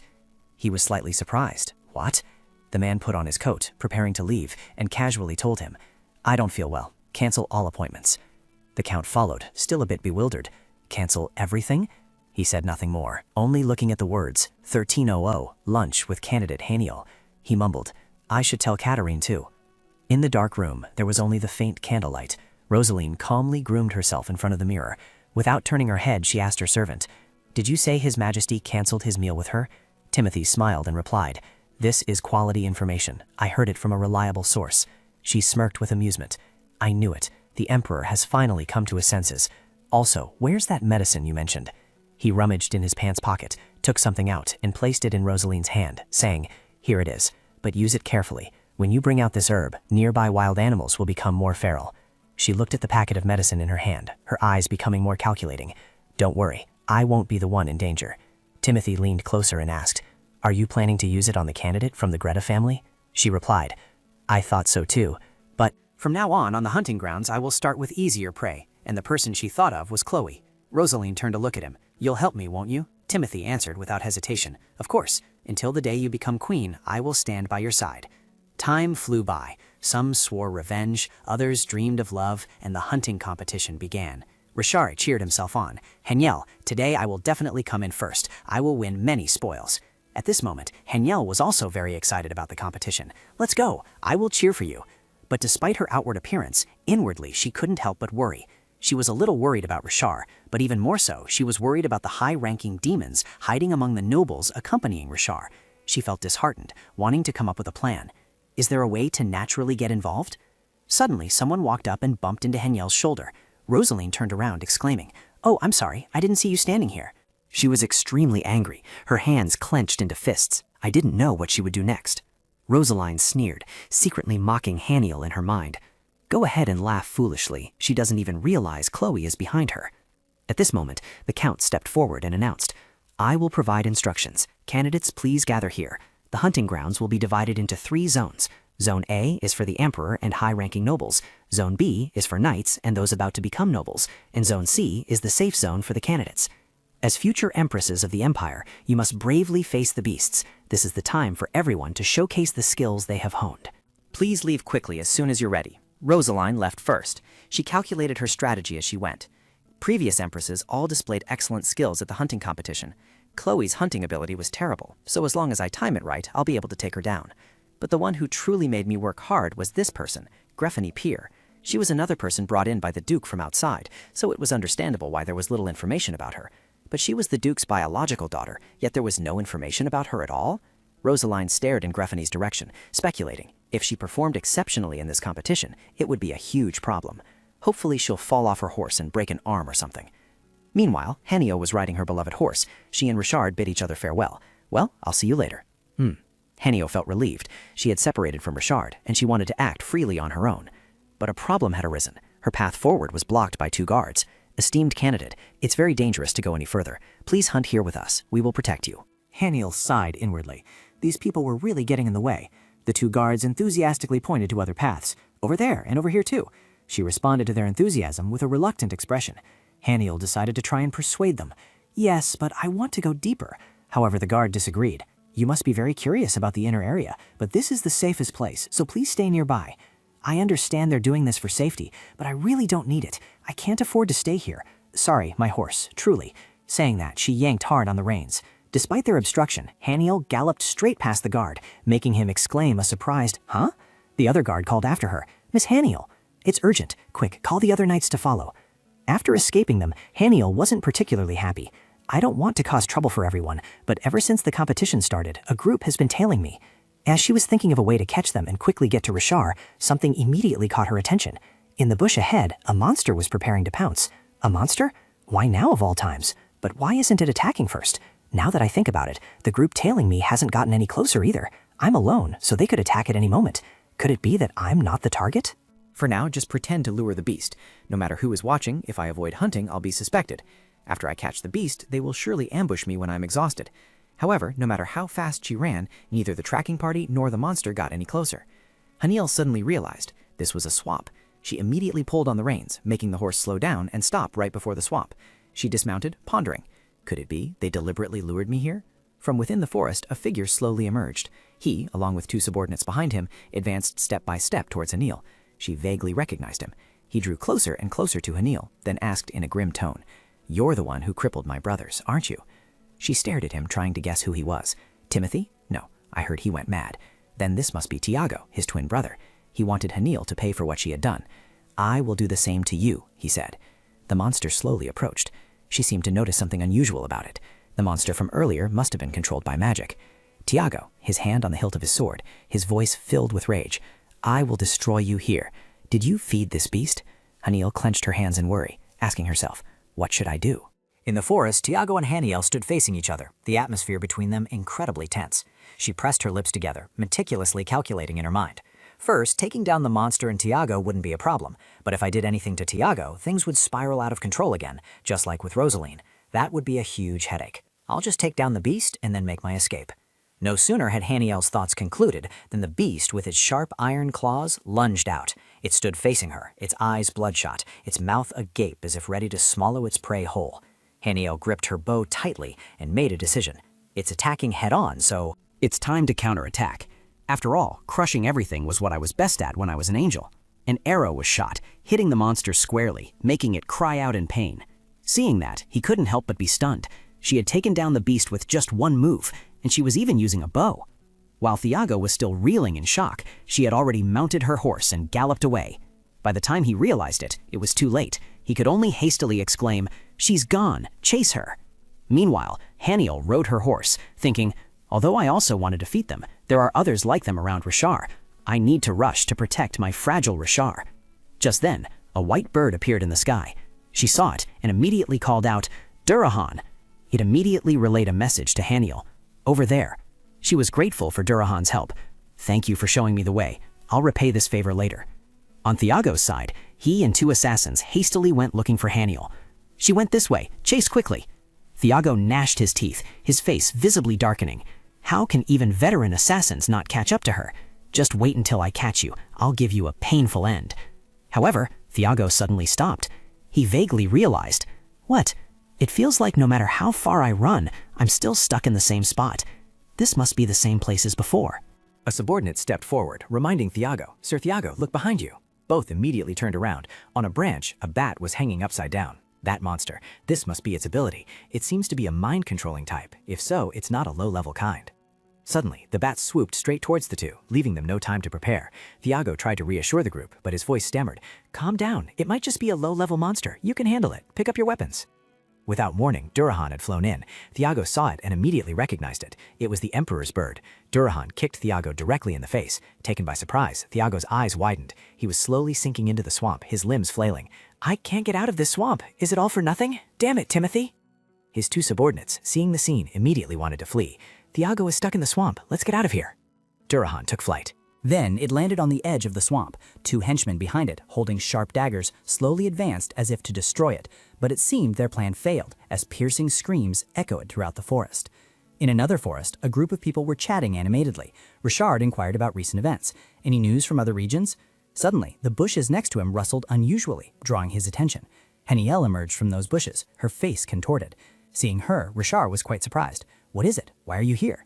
Heniel sat down on home, feeling extremely lucky.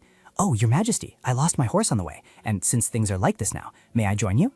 Richard's face darkened, and he coldly told Heniel, just send the guards to take her back to the original area. She refused, pouting. Why? I've come all this way. Let me go with you. You're so petty. But he grew angry. Nonsense. You can't just stubbornly think everything will go your way. A girl among the nobles couldn't help but whisper, guessing. Lover's quarrel. Heniel suddenly felt sad. But who will protect you if I'm not here? Seeing her determined expression to protect him made Richard's face flush. To hide his true feelings, Richard feigned a cough. From now on, you may come with us. The nobles, having been unexpectedly fed a dose of romance, couldn't help but grumble. Are we invisible or something? Heniel felt lucky in her heart. It's a good thing nothing has happened yet. I hope everything continues this way. But things don't always go according to plan. Contrary to Haniel's wishes, things did not unfold peacefully. There was an attack targeting Richard. With keen eyes, Richard and his knights recognized the attack, but the quickest to act was Haniel, who rushed to embrace him. She stood facing Richard, pressing him. Your Majesty, are you all right? Indeed, the one most capable of protecting Richard was Haniel. A gentle breeze swept through, blowing Richard's hair. In that moment, he gazed at Haniel, utterly captivated, and the atmosphere felt somewhat magical. She looked at him worriedly, asking, Your Majesty, are you all right? Richard's heart pounded, and he wondered to himself, why is my heart beating so wildly? All I can see now are those pale pink eyes. Haniel waved her hand repeatedly in front of him. Your Majesty, are you hurt anywhere? Why are you just staring blankly? His mind was hazy. Even though their lips weren't touching, her breath enveloped him, just like that day. When she pulled him into a secluded corner, signaling, Shh, hide over here, Richard's heart suddenly raced. For a very long time, I had resolved that I would only touch the person who would be my wife. I had always upheld that, but when faced with this person, he involuntarily blushed, gently pushed Haniel's hand away, and turned in another direction. Richard calmly questioned her. What do you think you're doing? Haniel's eyes showed clear timidity. Your Majesty, that was... Richard suddenly raised his voice. Why did you throw yourself in front of the arrow? Are you crazy? What if you had been hit by the arrow? Hearing this, her eyes lit up. She leaned close to him and happily asked, What's wrong? Are you worried about me? Richard abruptly stood up, causing her to fall back, then snapped, Who said I was worried? Haniel inwardly clicked her tongue. She stood up with a sigh. Getting angry like that again. He must really be worried about me. How cute. Meanwhile, Richard approached his subordinate to interrogate him. Have you caught the archer? The subordinate reported. Yes, we have, Your Majesty, but he died on the spot. As for her, she was immersed in happiness, certain he likes me more than he did back then. Then she ran back to him and cheerfully suggested, Let's go together, Your Majesty. At the open ground where the outdoor banquet was held, tents were set up and dining tables were neatly arranged. Richard grumbled dejectedly. I really wanted to win first prize this time. Noel elegantly held his fork, picking up a piece of meat to eat. There's nothing we can do. His Majesty has already displayed his true talent. No one can compete with his hunting prowess, you know. Haniel suddenly wondered, Richard, I have something I want to ask. Is the food always this bad at the hunting competition? Richard sat up straight and replied, Normally it's not like this, but perhaps because this time it's close to the New Year's banquet, they've cut back a bit. I heard they're planning a very grand banquet. Hearing that, she felt a little hopeful. If that's the case, then we can surely look forward to it, and then I'll eat a lot. Suddenly, Haniel's eyes darted to one side, observing, Wait a moment. Why is that noble standing alone? That's the high-ranking noble who was with Richard earlier. Everyone else is gathering here, so why is he standing apart? Seeing the person turn away, she quickly stood up. I'm just going to the restroom for a bit, and we'll be right back, she said. Something felt really strange. For now, I'll just follow him. Haniel stealthily followed, hiding behind a tree, observing the two figures ahead. She followed them deep into the forest. I just followed without much thought, simply because he seemed suspicious. But who is that knight? What are they discussing that they need such a secluded place? This language, it's not ordinary demon speech. She didn't understand everything, but she had definitely heard it before. This is the language of demons. In the past, demons were completely wiped out after the war, but their descendants still exist and are in conflict not only with humans, but also with angels. To hear demons speaking that language here proves they are not ordinary demons. She needed to deal with them right here. Haniel tightened her grip on her magic staff, silently counting. 1, 2. Just as she was about to stand up, there was a sound from behind her. Someone was behind her. She turned her head and saw Richard's divine bird staring at her. Haniel's eyes widened and her mouth fell open. Durahan asked, What are you doing here? He tilted his head, his gaze flickering to the item in her hand. Haniel stammered, This staff is... Wait, why do I need to make excuses? Never mind, let's talk later. I'm busy right now. They're gone. Durhan, you made me lose track of them. He was gone too. At this moment, Duke Pierre was returning alone. He was thinking, the preparations are almost complete. We just need to wait for the right moment. Looking up at the sky, Duke Pierre spotted a familiar figure, the Emperor's bird. It kept circling to help us. At first, it brought the Black Shard, and then it also brought the Holy Book. The plan for us to awaken him began thanks to that Holy Book. I also don't understand why the Emperor's bird did that. But that's no longer an issue. Now, nothing can stop us. One beautiful day, Hania leisurely walked into the lush green forest. She reached out her hand, her playful fingers gently touching the small leaves. After a while of searching, Haniel exclaimed, "I found it! This is the last herb. Let's go home." Suddenly, a strange sound echoed, and she immediately turned her head to look.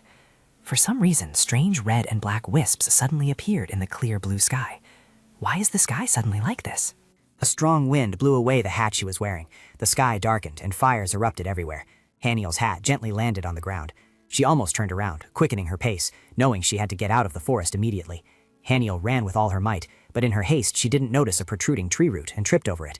Haniel lost her balance and fell hard to the ground. Looking up at the sky, the red hues and black fumes sent shivers down one's spine. Her eyes widened, wondering what on earth that was.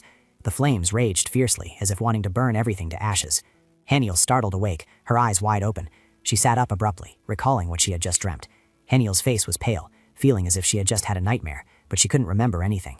She didn't understand why this kept happening to her lately. There were still so many unresolved issues, and now she had to deal with these disturbing dreams too? Yes, there was still an unresolved matter. Rosaline Modelan. On the final day of the hunting competition, Chloe Dosman was severely injured. "Stop it, someone save me, the horse has gone mad." As she was struggling to survive, she was thrown off her horse. At that moment, Chloe tried to plead, "Someone please come help me quickly." Coincidentally, she was then attacked by a bear passing through the area. Chloe couldn't help but cry out in fear, "Don't come closer, go away." But then a desperate scream rang out. Recalling that, Haniel's heart ached. She sat down by the window, lost in thought. The horse wouldn't just go mad on its own, and it wasn't a coincidence that the bear suddenly appeared there. Upon investigating the incident, the grass the horse had eaten, along with the bear's droppings, both showed signs of being drugged. After receiving treatment, Chloe was rushed back to the mansion, and when she saw the results, Rosaline smiled. Chloe wasn't a good person, but she didn't do anything to deserve such a fate. Timothy and Tiago were easy to deal with because they directly attacked me, but Chloe's matter was difficult to resolve immediately. I don't know what else she'll do in the future. I need to deal with Modelan immediately. No, focus. At times like these, I need to know what to prioritize. It's not difficult to punish people. First, I must investigate the Pierre family. They are definitely demons. I distinctly remember Pierre visiting me during the day. Unlike others, he looked at me with a very strange gaze, which is why I remember it so clearly. He surely doesn't suspect my true identity, does he? Anyway, if the Duke is a demon, then his daughter, Grafani Pierre, must also be a demon. I'll start investigating her tomorrow. For now, I'll sleep. Yes, that's the plan. But who? Who would mix something into my tea so early in the morning? Meanwhile, Katerine praised profusely. "The tea is delicious." Hamiel maintained a professional smile and replied, "Yes, it smells wonderful." But inwardly she cursed. The culprit was too obvious. She clicked her tongue softly to herself. She bent down to look at her reflection in the teacup. "You're so quick to do bad deeds. If you know how to harm others, you should also know that the same will happen to you. Rosaline." Meanwhile, in another mansion, Rosaline's maid respectfully remarked, "You seem to be in a very good mood today, my lady." She sipped the tea in her hand and nodded. "Yes, I've eliminated a few annoying obstacles. Both obstacles, in fact. Now it seems everything will get better. All obstacles have disappeared." Before she could finish her sentence, Rosaline's stomach gave a sharp pang. She was in so much pain that she collapsed to the ground. Her maid rushed over. "My lady, are you all right?" Rosaline's face turned pale. "My stomach, it hurts like crazy. Why is it like this when I just drank tea? The effect is fast, just like the medicine I used on her. I only dealt with Chloe not long ago. Was I too hasty? She must have known and had the tea swapped." Her hand violently pulled the tablecloth. The teacup shattered, spilling tea that soaked the white fabric. Rosaline collapsed to the ground, still unresigned. "I cannot let this happen. I need to see him." "You came to me after the hunting competition ended." That person, the man, revealed a sinister smile. "Let me help you, Miss Rosaline." The maid reported the situation. Sir Thiago went missing during the hunting competition. Sir Thierman is searching for him, but there's no news yet. After hearing this, Rosaline nodded slightly. "All right, could you leave me alone?" Waiting for the servant to leave, she thought contemptuously, "It's just a foolish man who went missing. Why make such a fuss? I've retrieved the hidden substances at home. Now I just need to deal with Haniel and Greffany, and it'll be done." After mixing everything, Rosaline placed the vials back on the table. Her gaze stopped at something. A note. It wasn't here a moment ago. When did it appear? On the paper, a neat line of text appeared. "Tonight, I will come to see the young lady." Rosaline couldn't help but wonder. To see me? Who left this note? An eerie black mist suddenly appeared in the room. Behind the curtain behind her, a figure emerged. The man with blood-red eyes smiled dangerously. I will assist you, Rosaline. Back in the present, she struggled to stand up. He was the one who gave me the medicine and told me to eliminate Haniel. I feel like I need his help, but how can I meet him again? No, more importantly, why did I follow his words as if I were under a spell? I was too hasty. I didn't think it through. Rosaline tried to walk, but after a short distance, she sat down again. My stomach. I need to go to the restroom first. In the Imperial Palace, the Count reported the situation. That's why there was a commotion today in Miss Rosaline's quarters. During tea time, she acted excessively, and the maids thought there was something wrong with the tea. But of course, there was nothing wrong with the Imperial tea. Richard became annoyed listening to him babble on and on. Count Crusoe, if you're only going to talk about this, then you may leave. Count quickly cut him off. I'm about to change the subject. The New Year's banquet is approaching.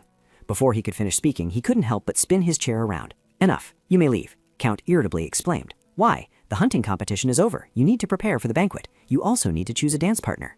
Hearing this, Richard suddenly came to his senses. A dance partner? A dance partner? If I choose someone I feel compatible with, Hanio was deep in thought. Count suddenly approached with an air of superiority.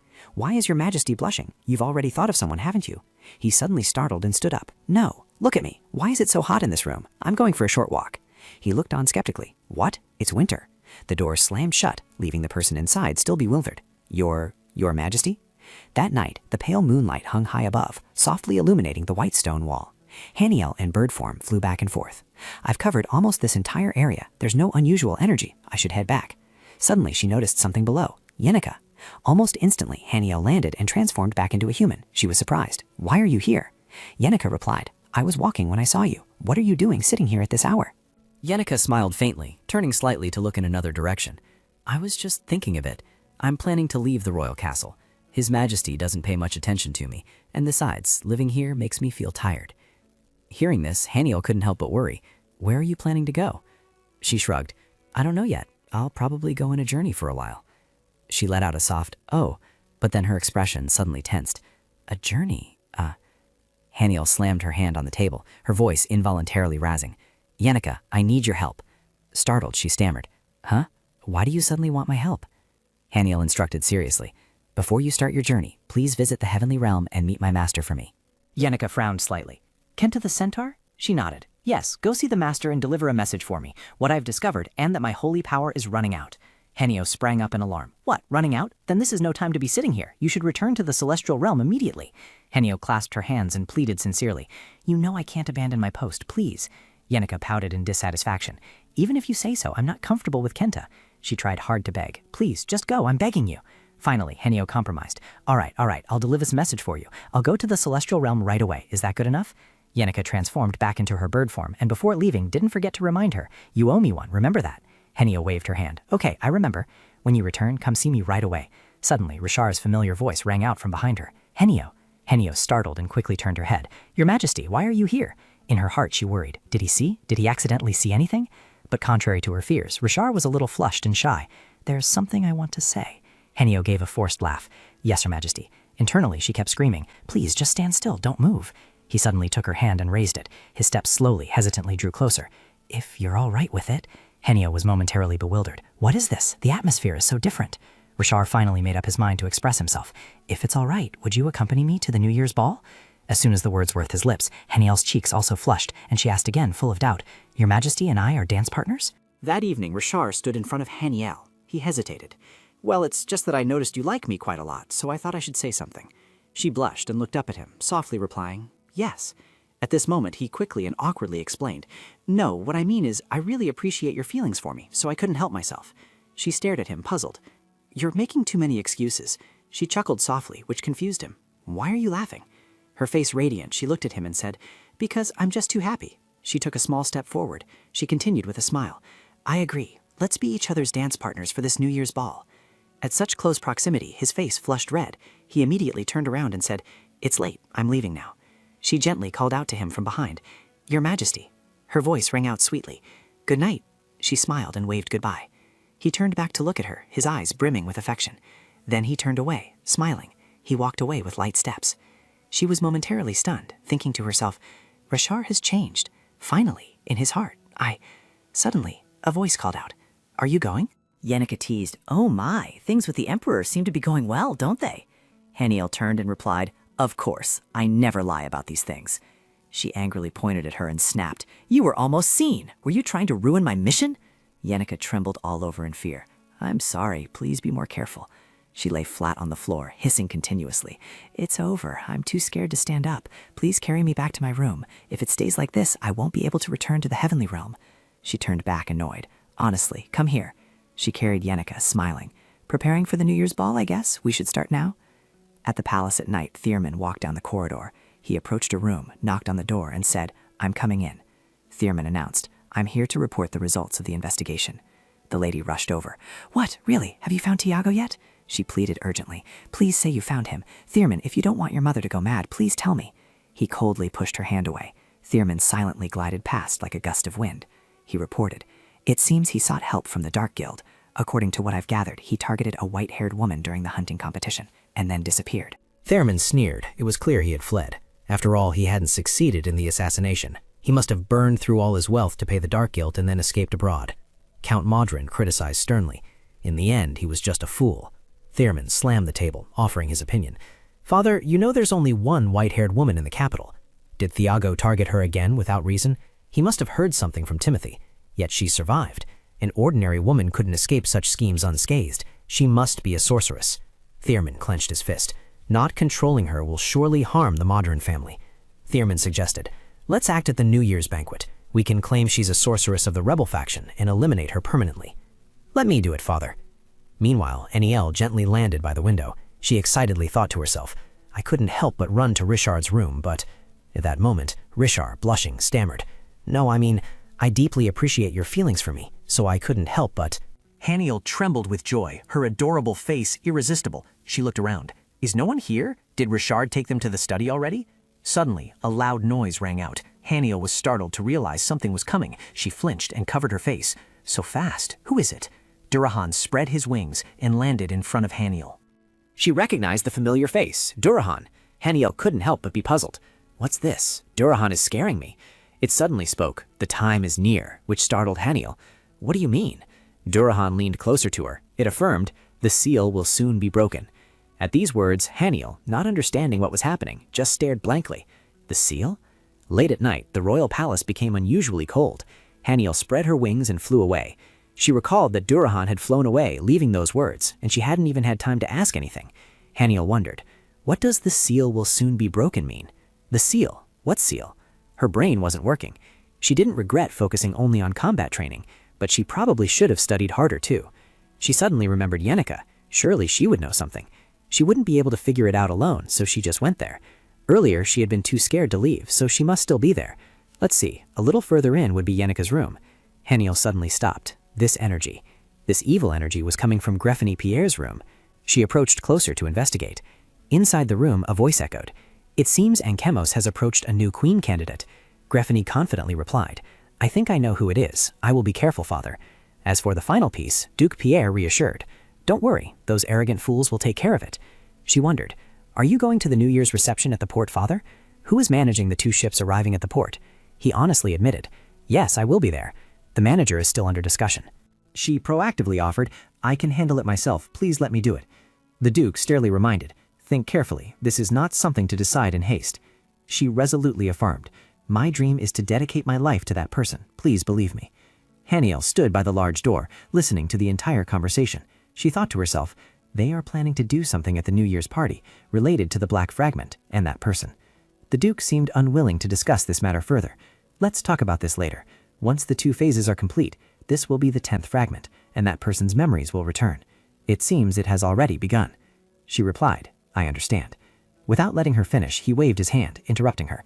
Before that, saying this, the Duke paused and looked toward the balcony. His eyes flashed with a dangerous glint. "I must deal with this eavesdropping rat first." Immediately, the door was pulled open, but there was no one outside on the balcony. She immediately ran behind the Duke. "There's an eavesdropper, father. Do you see them?" Not seeing Haniel, he turned back into the room. "Quick on your feet, little mouse. Don't worry, just focus on the matter at hand." She looked worried, but her gaze was fixed in one direction, towards the curtain of the door. As she looked there, she replied, "Yes, father." A moment later, Haniel returned to her room. She returned to her human form and sat down on the ground. Fear was still etched on Haniel's face. I was almost done for. If I hadn't used invisibility, I surely would have been caught. Afterwards, she stood up, thinking as she walked. I tried to conserve my holy power, but now I've used it again. I need to sort out the information. First, Duke Pierre and Grifani are demons, and they are collecting fragments. They must be colluding with the demon that disappeared earlier. I don't know what the fragments are, but if they need to collect them secretly while everyone attends the New Year's banquet, that means this is not a good thing. Anmos, a demon tribe with different objectives than her group, mentioned the Holy Book. Who could that person be? Could it be related to Duran's seal? All her information seemed to be blocked. Haniel, exhausted, collapsed onto the bed, unsure of what to do. Because she had to flee, she couldn't go to Yennika's place. Haniel felt very anxious. Whatever it was, she had to stop it. With this meager amount of divine power, she didn't know what she could do, but she decided to make the most of it. She just had to do it. Even if it meant exhausting all her divine power, she couldn't let the demons run rampant. There was still time before the New Year's banquet began. She would find a plan no matter what. The next morning, sunlight shone everywhere. Someone stood behind Richard, hesitating as if wanting to say something. Unable to wait any longer, he finally decided to ask directly, "Your Majesty, how much longer will you need to prepare? Miss Haniel is weighing." "Count Crusoe," he softly said. Richard's face flushed red, and he shyly asked, "Do you think this is all right?" He didn't seem enthusiastic, merely giving a perfunctory compliment. "It's fine, Your Majesty. Let's go quickly." Hearing this, Richard turned and replied, all right, let's go out. Today must be perfect, do you understand?" As soon as he opened the door, Richard came face to face with Haniel. It turned out she had been standing outside all along. Haniel hesitantly explained why she was there at that moment. "Well, because Your Majesty took so long to arrive, so..." Richard seemed not to care about her words, just staring intently at her. So cute. To hide his own awkwardness, Richard turned his head away and said, "I apologize for making you wait so long. I was busy." Haniel proactively took his hand and said, "It's fine." He froze for a moment because it was very rare for Haniel to be so proactive. She smiled and offered, "Today I will escort Your Majesty, King Richard." In the great hall, the murmur of people coming and going never ceased. Is His Majesty entering with the lady from the Greta family? Rumor has it he personally invited her to be his dance partner. So does that mean he has already decided who the queen will be? Even people from well-established families exclaimed, "Who knows what His Majesty is thinking anymore?" Rosaline felt a little annoyed upon hearing this. If His Majesty chose one of the candidates in the castle as his dance partner, it would signify the announcement of the next queen. Very quickly, Haniel walked alongside Richard like a true couple, under the announcement, "His Majesty the King is entering." Someone else was even angrier to see her and him together, laughing happily. It was that woman again, Haniel Finesso. Has she stolen the queen's position from me? No, I cannot let that happen. That position must be mine. Initially, I even thought the Emperor was emotionless. How could she possibly charm him? Even if I drugged her a few more times, it would still have no effect. Rosaline's gaze was fixed on the figure approaching Haniel. He placed a hand on her shoulder to comfort her. "Calm down, Rosaline. If you show your emotions here, we'll lose. Your beloved brother has already set the table. Now we just need to endure." Rosaline gritted her teeth, swallowing her resentment, and muttered, "She'll only be happy today." Then she spoke louder. "Fine, my brother's plans are always perfect. Let her enjoy this moment." Once the two turned their backs, Haniel finally dared to look at the Moderland family. She thought to herself, "Lately they keep drugging me. I hope they leave me alone today. Just thinking about capturing Duke Pierre makes my brain want to explode. That's right, today I need to focus on the demon matter. Punishing the Moderland family can wait." Richard's elegant hand quickly took Haniel's. He gently raised her hand and looked at her with deep affection. She was momentarily stunned, but shyness quickly took over. "Your Majesty," Richard stammered adorably as soon as he spoke. I want to dance with you." Haniel was successfully charmed by his actions. "What's with that expression? So cute. Let's dance." Finally, he gathered the courage to lean close to her ear and whisper, "Don't worry, I'll follow your rhythm. Trust me and follow my lead." After adjusting to an elegant posture, Haniel couldn't help but smile. They continued to dance like that in front of all the nobility. When I heard the rumors, I didn't expect her to be so beautiful. Indeed, they look so good together, don't they? Perhaps it's her unique hair color. She looks like an angel. After the opening dance, Richard stood still, looking at her. His heart suddenly skipped a beat. Now I can't deny it anymore. Just looking into her eyes makes my heart race. I just want to hold her. If it's this person... Haniel noticed Richard was a bit distracted and called out, "Your Majesty," but he was still lost in his dreamy thoughts. No, only if it's this person could make me love you forever. Thinking this, Richard decided to express his feelings. "Haniel, if you are okay with it..." But before he could finish his words, the Count jumped into the conversation. "Your Majesty, may I speak with you for a moment? It's an important report." He was fuming, but could only curse under his breath. "Count Crusoe, how dare you interrupt without warning?" Count Crusoe looked at that terrifying expression, utterly bewildered. Did I do something wrong? Richard couldn't scold him directly, so he reluctantly sighed.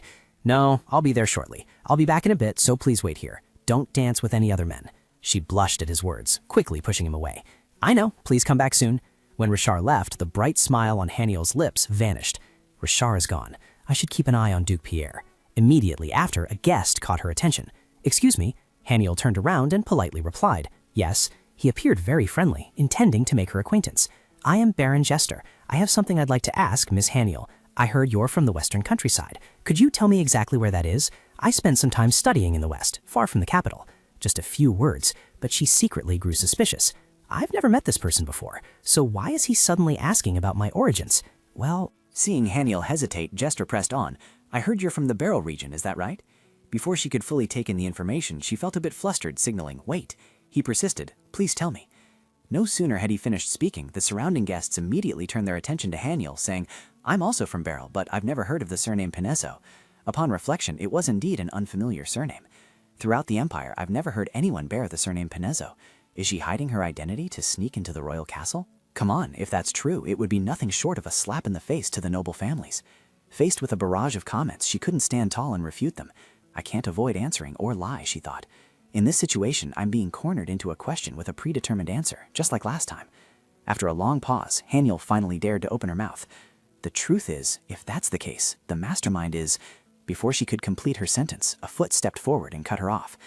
This is troublesome. Duke Greta has once again presented a candidate for queen whose identity is unclear. Haniel wasn't surprised by this coincidental appearance. As expected, it was him. Thierman, still relying on his authority, questioned, is there anyone here who can vouch for Miss Haniel's identity? Haniel's hatred for him, Thierman, intensified. Thierman feigned righteousness to persuade everyone, but inwardly he was in complete disarray. He thought to himself, maybe there isn't anyone, but if there is, they should step forward, because those two twins are useless. The eldest brother has to get involved. What should I do? This time, I can't lie. Fortunately, a woman spoke up. I will vouch for her identity. Thierman turned back, a mix of surprise and curiosity, secretly wondering, who wants to vouch for this woman's identity? However, the words were on his lips, but he swallowed them back because of the scene before his eyes. Two powerful figures revealed themselves before everyone, leaving Thierman bewildered. He secretly wondered, why are the Grand Empress Dowager and the Empress Dowager here? Without any haste, she stepped forward and declared, I will vouch for this child's identity. Seeing them, she was stunned. This was the couple she had met when she went looking for the staff, but why were they here? Suddenly, Tiago bowed deeply and respectfully said, Emperor, Empress. That simple statement immediately stunned her. She hadn't expected the two people in front of her to be the Emperor and Empress. They had said they were just a pair of merchants. The other guests also started murmuring, aren't they traveling? They must have returned in time for the new year. He couldn't help but wonder, how does he know her identity? The Empress's expression was extremely serious. It seems the person you are looking for is me, but if I reveal Miss Haniel's identity here, you must take responsibility for what happens next. Tiago hesitated before answering. Standing beside them, she was startled. Wait a minute, reveal my identity? I remember back then. Haniel recalled when she had lied. I'm like a demon sword master, something like that, and I come from the west. My master told me to avoid the truth a little. The Empress heard that answer and pondered, chin in hand. The west, you say? She secretly sighed to herself. Calm down, madam. But she felt so guilty. Suddenly she clapped her hands, recognizing Haniel. You're from the kingdom of Sylvania, aren't you? She turned her face away and stammered. Yes, that's right. Back in reality, Haniel's eyes widened, and she covered her mouth, screaming internally. Oh no! She quickly moved towards the Empress, wanting to stop her. Wait a minute. But it was too late. The Empress had already spoken. Miss Haniel is not a distant relative of Duke Greta. Haniel was anxiously by her side, wanting to stop her. Madam, no, your majesty, please wait a moment. But she ignored Haniel and continued. She is the princess of the kingdom of Sylvania. Haniel knew everything was ruined and inwardly lamented. Oh no. Tiago asked in astonishment, she's royalty? Jester beside him also couldn't believe it. No way. Haniel's mind was a mess at this moment. What should I do? I wasn't clear then, but they've misunderstood too much already. I have to be honest and say it was a lie. If I stay silent, it'll be beyond saving. She moved closer to her. Haniel said, Your Majesty, actually... Before Haniel could finish her sentence, a voice interrupted. Excuse me, I am from the kingdom of Sylvania, and currently, the kingdom only has one princess, who is 2 years old. The Empress Dowager didn't understand her words and asked again, What do you mean? The girl then said directly, If she claims to be a princess, I believe she is intentionally deceiving your majesty. She suddenly turned to Haniel, seeking an explanation. Miss Haniel, what is the meaning of this? When I asked you then, you said you were from the kingdom of Sylvania. With things having come to this, Haniel had no choice but to confess everything. I apologize. I was in a difficult situation at the time and had to lie. I am not from the kingdom of Sylvania, and I am certainly not a princess. I sincerely apologize to your majesty. The Empress Dowager's demeanor clearly showed her disappointment. Why would you lie about something like that? But then she suddenly remembered something. No, at that time she never explicitly said she was a princess. Because of her attire and demeanor, I assumed she was of noble birth, making such a hasty judgment. I was terribly mistaken. The Empress Dowager realized she also bore some of the blame. That's right, you never said you were a princess. That was my mistake.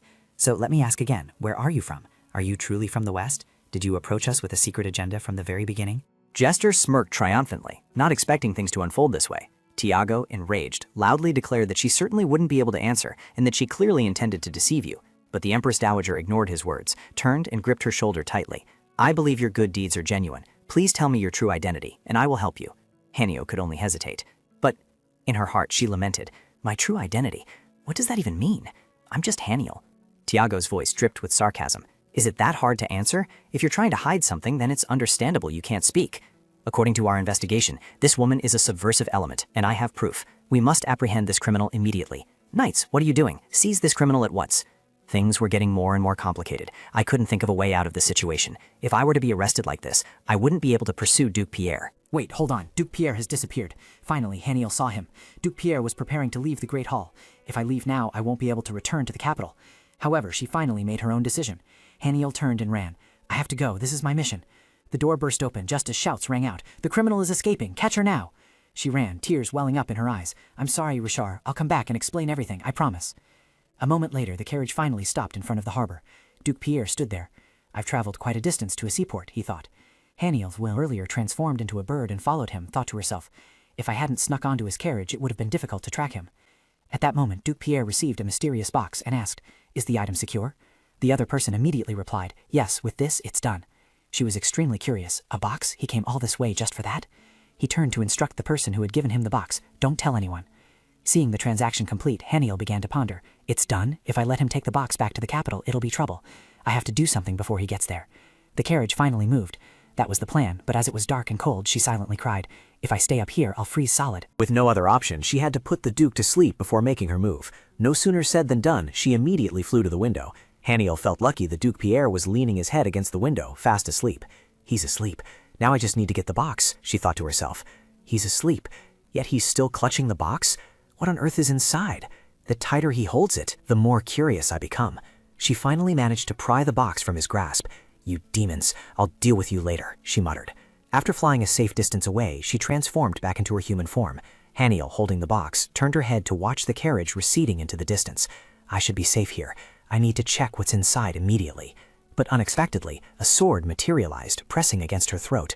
Haniel stood frozen in shock. She hadn't sensed any presence at all. She slowly turned her head back, wondering who possessed such skill. Haniel was extremely surprised to see a familiar figure, Richard. Richard coldly called out, Bion. Upon hearing his name, the person respectfully knelt. Haniel immediately recognized him as the knight from before. It seemed Richard had ordered him to pursue the demon. Was Richard also informed about the Duke, which is why he left the banquet? The knight took the box from her hand. Richard commanded, open it and see what's inside. Yes, sir. The knight opened the box and was surprised by what he saw inside. He reported to Richard that there was nothing inside. Richard was also surprised by this result. Nothing? Then Haniel suddenly turned and walked away. Gritting her teeth, she said with a panicked expression, we must pursue the Duke immediately. Seeing Haniel leave alone, the knight asked Richard for his opinion. Should we follow her? Richard replied curtly, no need. He recalled everything that had happened and blamed himself for being foolish for not realizing it sooner. This is the first time I felt so foolish. Why didn't I realize it? The person who broke into his bedroom that time was Haniel. At that time, Richard had pointed his sword at her and questioned, who are you? A high-ranking demon? And the assassin. Escaping from that unpleasant memory, he affirmed his suspicion. I think I know who it is now, so let's go back. Suddenly, his eyes widened. The veins on his arms bulged intricately. My veins! Richard clenched his fist. Returning to the palace, he and the Empress Dowager were conversing. Richard, I received news that you were hunting demons while we were away, correct? Yes, mother. After investigating, we discovered the Duke Pierre was a demon, but... She finished his sentence, but it was too late. The Emperor Emeritus beside her was also troubled by this issue. We had him by our side for so long, and he turned out to be a demon. The Empress Dowager comforted him. Don't blame yourself too much. If he could conceal his identity for so long, he must be a high-ranking demon. She turned to him and asked, Richard, do you remember why we went on our journey? Yes.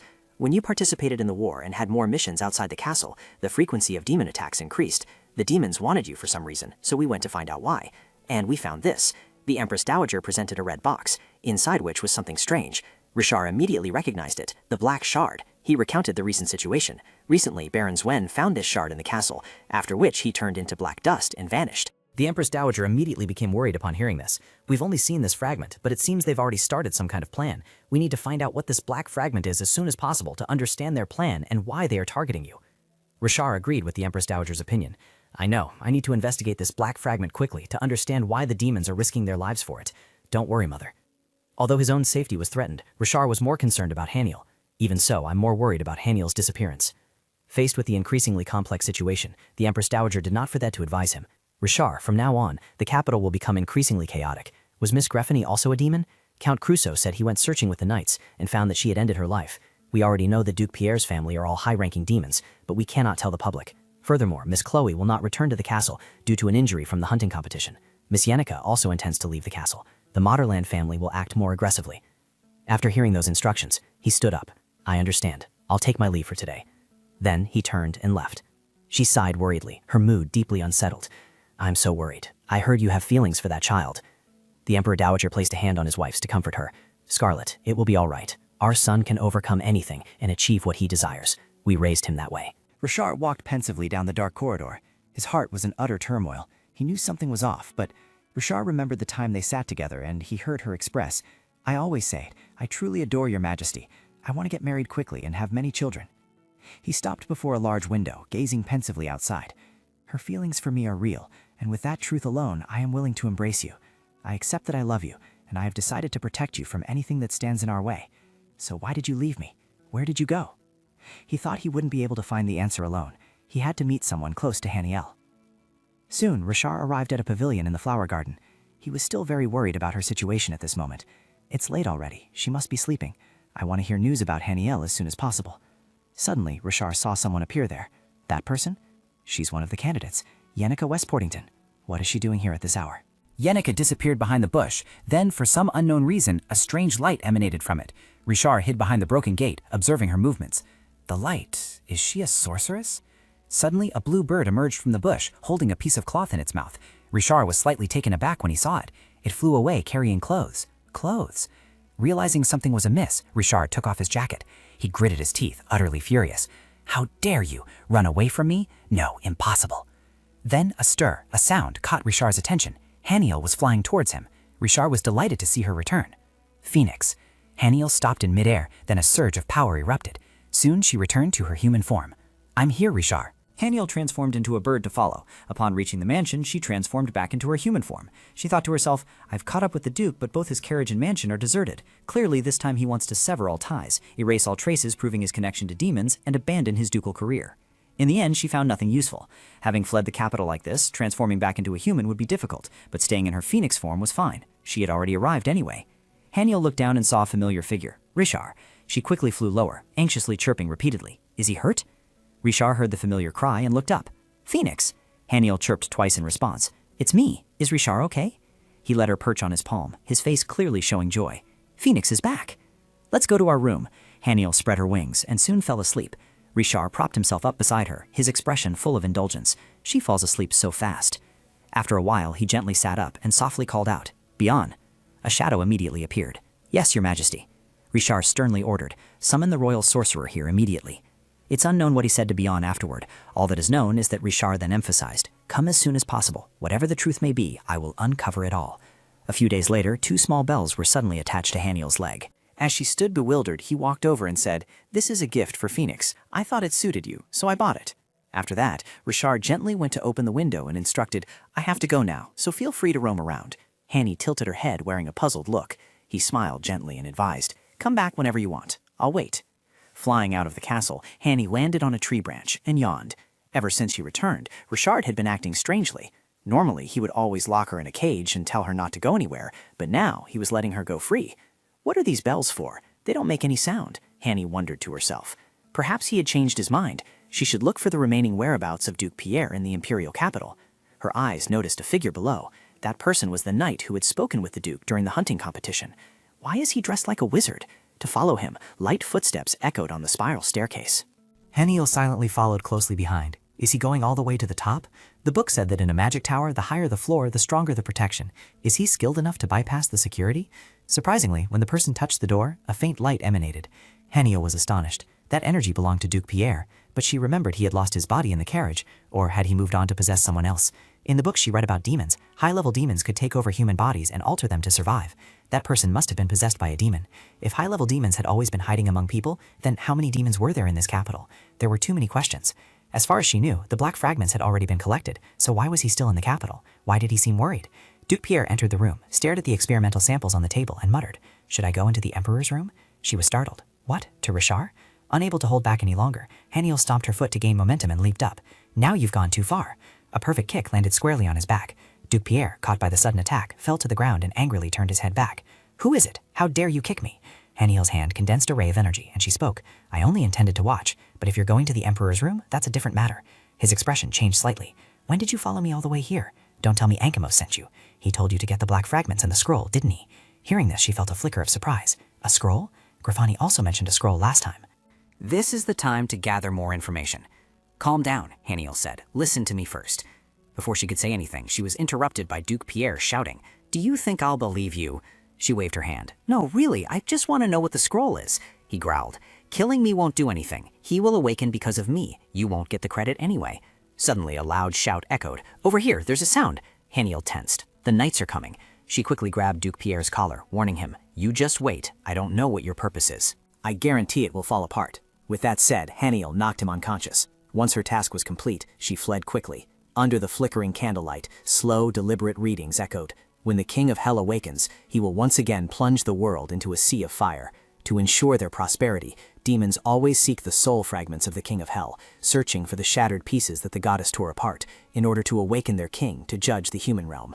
The red-haired man standing by the table spoke. "This is what is written in the scroll. Wales believed and truly intended to awaken him. He wanted to turn the entire human realm to ash, but we will not follow them. Instead of destroying the human realm, I will manipulate it. It's not that I'm unaware of your presence. The moment I encountered the Emperor on the battlefield, I knew. You are our king." Because the Wales faction acted decisively, the heavenly realm intervened. They sent an archangel down to assist the Emperor. I believe that is the silver-haired candidate, Haniel Fineso. We will use the Rosaline Madran forces to eliminate that archangel. With our power, we will rule the human realm. That night, Yenneca was sound asleep when she was repeatedly called by a voice. Wake up, Yenneca. Yenneca, wake up quickly." As soon as the words finished, she couldn't help but open her eyes. Yenneca angrily sat up and shouted, "What are you doing here?" Before she could say anything more, Haniel covered her mouth, signaling for silence. Haniel's face darkened as she recounted, "I just encountered a demon. I thought he was dead, but he's possessing someone else in the capital. They think I'm looking for a scroll, but what is that? I still don't understand why the demons attacked Richard. I used divine power to conceal my presence, thinking it would only take a little. I even created an item to limit my presence. Now I have hardly any divine power left. If there are still many demons hiding, if war breaks out, how can I protect everyone?" Seeing Haniel slowly falling into despair, Yenneca quickly shook her, reassuring her. "Haniel, calm down. This time I'll go to the celestial realm immediately. I'll tell the goddess everything. I'll also tell your master about the divine power, so don't worry, you'll get through this." A while later, Haniel returned to her dwelling. As she walked, she thought, "Thanks to Yenneca, I'm calmer now, but the worry in my heart is still there. Can I shoulder all this alone?" She gently opened the door and stepped inside. Haniel stood frozen at the door, looking around. There was no one. Richard must have returned to Great Manor. The days here were also very pleasant. Suddenly, Richard appeared behind her, leaning close and whispering into Haniel's ear. "What are you doing here?" She jumped, letting out a small cry. He tilted his head and asked, "So you finally decided to come back?" Haniel nervously covered her face. Richard, he had already seen her in her assassin's attire. What should she do? Whether she covered her face or not, her identity was already exposed.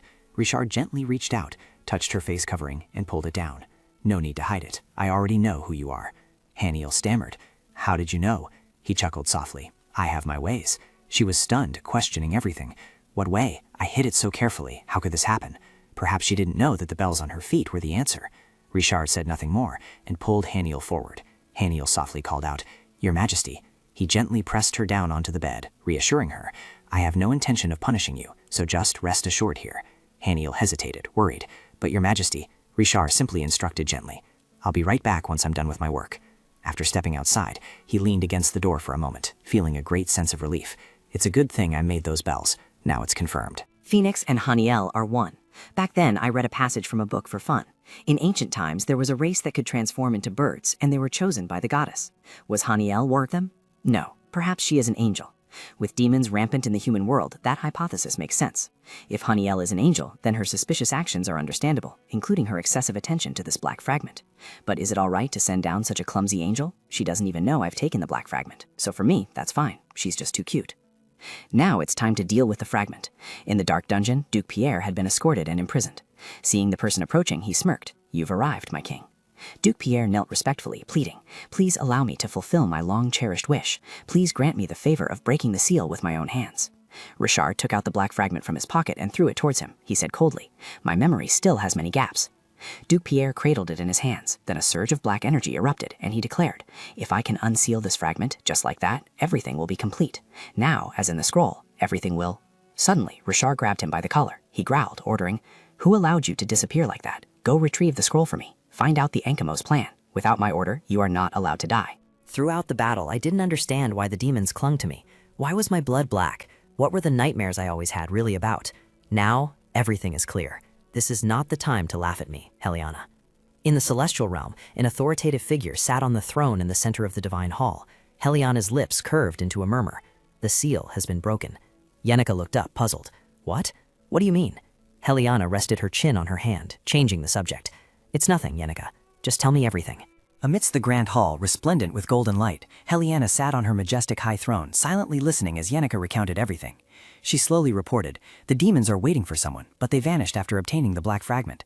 I also heard about the scroll, but I don't know its contents. Haniel met the person she loves in the human world, but Haniel is constantly worried that the demons are pursuing that person, so I tried to return as quickly as possible." After listening, Heliana nodded slightly. "I understand. Yenica, was your journey all right?" Yenica looked bewildered, not understanding. The goddess then pointed to a scene from the past, teasing, "You were so eager to go, weren't you?" Yenica quickly waved her hands and feet frantically.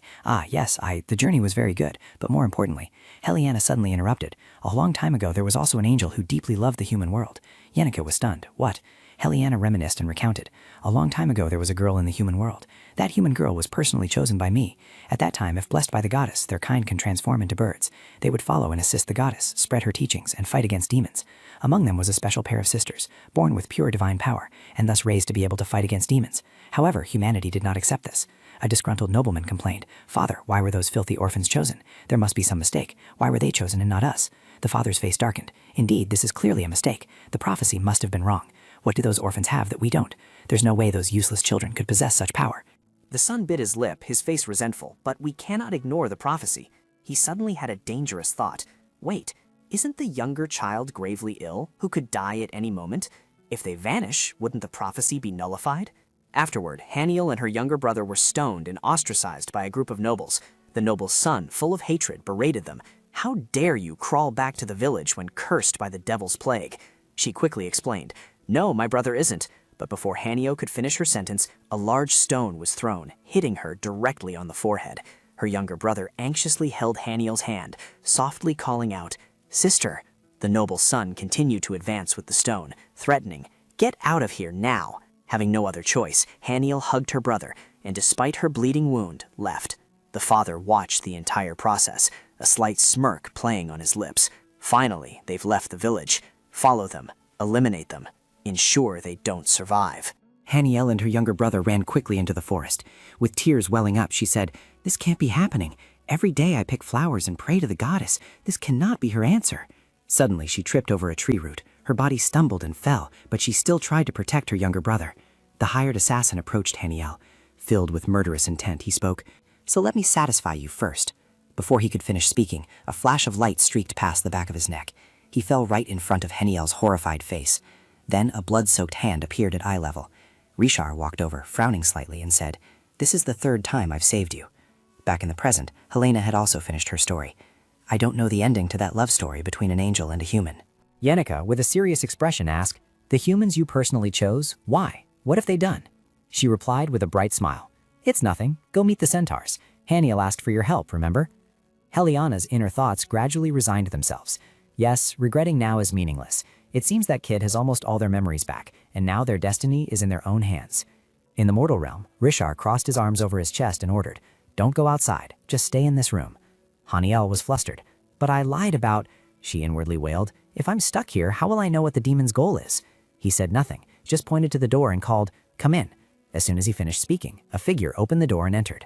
Seeing that person, Haniel was surprised. Caterine. Richard instructed, "Caterine will prepare everything you need, so you don't have to go out. You absolutely don't need to go out at all." With that done, he left, and the door slammed shut. It was only then that she began to realize a serious problem. It seemed she was doomed. Haniel's inner thoughts echoed through the magnificent castle. Since that day, she hadn't been able to step out of this room. Caterine saw her lost in thought and immediately asked, Do you need anything, Your Grace? Oh no. However, Haniel merely offered a wry smile. I'm fine. She gently sipped her tea, then fell silent again. Independence, freedom. She didn't know if it was a bad omen or good fortune. At night, there were fewer guards, so she could sneak out, but she still didn't have enough time to investigate the demon race. What should she do? Caterine remained worried as she watched Haniel's unease. It seemed as if her grace was troubled by something. Could it be that she missed the king? So that was it. She hadn't realized. Caterine suddenly imagined Haniel reuniting with Richard. Haniel, Your Majesty. This made Caterine blush. Those two had long harbored feelings for each other. Haniel couldn't hold back any longer and turned to look at Caterine with a worried expression. Caterine, after I left like that, what's the situation in the castle? Seeing Caterine stunned, Haniel, flustered, quickly corrected herself. Oh, it's nothing. It's just... Such was the situation.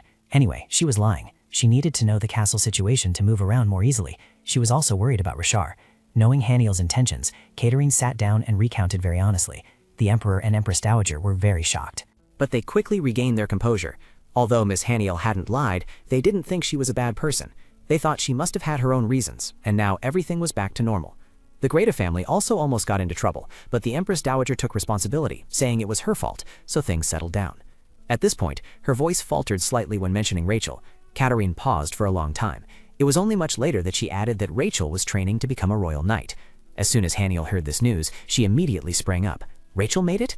Caterine didn't forget to add, Sir Chad personally wrote a letter of recommendation for her. At this moment, she must be burying herself in training. Finally, Haniel could unburden her heart and felt relieved. I kept worrying that everyone would get into trouble because of me, but at least some things have settled down. However, Caterine became very serious, making Haniel's eyes widen. Unfortunately, not everything is like that. When Miss Haniel left, the priests had always supported Modron to become queen. If things continue like this, Miss Rosaline will become queen. This speculation struck like lightning, making Haniel's face darken. Scene change. The atmosphere in the royal meeting room suddenly became tense. He slyly glanced at each person at the table. Richard said nothing, just sat in silent contemplation. His subconscious mind suddenly became very clear. The moment I touched the retrieved Welsh scroll, all my memories flooded back. The surprise on Richard's face was so evident it couldn't be hidden. He couldn't stop thinking about the familiar figure in his mind, right after seeing Haniel. Now I understand why she's not like others. The girl from back then was Haniel. Therefore, Haniel must be the queen. In all those years, I had never let anyone into my heart. Back to reality, Richard finally focused, his pupils cold and sharp. He was startled when he met a certain gaze. He just quietly watched the other person flinch and turn away, which was also a problem. Having regained my memories, I can also sense the aura of all demons, perhaps because I am also a demon king. Life is like a joke. Anyway, there aren't just one or two demons in the castle, so clearing them out all at once would be easier. At this moment, someone spoke up to remind Richard. Your Majesty, are you listening? But he was still lost in thought, thinking, to change public opinion in favor of Haniel, I must eliminate all these troublesome demons. Receiving no answer, the person pressed on. Your Majesty. Richard directly ignored him and sank into his own world. What should I do? What can I do? Just then, a flash of insight struck him. Richard couldn't control his composure, slammed the table, and stood up. Yes, there's a way. Without hesitation, he coldly declared, the meeting is adjourned. Richard walked away, ignoring their surprise or pleas. Your Majesty, wait, Your Majesty. His footsteps quickened down the dark corridor. This way, I can clear up all the misunderstandings surrounding Haniel. He couldn't believe he'd only just thought of such a simple solution. Richard's hands quickly reached the intricately carved door. As he pushed the door open, his eyes immediately fell upon Haniel's slender figure. With a mix of surprise and worry, she spoke, Your Majesty. Richard disregarded his image, rushing to embrace Haniel tightly. He said, From now on, we can be together, Haniel. For a fleeting moment, she couldn't comprehend his actions, her eyes wide. He continued to hold Haniel close, full of affection. She leaned against his chest, her cheeks flushed, and stammered, Your Majesty. Only then did Richard realize his impropriety, and his face flushed crimson.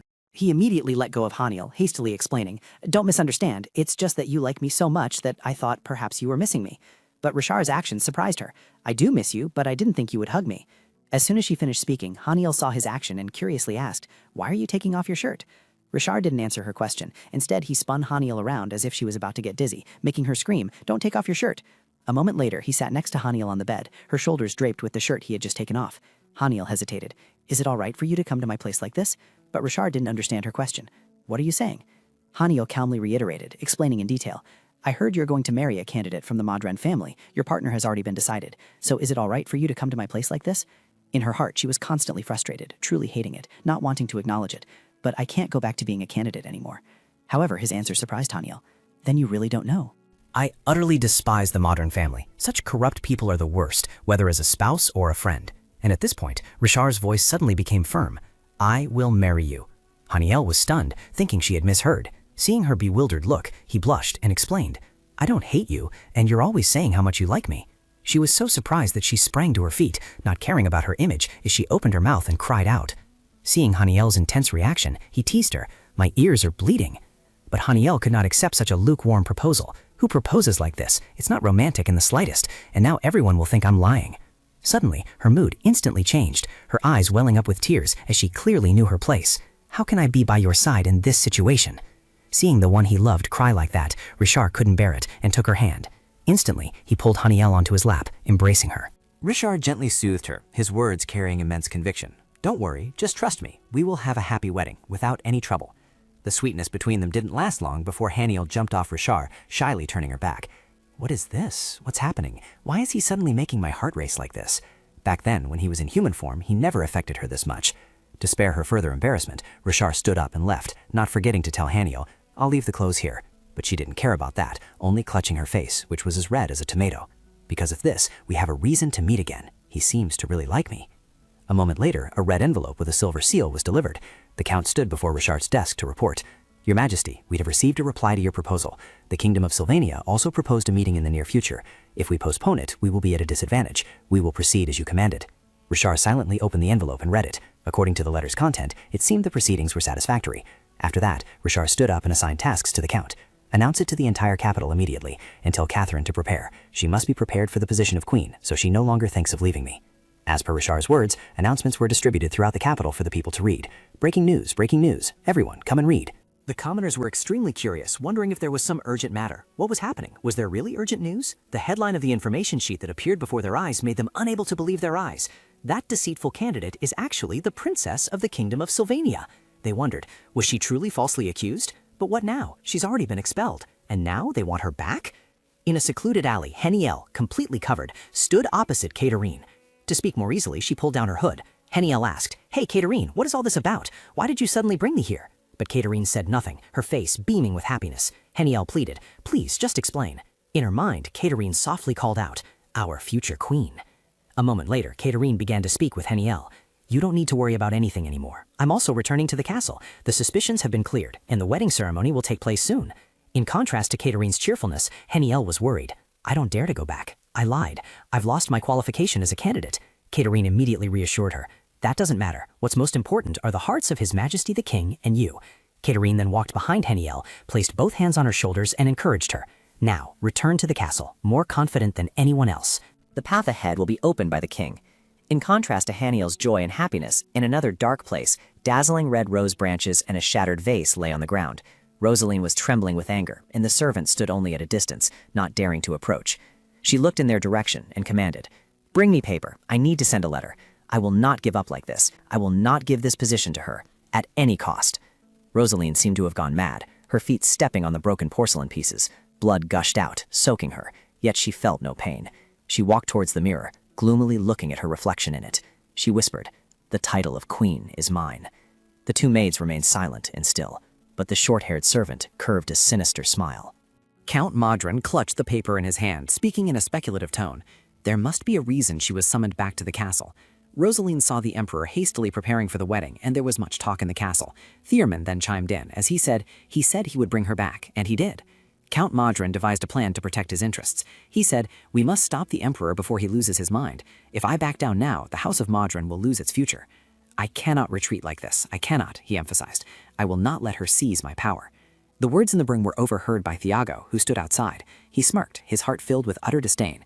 Foolish humans. They believe whatever I say. Fine, they are easy to exploit. While they are being led by the nose by me to create chaos, I will rule humanity and seize this world. At this very moment, in Haniel's room, continuous noisy sounds echoed. It turned out she was struggling to try on clothes. Haniel wore a splendid dress, but felt something was off. This dress is a bit different from the ones I've worn before, much easier to move in. Catherine opened the door and stepped in, asking about her situation. Miss Haniel, how do you find the dress? Haniel reluctantly replied, although it's a bit inconvenient to not disappoint her expectations, it's all good. In her heart, she couldn't help but feel quite lucky. If I had been a little later, they would have seen me kicking the dress around. Katarine immediately replied to Haniel with a hint of regret. She had just put it on, and it felt like a real shame to take it off now. We have guests arriving, so I think it's best we change into more elegant dresses. Hearing that, she felt as if her whole world had collapsed, her heart screaming, change clothes again? How annoying. Katarine continued, actually, the king is here. Just those few words made her happy. After changing, she immediately ran to the king. Your Majesty, you've waited long enough. I was just changing. But he didn't seem very enthusiastic when he heard Haniel's words. Why did you change? I wanted to see you in the wedding dress. I even ordered it to be made especially beautiful. The mention of the wedding dress made her blush again. Haniel shyly replied, Katarine said we should save it for the wedding day. Hearing that, Richard immediately had his own thoughts. Could it be that she thought I would lose control upon seeing Haniel in a wedding dress? Just how beautiful would it be? When he didn't answer for a long time, she asked in a low voice, What's wrong? Are you looking forward to it that much? Although Richard was looking forward to it, he still had too many things to worry about. Marrying Haniel was not easy at all. There were still troublesome noble affairs, and the public uproar after Haniel fled the ball. He smiled and replied to her, I said I'm very much looking forward to it. As he said this, he suddenly felt a stroke of luck. Richard pouted, walked over, and leaned against him. So, will you show it to me? Richard recalled his conversation with the Count in the study. Your Majesty, we have received a reply to your proposal. The Kingdom of Salvania has also suggested a meeting in the near future. If we postpone it, we will be at a disadvantage. Shall we proceed as you instructed? According to their letter, it seems we should proceed. If the Empire deploys troops to assist in demon extermination, the kingdom will bestow the title of princess upon Haniel. Many Svanyan kingdoms have accepted my offer. Public opinion will quickly side with Haniel. Back to reality, Haniel shyly pushed him away. No, absolutely not. What's this? I thought you'd turn your face away and refuse as usual, but now you're seducing me instead? Richard feigned regret, covering his face with his hands. What a pity. I'll have to wait until the wedding day. Then he suddenly leaned in and kissed Haniel's cheek. That unexpected action stunned her, and she stammered, Your Majesty? Richard affectionately stroked her head. You'll soon be my wife, so get used to it. Then he turned and walked ahead, suggesting as he went, There's still a little time before the meeting. Let's sit and talk about our home. Suddenly, Haniel ran up from behind and grabbed his hand. This rare action from her surprised Richard. Haniel? She held his hand and hesitantly said, The rest of me? Shouldn't you get used to all of it too? We've already kissed, and now we're getting married. Trying this is fine too, right? Hearing those sweet words made Richard blush. He reached out to her, then pulled Haniel into his embrace, placing a sweet kiss on her lips. Richard teased Haniel. Do you want to kiss that much? You truly love me. She immediately said, flustered. It's not like that. He knew she was pretending, so he chuckled softly. Let's just say it is. A moment later, Richard returned to his study, sitting on his chair in thought. What remains are the nobles. I must eradicate them once and for all, but their faction currently consists of nobles. The best way is, he called out, Are you there? From seemingly nowhere, Richard's subordinate appeared. Kneeling, he awaited Richard's command. Awaiting your orders, Your Majesty. Richard articulated the plan he had devised. Gather all the nobles in one place during the Emperor's wedding ceremony. I will reveal my true form at the wedding. Therefore, We must gather our forces to welcome the new king. The subordinate chuckled gleefully upon hearing this. Of course, I will bring all the demons under my command. We also need to inform Chaden and Bion to guard against a demon rebellion. Finally, our king stands in his rightful place. Finally, he couldn't help but blame himself. I feel guilty towards Haniel. She only thinks I'm rushing into marriage, but I've always waited for the day we'd be together. Richard rested his chin on his hand, assigning him the task. I cannot delay any longer. We don't have time to sit idle. Go quickly. Meanwhile, Thiago sneered, proposing an idea for the plan. Gather a large number of soldiers to expose the trouble. If anything goes wrong, we'll just blame them entirely. But of course, nothing will go wrong from the start. The subordinate beside him praised incessantly. Lord Ankymos's plan is always perfect. He seemed to have predicted the success rate of the plan he proposed. Certainly, this time we will dominate humanity, personally building a new empire without a demon king. At that wedding, we will wipe them out. soon enough, the Emperor's wedding arrived, and the royal palace was decorated with immense splendor. A demon thought to himself, So many people, you humans can laugh to your heart's content. Before this wedding ends, our nobles will have taken control of this place. But he suddenly stopped short, wondering, Why is Ankymos here? On the opposite side, Ankymos also wondered in surprise, Why is Wales here? Though the two hated each other, they still looked away as if oblivious, thinking to themselves, Well, the plan is proceeding nicely. The announcement rang out, the king is entering. Wales thought to himself with satisfaction, All right, I don't care what you plan to do. As long as the king of hell is on my side, victory is mine. Thinking this, he involuntarily chuckled. Looking down from above, Richard mused to himself that everything was perfectly prepared. He suddenly felt a pang of sadness, thinking of Hanyo. She's really looking forward to this wedding. Once everything is over, we can have a grand ceremony. He had instructed them to make Haniel a dress that was easy to move in case of an encounter. If she steps forward when the demons appear, public opinion will turn, and Haniel will be the new son of the empire. The announcement rang out, the queen is entering. Haniel gracefully entered in a pristine white gown. Seeing her, his heart skipped a beat. Haniel was truly beautiful today, radiant in her splendid wedding dress. Rashar froze for a moment, captivated by her beauty. Noticing the awkward situation, an attendant quietly prompted, "Your Majesty, what are you doing? I'll take her hand." He hesitated, thinking, "I probably won't get to admire this sight again." Rashar proactively extended his hand. He gently confessed, "I've always thought you were very beautiful, but today you are especially magnificent." Rashar teased, "A beauty that would make angels envious." Haniel chuckled with delight upon hearing this. "I'm also glad to be getting married soon, but are we really doing this before dealing with the demon situation?" She praised, "Your Majesty, you also look more handsome than usual today." Rashar calmly replied, "Thank you." He suddenly became serious. "I apologize for having to spoil the mood, but this is something that must be done. I hope you will understand, Haniel." Just then, Wales realized, the signal has arrived. They quickly revealed their true forms, shaking the nobility, for they were devils. Wales, thrilled, loudly commanded, "Reveal yourselves and attack the humans." The royal knights exchanged nods, while the nobles scattered in a panic. Soon, a large number of devils revealed themselves. A voice rang out, "Everyone, evacuate this way. Get close to the knights." Ankamos froze, witnessing the scene.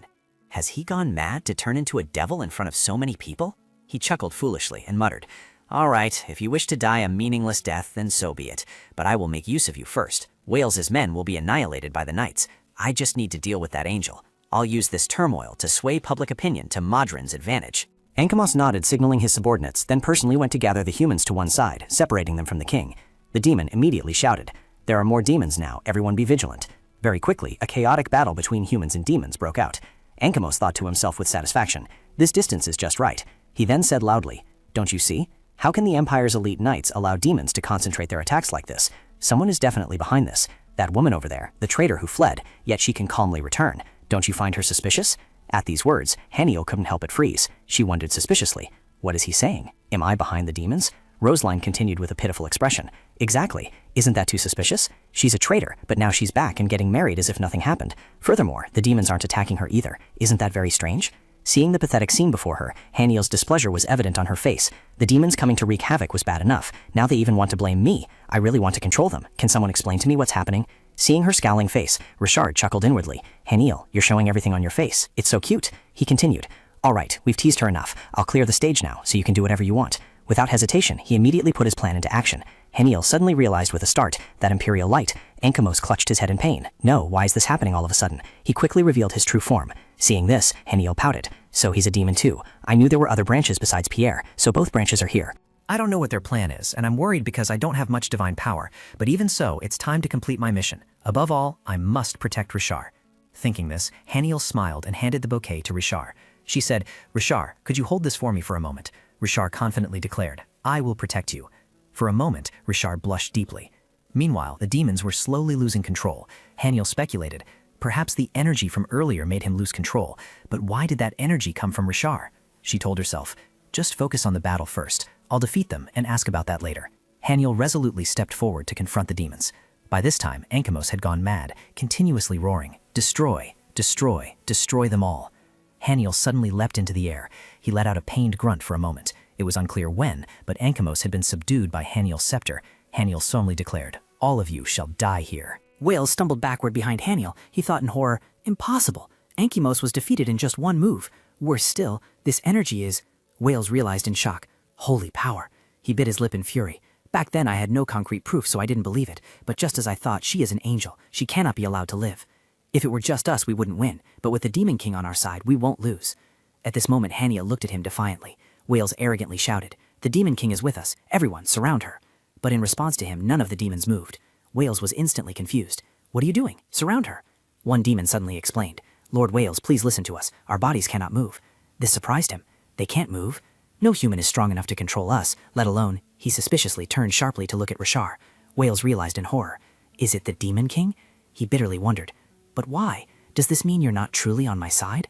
Looking into his eyes, Wales surmised. He's looking at the angel not to figure out how to destroy her, but because he likes her. He orchestrated this entire charade. He lured both Ankamos and me. No, he lured everyone here for a purpose. We've been tricked. Noticing the opponent's strange behavior, Haniel's eyes widened momentarily, wondering what was wrong with him. She was startled to realize, was he going to attack Richard? Haniel desperately slumped to the ground. She trembled, thinking to herself, the move she just used had consumed all her remaining holy power. If she continued, she wouldn't be able to contend with a high-level demon. Meanwhile, Wales roared in fury. "You bastard! How dare you trick me!" Haniel hastily stood up and lunged forward. "No, Richard!" But it was too late. Wales was already dangerously close to Richard. Her face went pale as she cried out, "No!" The fiend continued to lunge forward with a swift swing. Haniel pleaded, her voice choked. "No, please, Goddess Heliana, I don't care if this is my final opportunity. I don't care if I can never wield divine power again. Please allow me to save him." At this very moment, a miracle occurred. Haniel suddenly sprang up. Haniel recklessly charged towards the demon. "Get out!" she yelled loudly. "Be gone!" The demon froze in place. A brilliant golden light immediately appeared. Richard quickly covered his eyes. In an instant, the demon disintegrated into dust. Richard, overjoyed, thought to himself, "Excellent, she's the one who defeated the demons. No one will suspect her anymore." Richard proudly called out, "Haniel!" Haniel suddenly collapsed. Richard's face instantly changed. "Haniel!" For some unknown reason, Haniel's eyes became lifeless. She simply collapsed before Richard's eyes. With a pang in his heart, Richard called out, "Haniel!" At the same time, Haniel was transported to another dimension. Here, she dreamily opened her eyes. She vaguely realized amidst these clouds, had she returned to heaven already? Had she failed to save Richard? A sudden voice rang out. "How was your journey?" Haniel was momentarily overwhelmed. It was the goddess Heliana. She emotionally replied, "Goddess Heliana, what should I do?" She gently asked Haniel, "Is something wrong?" Haniel stammered, recounting, "I couldn't save Richard, and I've run out of holy power." Hearing this, Heliana exclaimed in surprise, "Oh my!" She burst into tears, sobbing, "What should I do now? I couldn't protect the one I love, nor my own power. I couldn't protect anything at all." She gently moved closer to her. Heliana gently bent down to comfort her. "Haniel, just feel it. You've protected everything." Haniel denied with a pang in her heart. "Me? Protect everything? I didn't." She suddenly froze at the surge of power, unable to believe it. She was filled with holy power. It was unclear when, but a pair of radiant golden wings had appeared behind her. Heliana smiled with satisfaction. She gently announced, "Haniel, congratulations on becoming a high-ranking angel." Immersed in the clouds, Haniel mused to herself, "I'm just an ordinary angel, with no friends, no family, but now I'm a high-ranking angel? Does that mean I can return to the human world?" Upon a time, Heliana smiled faintly. "There were children I loved very much. One was an angel with beautiful wings. The other two were human sisters. Though their bodies were frail, their hearts were stronger than anyone else's. You know about those I choose, don't you? Those two sisters were the ones I chose. They were meant to be my arms and eyes to repel the demons. But I forgot one thing, human greed and envy. The two sisters fell into danger. And as the elder sister was trying to protect her younger brother, an angel with magnificent wings came to their rescue. Heliana suddenly lowered her voice. I knew they had met before, but I couldn't stop them. Haniel wondered, why not? She looked at her gently, explaining gravely, because that angel's only motivation was his love for that girl, and I couldn't stop it. Heliana carefully summoned an orb, reminiscing. Before she realized it, the angel had made a forbidden pact for the girl, and it was all too late. It was the first time the angel had loved, and he wanted to fulfill all of the girl's wishes. The angel had promised the girl he would do anything to save her increasingly frail younger brother. In that memory, the girl had pleaded, "Can you truly save my brother?" The other party firmly replied, "Of course, on one condition." The girl hesitated slightly. What condition? The angel gently touched her head. He gently suggested, "When your brother recovers, live with me, you and your brother." The girl had no reason to refuse the invitation. She also harbored feelings for the angel who always helped her. Therefore, she smiled brightly and happily. "Yes, let all three of us live together." When the angel saw the girl's pure smile, he resolved to protect that smile for the rest of his life and make her the happiest person in the world. But there was a problem. Angels were not allowed to use holy power in the human realm, and he knew he alone was not enough to fulfill his promise. He didn't want to ask humans for help, because deep down he was very greedy, wanting the girl to belong only to him, so the angel committed the forbidden act. A vial of medicine was delivered. The angel wondered, "Are you sure about this medicine?" The demon affirmed, "Yes, now that I've delivered the medicine, may I borrow your wings?" The angel calmly replied, "Let me check if it works first." A remedy obtained through an exchange with a demon yielded excellent results. All three seemed to be just waiting for happiness, but the demon seized this opportunity. The demon revealed its true colors and threatened. That demonic potion can turn into poison in the blink of an eye. In other words, I've already put poison into that kid's stomach, so lend me your wings quickly. I only need them for a little while. The angel agreed to the demon's condition. After all, the angel could summon wings at will, so he felt it was fine to lend them to the demon for a bit. He would later realize it was a foolish decision, because the angel felt that time spent with the girl was more precious than anything. By the time he realized something was amiss outside, an hour had passed since he had lent his wings to the demon. The moment the door opened, a blazing red flame surged in. In just 1 hour, the demon had burned the entire world to ashes, and the demon's ultimate goal suddenly appeared, saying, "O angel who violated the forbidden, my fallen king needs your soul to rule heaven, so please give us your soul." At these words, he froze. The demon suddenly lunged, and the angel had no time to react. He stood still, exclaiming, "Damn it, I can't use my powers in the human world." From a distance, a pair of hurried feet ran towards them. The brave girl blocked his path. In that moment of life and death, she felt a fleeting fear, closing her eyes tightly. From high above, a sudden radiance shone down, incinerating the demon. He realized in astonishment, no, that was not the light of salvation. She smiled, heartbrokenly, then retreated. In an instant, the girl disintegrated into dust, while the grim angel desperately tried to cling to her. "No, no, don't leave me, please." The angel had regained his wings, but because he had fallen, those wings were scorched by the girl's divine power. Even so, he still wouldn't release her, not wanting to lose his first and last love. Under his sister's influence, her younger brother also awakened, but unstable, transforming into a silver bird. She comforted the distressed angel. The sorrowful angel personally tore off his remaining wing, using it to cover his younger brother, who now had to live alone, as the angel himself also departed the mortal realm.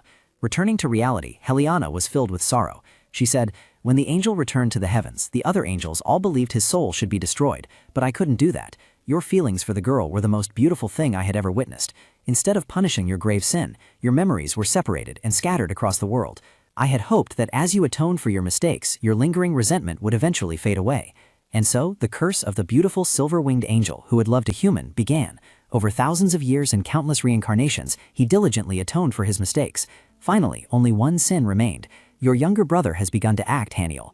Haniel, who had now remembered everything, burst into tears. In that glass orb, Rishar's heartbroken face was clearly reflected.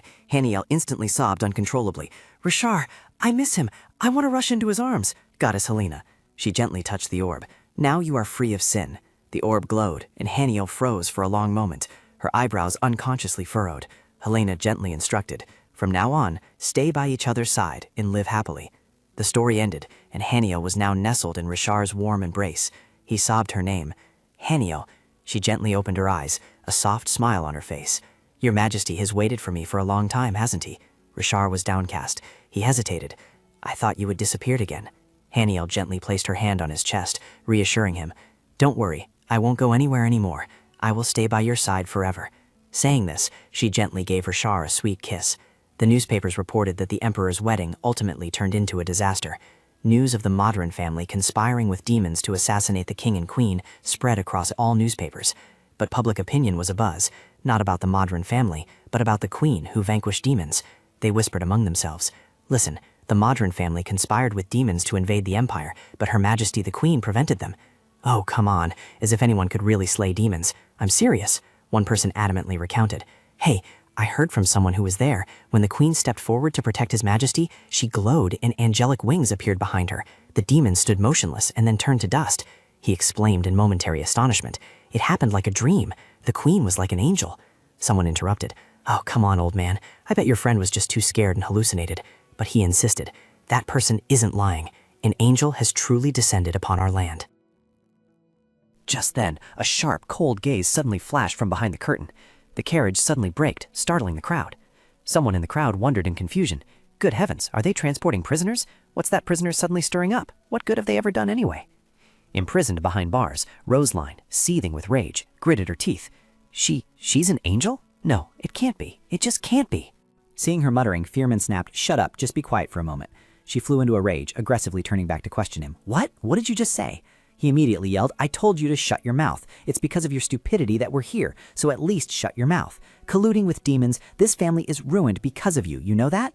Rosaline, furious, lunged forward and grabbed Thierman's collar, accusing him, "You act as if I acted alone. You all agreed too. You all agreed to cooperate with the demons to get rid of that girl, and now you're blaming me?"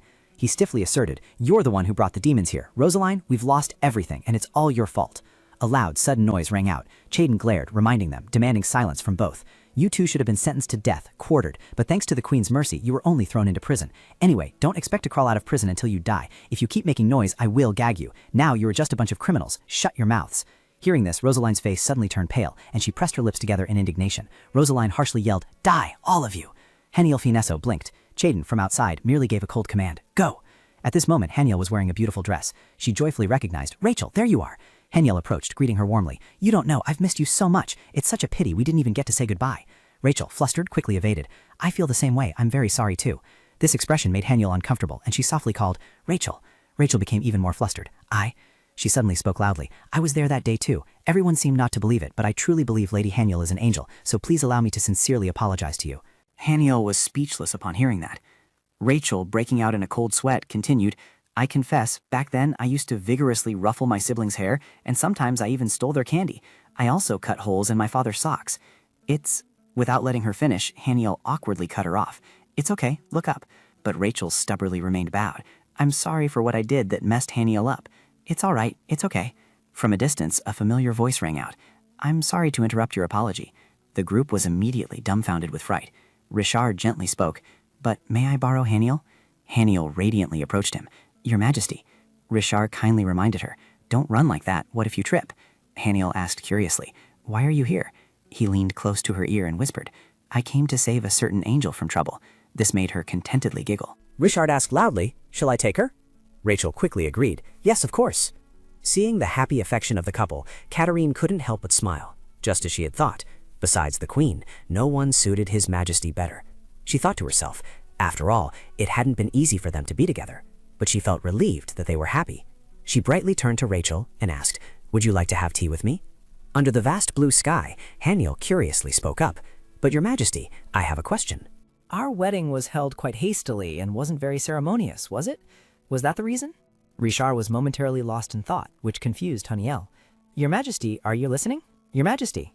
It was only then that he absently turned to look at her, muttering, Haniel, I want you to call me by my name.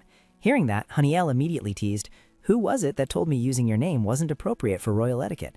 Richard quickly turned back to explain, No, back then She gently lifted his chin, then sealed his lips with a light kiss, making him freeze. She gently suggested, This time, let me propose to you. Please marry me, Richard. Let's have a complete wedding ceremony together. Richard shyly replied, No. Haniel immediately got flustered. Huh? No? She anxiously asked, You're not going to marry me? Richard lightly tapped her head. He shyly expressed, I'm the one who is going to propose, so prepare yourself. And just like that, he had been captivated by Haniel's innocent beauty. She was so adorable. Under the clear blue sky, Richard asked earnestly, Are you sad that I didn't recognize you as Phoenix? Haniel honestly admitted, To say I'm not sad would be a lie. But anyway, I'm a bird transformed into a human. How could you know we were one and the same? I understand. Saying this, she happily leaned on Richard's shoulder. Now, you and I are wonderful together, so it's fine. Thanks to you, I feel happy every day. I'm happy to see my younger brother finally transform back into a human after years of loneliness, and happy that we can enjoy delicious food together. Who would have thought that this very younger brother was the one who intentionally gave the sacred text to the demons to collect the fragments and help him restore his memory? There's so much to talk about that we could go on endlessly. Richard gently held Haniel's hand. He was glad she was happy. He sincerely promised, I will protect you and your brother forever, so your only job is to focus on being happy. Richard silently walked beside Haniel. He confessed that he had spent countless lifetimes atoning for his sins. He had been a slave, a knight, a mercenary, and now an emperor. The world saw you defeat the demon. But if I had known you would fall, I wouldn't have done it. Recalling that moment, my heart sank again. Haniel excitedly interrupted. And thanks to that, I was promoted to a high-ranking angel, and now I can use my powers in the human realm. She was a little annoyed, pressing close to him. Richard, are you listening? Richard started, quickly evading. Yes, I'm listening. This made her wonder, is something wrong? Are you hiding something? He mumbled in response. Well, Haniel frowned. Why aren't you looking at me? Richard said sternly. Do you know where we are? Haniel immediately looked bewildered. Where? She looked around and then stated, This is where the knights train. Haniel looked at Richard, annoyed and chided. Did you think I still didn't know? Seeing him laugh, she suddenly stopped short. Richard unexpectedly knelt down. This is where I first met your human form, Haniel. The memory of that day was still vivid. Richard had reprimanded. How dare you approach the Emperor? She probably didn't know fear, did she? Returning to the present, he felt a touch of regret. When we first met, I couldn't recognize you, so I spoke a bit harshly.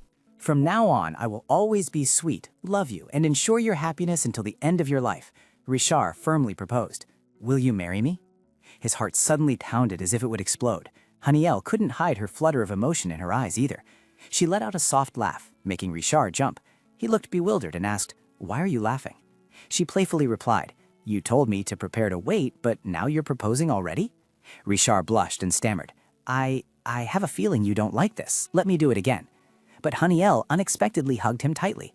"I've had my answer for a long time," she radiantly accepted. "Yes, I will marry you. I truly can't imagine a life without you in it anymore." Haniel didn't forget to tease, "But you're not allowed to mess this up this time, okay?" But that was the beginning of my troubles. The bed continuously shook. Haniel wondered to herself, how do humans reproduce? Back in the heavenly realm, I only focused on slaying demons, so I don't know how humans live. And since Haniel and Phoenix couldn't exist at the same time, I finally had to tell everyone that I was an angel. She suddenly paused, "But the way Rachel and Crusoe are treating me really bothers me. I know there have been rumors, but an official announcement is a different matter." There was still plenty of time, she thought, so she'd just take it slow. With that thought, she unconsciously drifted off to sleep. Back to reality, Haniel's face turned pale as she thought to herself, "I thought that back then, but how is it already this late? Between wedding preparations and etiquette lessons, the day just flew by. Things weren't this chaotic last time. Was it because that was a fake wedding?" To make matters worse, Richard and I had agreed to announce that I am an angel today, but I'm too nervous to spread my wings. Richard unexpectedly draped his arm over Haniel's shoulder. He sincerely asked Han, "What are you worried about? The one who holds the entire empire in his hands is right beside you. You're no longer constrained by anything. You can do whatever you like, and I'll take care of the rest. This is your time to shine." Seeing him whisper, the nobles couldn't help but murmur, "What are they saying? Can anyone hear? Who could hear from this far away?" One person spoke up, reminding, "Hey, don't raise your voice at me. Today's a good day." The other person irritably replied, "It's because you're asking such silly questions. How am I supposed to hear what they're saying?" A sudden flash of light appeared, and Haniel's brilliant golden wings unexpectedly emerged. The crowd once again questioned, "Am I dreaming?